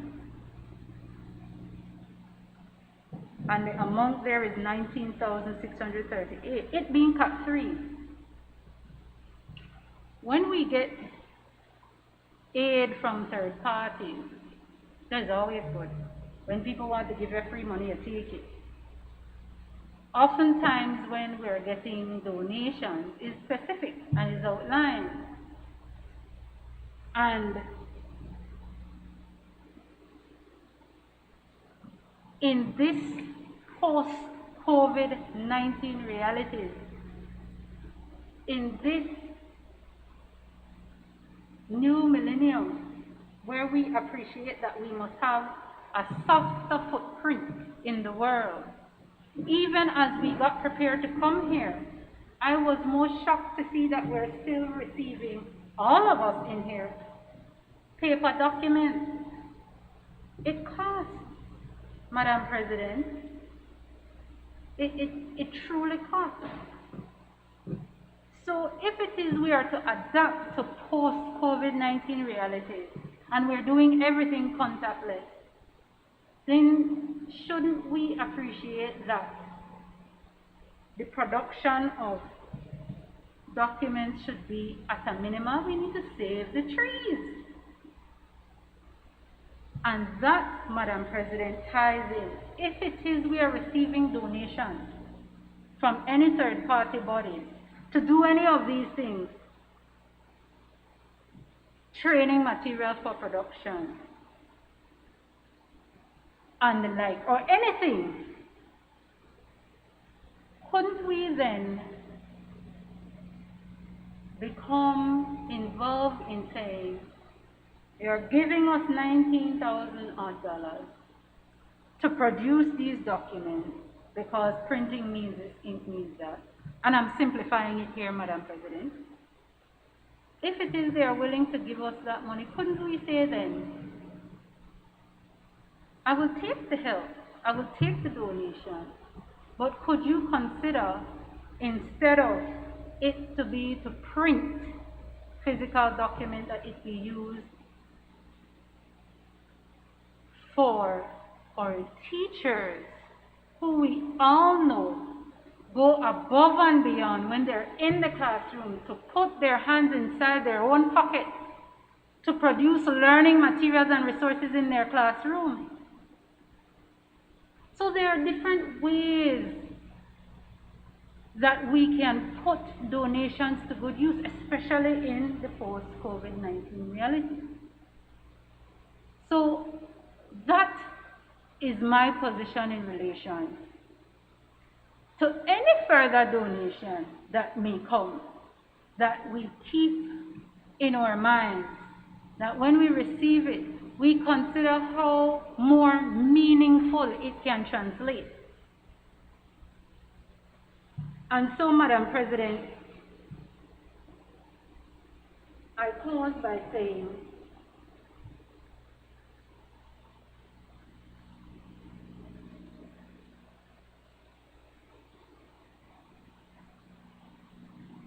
the bill is expected.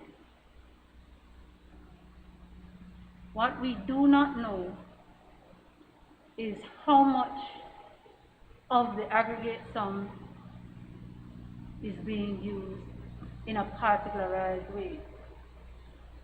What we also could have benefited from knowing is a justification for that amount to be spent between now and March. With that, Madam President, I take my seat. I recognize Senator Isabel Bennett. Contribution to the bill.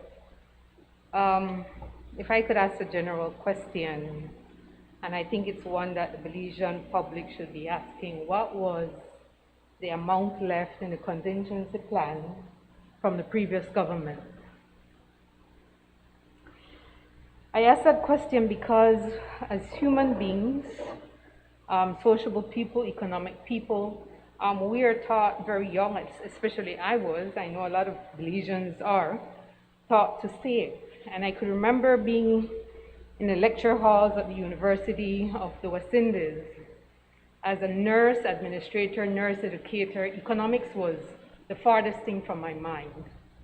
I remember being very focused on how to educate a student nurse so that they can become the most functional, the best nurse you could find in the world. But economics was never in my thing. And so I challenged myself to do 2 courses, macroeconomics and microeconomics. At that time, it was being presented by the then Minister of Finance in Jamaica. And he was a very profound, very passionate lecturer. And even though my mathematical skills or background was short, in the sense that I only did general maths in CXC, he was able to break down the concepts of macroeconomics and microeconomics to my level. Well, I understood, so I said it was to my level. And so I walked away from those 2 courses with a profound appreciation of economics. Speed forward now, I'm sitting in this humble house, and I've had the opportunity, based on my duties now assigned as a senator, to peruse the budgets that has been approved before. And for the first time in like at least 15 or more years, 15 years I would say, I was seeing an increase in allocation of funds to the Ministry of Health and now Health and Wellness. And I hear that donations, and I've seen that donations have been given to Belize.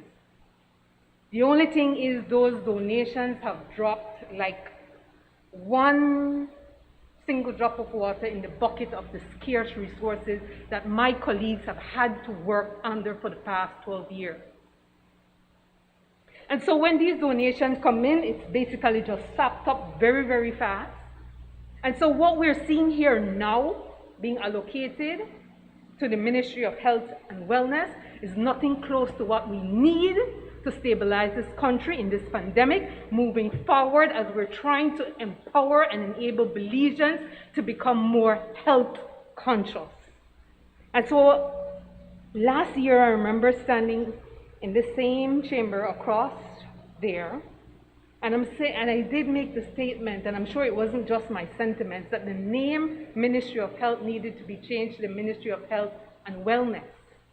And so I have to applaud this government for having that vision, because health and wellness encapsulates everything, every means that we possibly can to empower Belizeans, not just in a physical well-being, but in different aspects of our lives.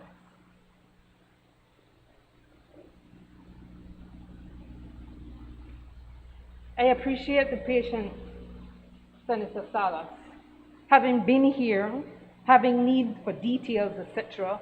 But there's one thing we must understand right now.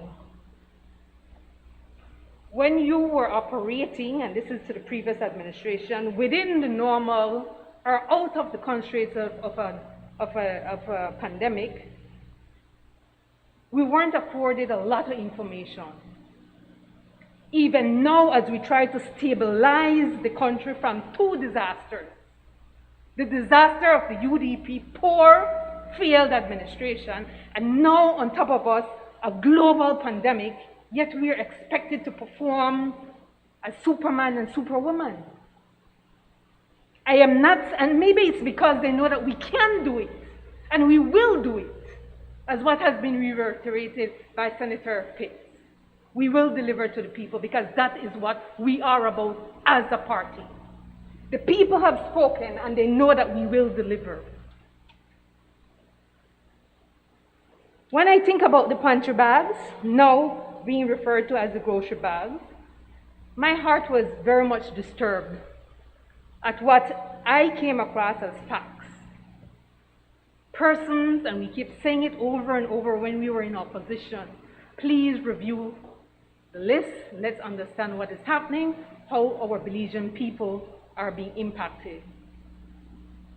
And we are taking the time now to try to correct what was wrong in that process, simply because there were so many people on that list that were never ever deserving of a pantry bag. We talk about the content, we could go on and on. What we're doing now is we're refocusing our energies so that the people that deserve can really and truly get what they deserve. The government has a responsibility, and that is why we have placed Minister Dolores Garcia there with her team to be able to do exactly what the people need. I'm glad to hear, and I quote Senator Pitts, all of us can vote on it and we can go on. And yes, I understand the need for detail. That was verbatim, yeah? But as we sit here, please understand, it's not an ordinary circumstances. There need to be quick movement, efficient movement, effective movement by the government. And there is going to be accountability in every aspect, in every sphere. I thank you. I recognize Senator Christopher Coward. Thank you, Madam President. I rise to make a few comments in connection with this bill. This supplementary appropriation number 5 bill is really a reflection of what this new administration inherited. I think that the past Prime Minister spoke of the inheritance of a poisoned chalice. Well, I think the past Prime Minister was right. But besides a poisoned chalice, there are poison pills all over this government.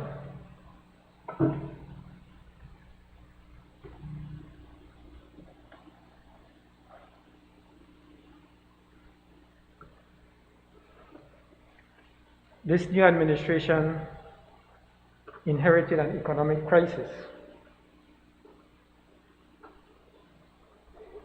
The gross domestic product, the income of this country, by the end of 2020 will have shrunk or has shrunk roughly 17%, unprecedented in generations.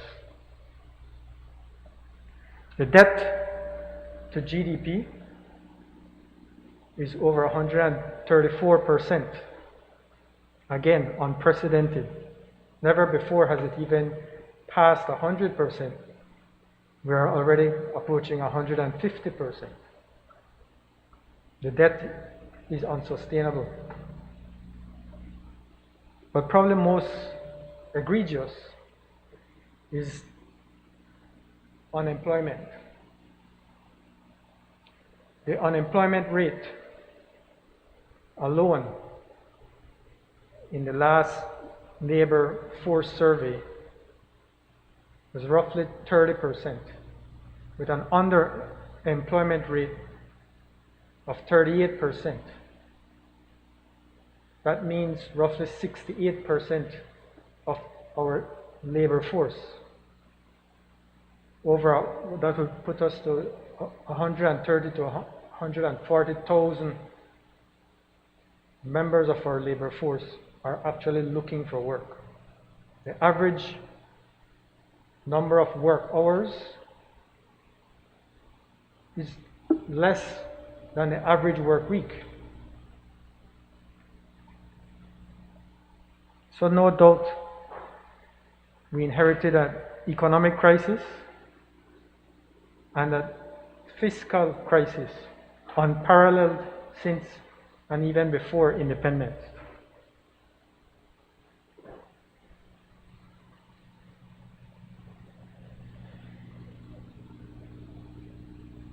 We also inherited a public health crisis.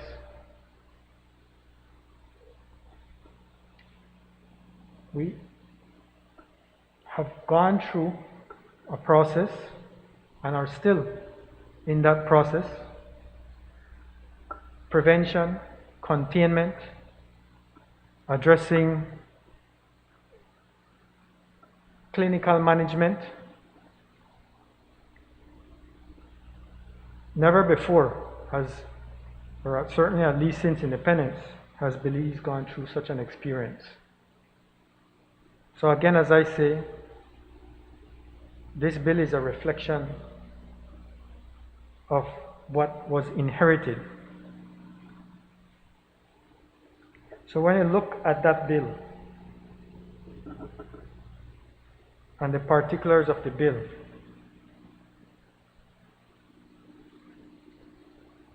the primary components, the primary line items speak to what is absolutely necessary. Now, what I should add is that this bill is in fact a follow-through of this administration's commitment to good governance.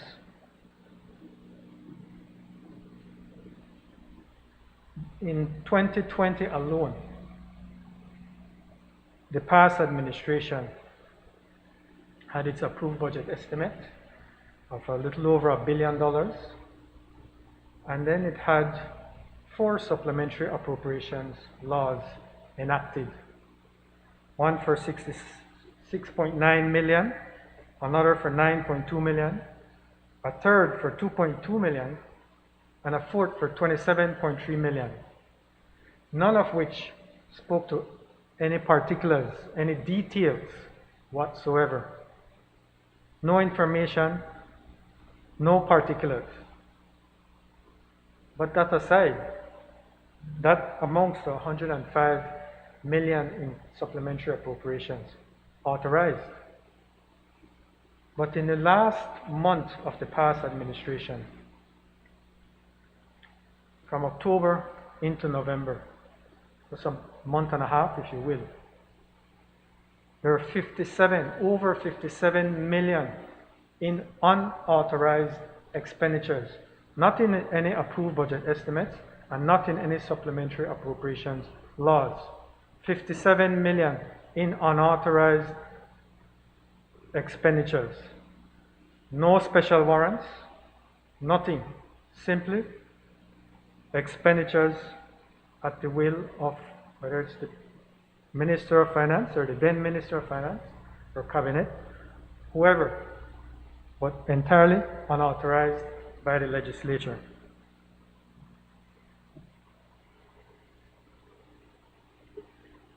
I think we can continue down that road. I'm not sure which senator referenced it, but we would want to look beyond that. We want to look forward and have a new approach, an approach that has been clamored for not only in this Senate, but beyond. So I recognize the concern over the details. What is the money being spent on? Where is the money coming from? How much has been spent? How much is left unspent? I think to start off, it's important to cite and to highlight that this administration is focused on good governance.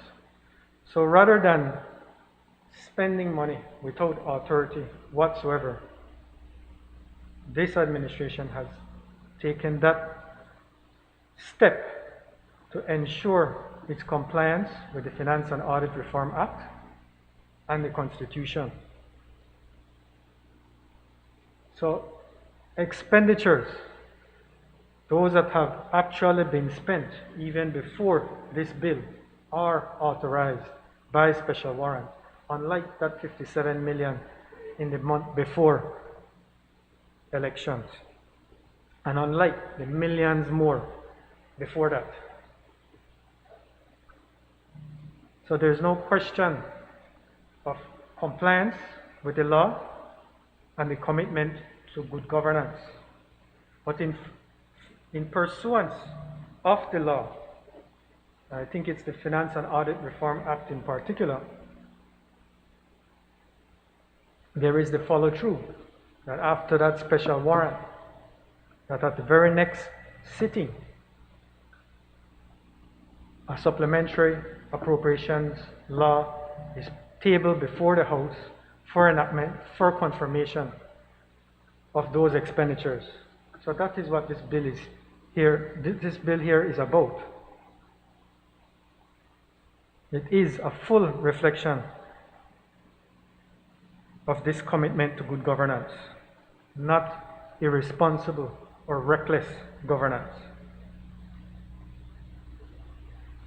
So when we look at the bill itself,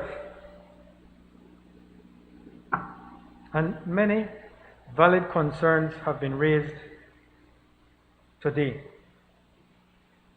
and I hope to be able to address those concerns. The particulars, or I should even start off the draft of this bill,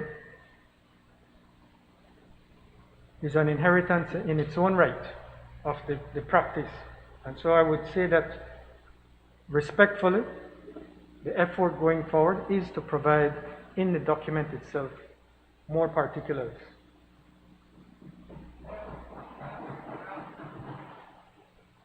But as we are here today, I wish to provide particulars on these items. So item 1, the Ministry of Home Affairs and New Growth Industries, 396,000. I think it was Senator Perfit who speculated that it might have to do with the additional police recruits. I do confirm that that is what it is for. What was in the approved budget for fiscal year 2020-2021 is for 170 new intake, new police recruits. This increases it by 50 to 220, and so that additional 50 police recruits is what covers, is what this cost represents, $396,000.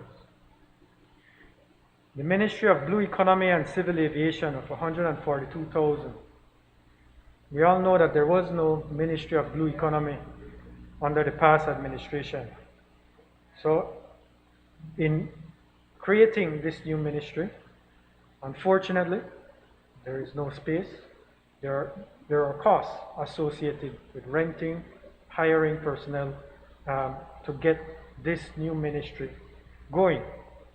And this sum in the recurrent expenditure represents that cost. We next move into Capital 2 expenditures. On the Ministry of Finance, Economic Development and Investment, there is a supplementary appropriation proposed of 10 million. Now, we speak about spent and unspent.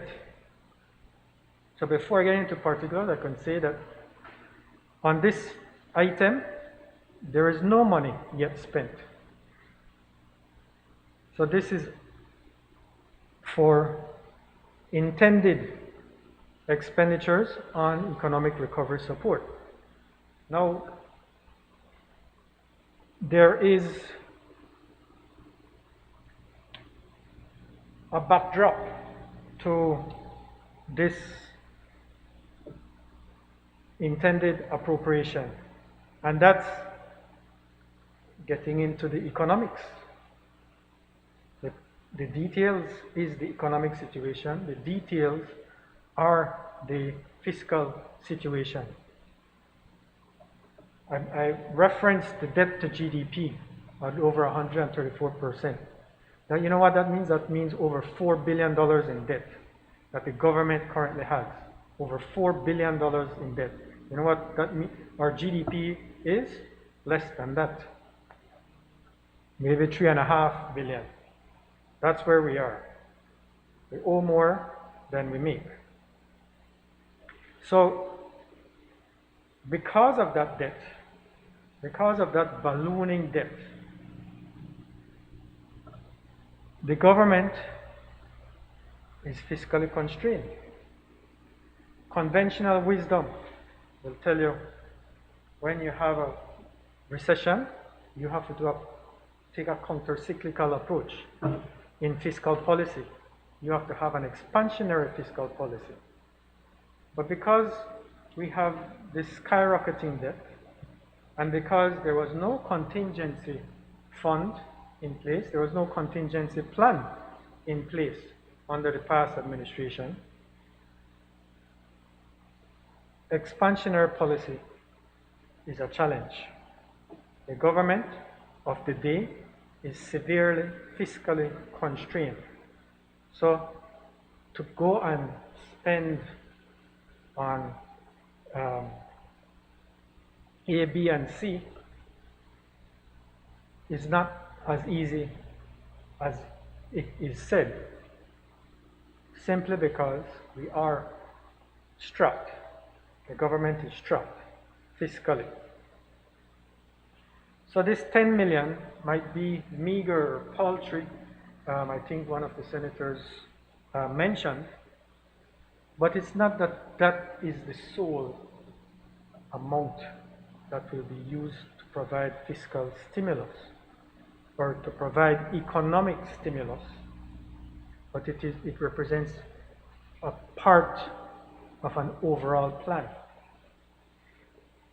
A plan that has to have regard to monetary policy and the banking system on a whole. How do they play a role in economic recovery? That is how we turn this economy around. We are forced to focus on monetary more so than fiscal policy, but it has to be a targeted approach. Because we have in the past focused on import promotion rather than export promotion, we have put ourselves at a disadvantage. And so all the more reason we have to have a targeted economic stimulus approach that focuses in on foreign exchange generating sectors in particular. So it is in that overall context that this economic recovery support plays a role. As small as it is, it can represent a seed capital for a larger economic stimulus package. So that is what this 10 million economic recovery support represents. The Ministry of Health and Wellness, 15 million. What is spent? What is not spent? What is spent to date is roughly 2 million of that 15 million, a little over 2 million of that 15 million. The majority of which is for testing equipment and building human resource capacity for in the hospitals and clinics. The particulars of that 15 million is broken down as follows. Surveillance and testing, 6.6 million. Human resources for hospital response capacity, 4.3 million. Risk communication and community engagement, 337,000. Medical supplies and pharmaceuticals, 2 million. Equipment, 1.7 million. So all told, that comes up to that 15 million. And you could get into more and more details if you wish. For example, in the medical supplies and pharmaceuticals, we have it further broken down into D-dimer. Some of this I honestly don't even know what it means, but D-dimer, 150,000. Pharmaceuticals, 500,000. Oxygen flow meters, 29,500. Oxygen large, 240, 681,000. PPEs, 700,000. That breaks down into $2 million for medical supplies and pharmaceuticals. And we can continue on those particulars if preferred. On the Ministry of Sustainable Development, Climate Change and Disaster Risk Management, the proposed appropriation is 4.8 million, of which a little over half of that has been spent. What it has been spent on or for, it has been directed through NEMA on their request to Cabinet for humanitarian assistance arising from the floods that came about, as we all have experienced, from Hurricane Eta and Hurricane Iota. Of that 4.8 million, I expect that we would actually get some reimbursement, in part because we have made applications for grants in the sum of two sums of 200,000 US from the CDB, which adds up to 800,000 Belize. These are grant monies, and from CABE, $500,000 US or $1 million Belize, for in both instances from both institutions for the effects and damages suffered from these hurricanes and floods. So ultimately, it will not be entirely on the government's coffers, but that these grant monies will be utilized for some of these expenditures when they do come true. The Ministry of Human Development, Families and Indigenous Peoples Affairs, 9.43 million. That is broken down into two parts, one of which is the December Special Relief Program of roughly 930,000, which is broken down into special relief for, in effect, all the constituencies. The 8.5 million is specifically for the food assistance program, and the derivation of that figure comes from an appreciation that it costs roughly 2.5 million per month to run that food assistance program.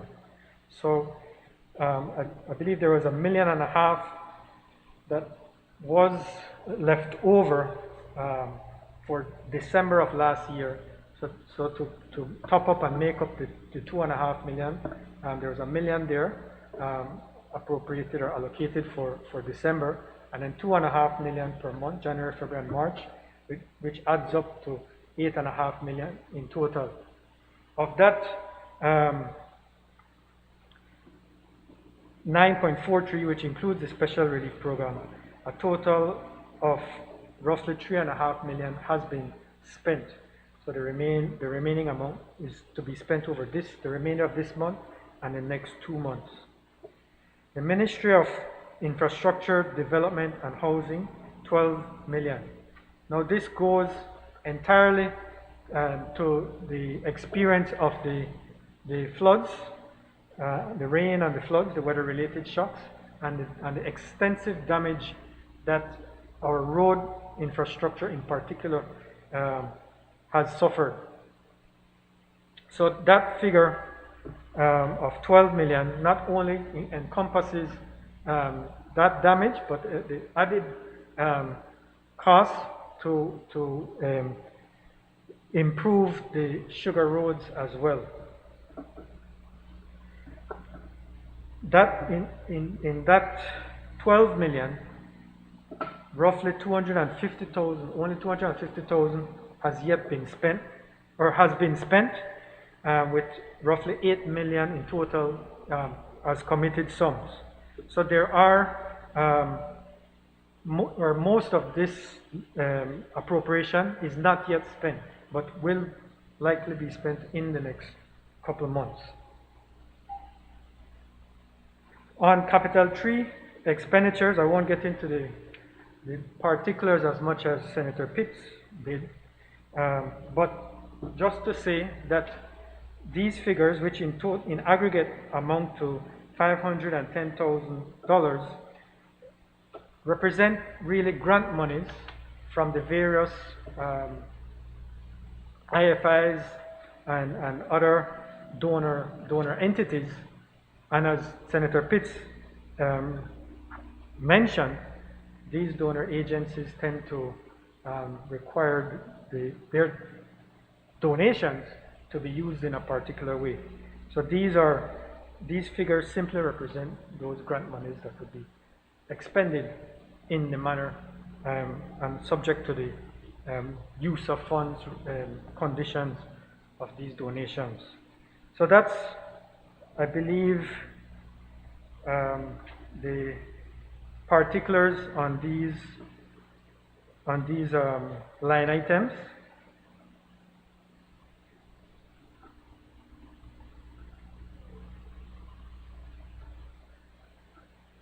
I think, yes, I think that's the breakdown. So, thank you.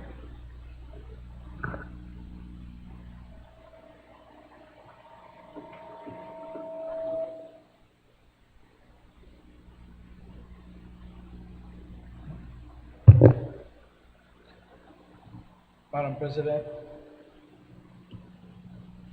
in winding up the debate on this supplementary appropriation bill, I want first of all to compliment the Honorable Christopher Coy for his elucidation of the expenditures that have been spent and those that will be spent over the next 2.5 months. I will not allow the day to pass and for the record of this Senate to be incomplete. The fact of the matter is, Madam President, that this government proudly stands here and says that we have faithfully complied with the constitutional provisions, Section 114, Section 115 of the Constitution, and Section 5 of the Finance and Audit Reform Act with respect to these appropriations. We are not like the previous administration. The former Chief Justice of this country held in the Supreme Court that over $1 billion was spent without parliamentary approval. which is in violation of the Finance and Audit Reform Act and the Constitution. As alluded to by Senator Coy, Section 114(3) of the Constitution provides that no money is to be withdrawn from the Consolidated Revenue Fund without parliamentary approval. However, Section 115(3) recognizes that there are circumstances where expenditures will have to be made prior to approval. And it provides, and I quote with your permission, Madam President, Section 115(3) says, if in respect of any financial year, it is found, A, that the amount appropriated by the appropriation law for any purpose is insufficient, or that a need has arisen for expenditure for a purpose for which no amount has been appropriated by that law, a supplementary estimate showing the sums required or spent shall be laid before the House of Representatives, and the heads of any such expenditure shall be included in a supplementary appropriation bill. Madam President, I make 2 points. The first is the Constitution, the supreme law of the land, recognizes that there are circumstances where monies will be spent prior to appropriation, and it requires a supplementary appropriation bill to be brought. The law says a supplementary estimate showing the sums required or spent shall be laid before the House of Representatives, and the heads of expenditure, not the details as demanded by fellow senators, of any such expenditure shall be included in a supplementary appropriation bill. What Senator Corey has offered, and which we are going to hope to do, because it has been the call for all of us, is to go beyond what is required by the Constitution and try to provide more details of the expenditures. So that is what we intend to do. Finally, Madam President, Section 5(3) of the Finance and Audit Reform Act provides that these expenditures that will be made prior to appropriation shall be pursuant to a special warrant issued by the Minister of Finance. However, the requirement of the Finance and Audit Reform Act is that those amounts must be brought to the National Assembly within 3 months of those expenditures. This government was elected in November. 3 months have not elapsed, and we have brought the supplementary as required by the Finance and Audit Reform Act. What Minister Cowie mentioned, and I will emphasize, is that there are $57 million spent without parliamentary approval, without special warrant. That constitutes a criminal offense. It is a violation of the Finance and Audit Reform Act. We have not yet brought it to the National Assembly because we insist that it be audited. So, Madam President and members of the Senate, in the not too distant future, there will be accountability for that $57 million that was spent without parliamentary approval and in violation of law. And the details will be brought. People want details, they will get details. I close by saying the supplementary appropriation bill before this Honorable Senate this afternoon is in strict compliance with the Constitution, strict compliance with the Finance and Audit Reform Act. And Madam President, I ask that the question be put. Honorable members, the question is that the bill for an act to appropriate further sums of money for the use of the public service of Belize for the financial year ending on the 31st day of March 2021 be read a second time. All those in favor, kindly say aye. Those against, kindly say no. I think the ayes have it.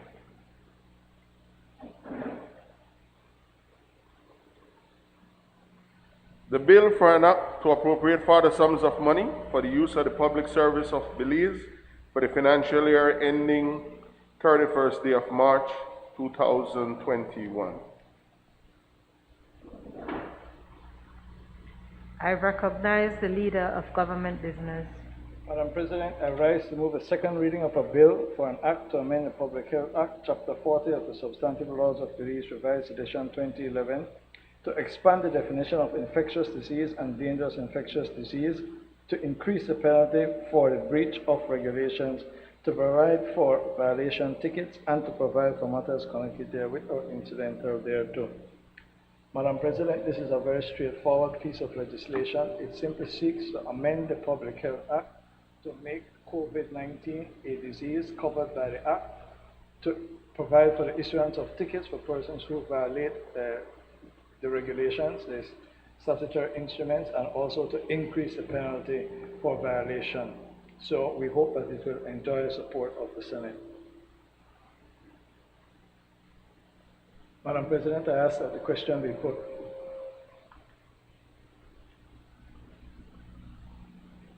Honorable members, the question is that the bill for an act to amend the Public Health Act, Chapter 40 of the Substantive Laws of Belize, Revised Edition 2011, to expand the definition of infectious disease and dangerous infectious disease, to increase the penalty for the breach of regulations, to provide for violation tickets, and to provide for matters connected therewith or incidental thereto, be read a second time. All those in favor, kindly say aye. Those against, kindly say no. I think the ayes have it. Bill for an act to amend the Public Health Act, Chapter 40 of the Substantive Laws of Belize, Revised Edition 2011, to expand the definition of infectious disease and dangerous infectious disease, to increase the penalty for the breach of violation, to provide for violation tickets, and to provide for matters connected therewith or incidental thereto.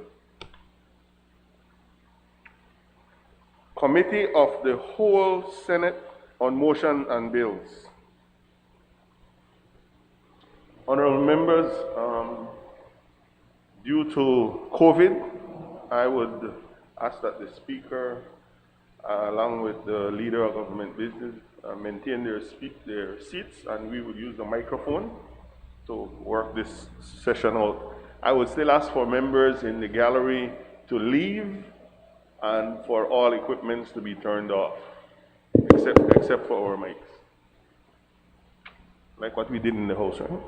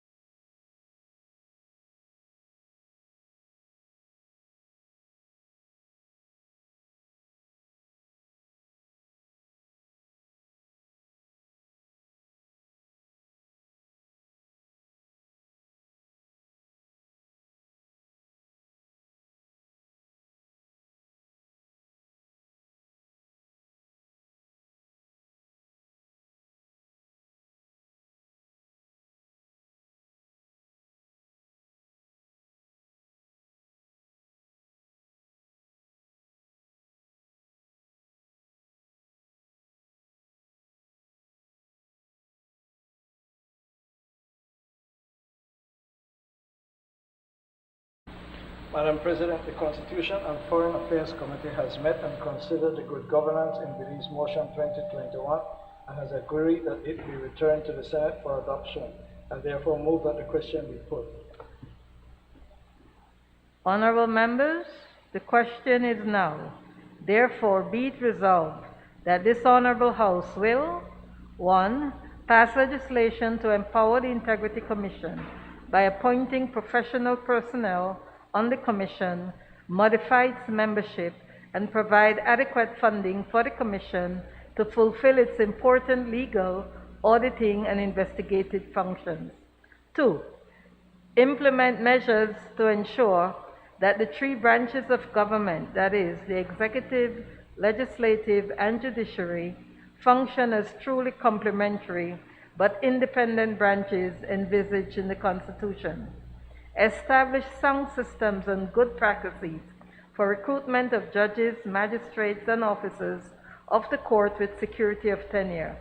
Ensure that there is increase in the budget for the judiciary to ensure that the judiciary is able to ensure that persons accused and parties in civil matters are given a fair trial within a reasonable period of time as mandated by the Constitution. 3. Take measures to reduce the discretionary ministerial powers in order to increase administrative efficiency and eliminate, where possible, political intervention. 4. Implement a national budget planning, implementing and monitoring system to guarantee transparency of the budget by engaging civil society, local governments, and electoral divisions in the budget process, and to ensure efficient use of the national resources in the designated programs. 5. Facilitate the implementation of a government procurement process through an e-marketplace for the government, statutory bodies, and state-owned organizations based on best models used by countries in the region, and ensure that the procurement of supplies, works, and services must abide by strict rules in order to ensure fairness, competition, and transparency. These rules will ensure that suitably qualified suppliers or contractors are chosen without bias, and that the best price-quality ratio and the best price is obtained with the full transparency appropriate to the use of public funds. The Office of the Contractor General will be strengthened by the enactment of the Public Contracts Commission to ensure full compliance with established rules and procedures in each step of the process, from the call for tenders and proposals, publication, and all the procedures for establishing shortlists, evaluation, award, and signing of contracts. 6. Reconstitute the Public Accounts Committee with effective participation of social partners in the Senate so as to ensure its proper role in overseeing the sound and prudent management of public revenues and expenditures. Strengthen the capacity, allocate appropriate resources, and ensure the proper functioning of the Office of the Auditor General to conduct financial and value for money audits for public cost centers and accounts right after the conclusion of every financial year, Section 120 Belize Constitution, and enabled and operationalized effective internal auditing systems throughout all departments of government. Ensure that all hearings of PAC and parliamentary standing committees are public so as to ensure true transparency and accountability. 7. To ensure that we have fair and effective representation and participation, we shall provide for the independence of the Elections and Boundaries Commission to be free from political interference. Its chairman is to be appointed in a similar fashion as the Director of Public Prosecutions and the Auditor General, so that the Commission can be autonomous and free from government control. Implement the Constituency Development Fund to enable elected representatives to be proactive in supporting grassroots development initiatives in the country. Importantly, to amend the Constitution to provide a fixed date for elections and to introduce campaign financing legislation. 8. Reform and modernize the public service by taking steps to restore the autonomy of the public service, prevent micromanagement by political directorate, to enhance customer orientation and quality service delivery, and to provide innovative solutions to complex challenges of the day. Assist the Public Service Commission to reestablish integrity and impartiality in recruiting, training, evaluating, and disciplining processes. Revert to the appointing permanent secretaries, that is, using senior career public officers as accounting officers of all ministries. Public officers will be made to do their job without fear of favor. Punishment will be swift for incompetence and/or corruption. And penalties will be increased for acts of corruption and public authority abuses. Introduce legislation with measures to protect whistleblowers and witnesses involved in corruption cases. We will implement e-governance where possible to increase efficiency in service and transparency. All those in favor, kindly say aye. Aye.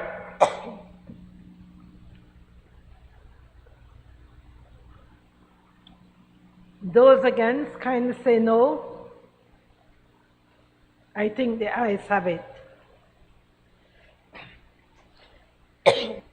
Recognize the leader of government business. Madam President, the Constitution and Foreign Affairs Committee has met and considered to designate new holidays and special days motion 2021 and has agreed that it be returned back to the Senate for adoption. I therefore move that the question be put and that it be taken as read. Honorable members, the question is now, therefore be it resolved that the 15th day of January shall be a public and bank holiday in honor of the late Right Honorable George Price, the father of the nation, and be celebrated as George Price Day. The first day of August shall be a public and bank holiday to mark the importance of emancipation of the slaves in Belize and be celebrated as Emancipation Day. And 3, the 12th of October shall no longer be celebrated as Columbus Day and is to be redesignated by a committee to be formed to review the same and all holidays. All those in favor, kindly say aye. Aye. Those against, kindly say no. Madam President, if I may, I would like your permission to vote on them separately, because I do vote aye for 2 and 3, and I vote no for 1. This is a motion and no amendment was called for in the committee. It was reported back without amendment, and it is a single motion that has been presented to the Senate, not 3 separate motions.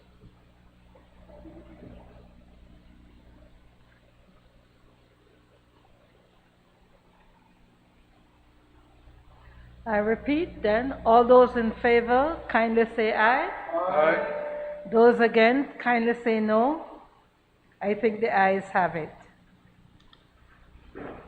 Reporting and third reading of bills. I recognize the leader of government business. Madam President, I rise to report that the Committee of the Whole Senate has considered the General Revenue Supplementary Appropriation 2020-2021, number 5, Bill 2021, and pass it without amendment. And I move that the bill be read a third time.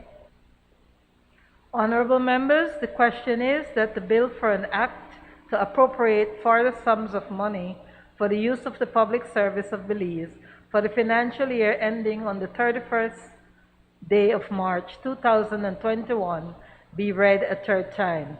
All those in favor, kindly say aye. Aye. Those against, kindly say no.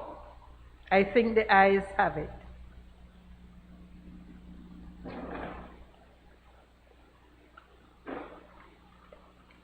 The bill for an act to appropriate further sums of money for the use of the public service of Belize for the financial year ending the 31st day of March 2021.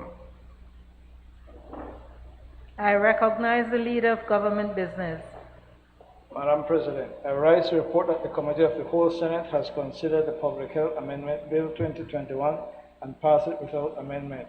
I now move that the bill be read a third time.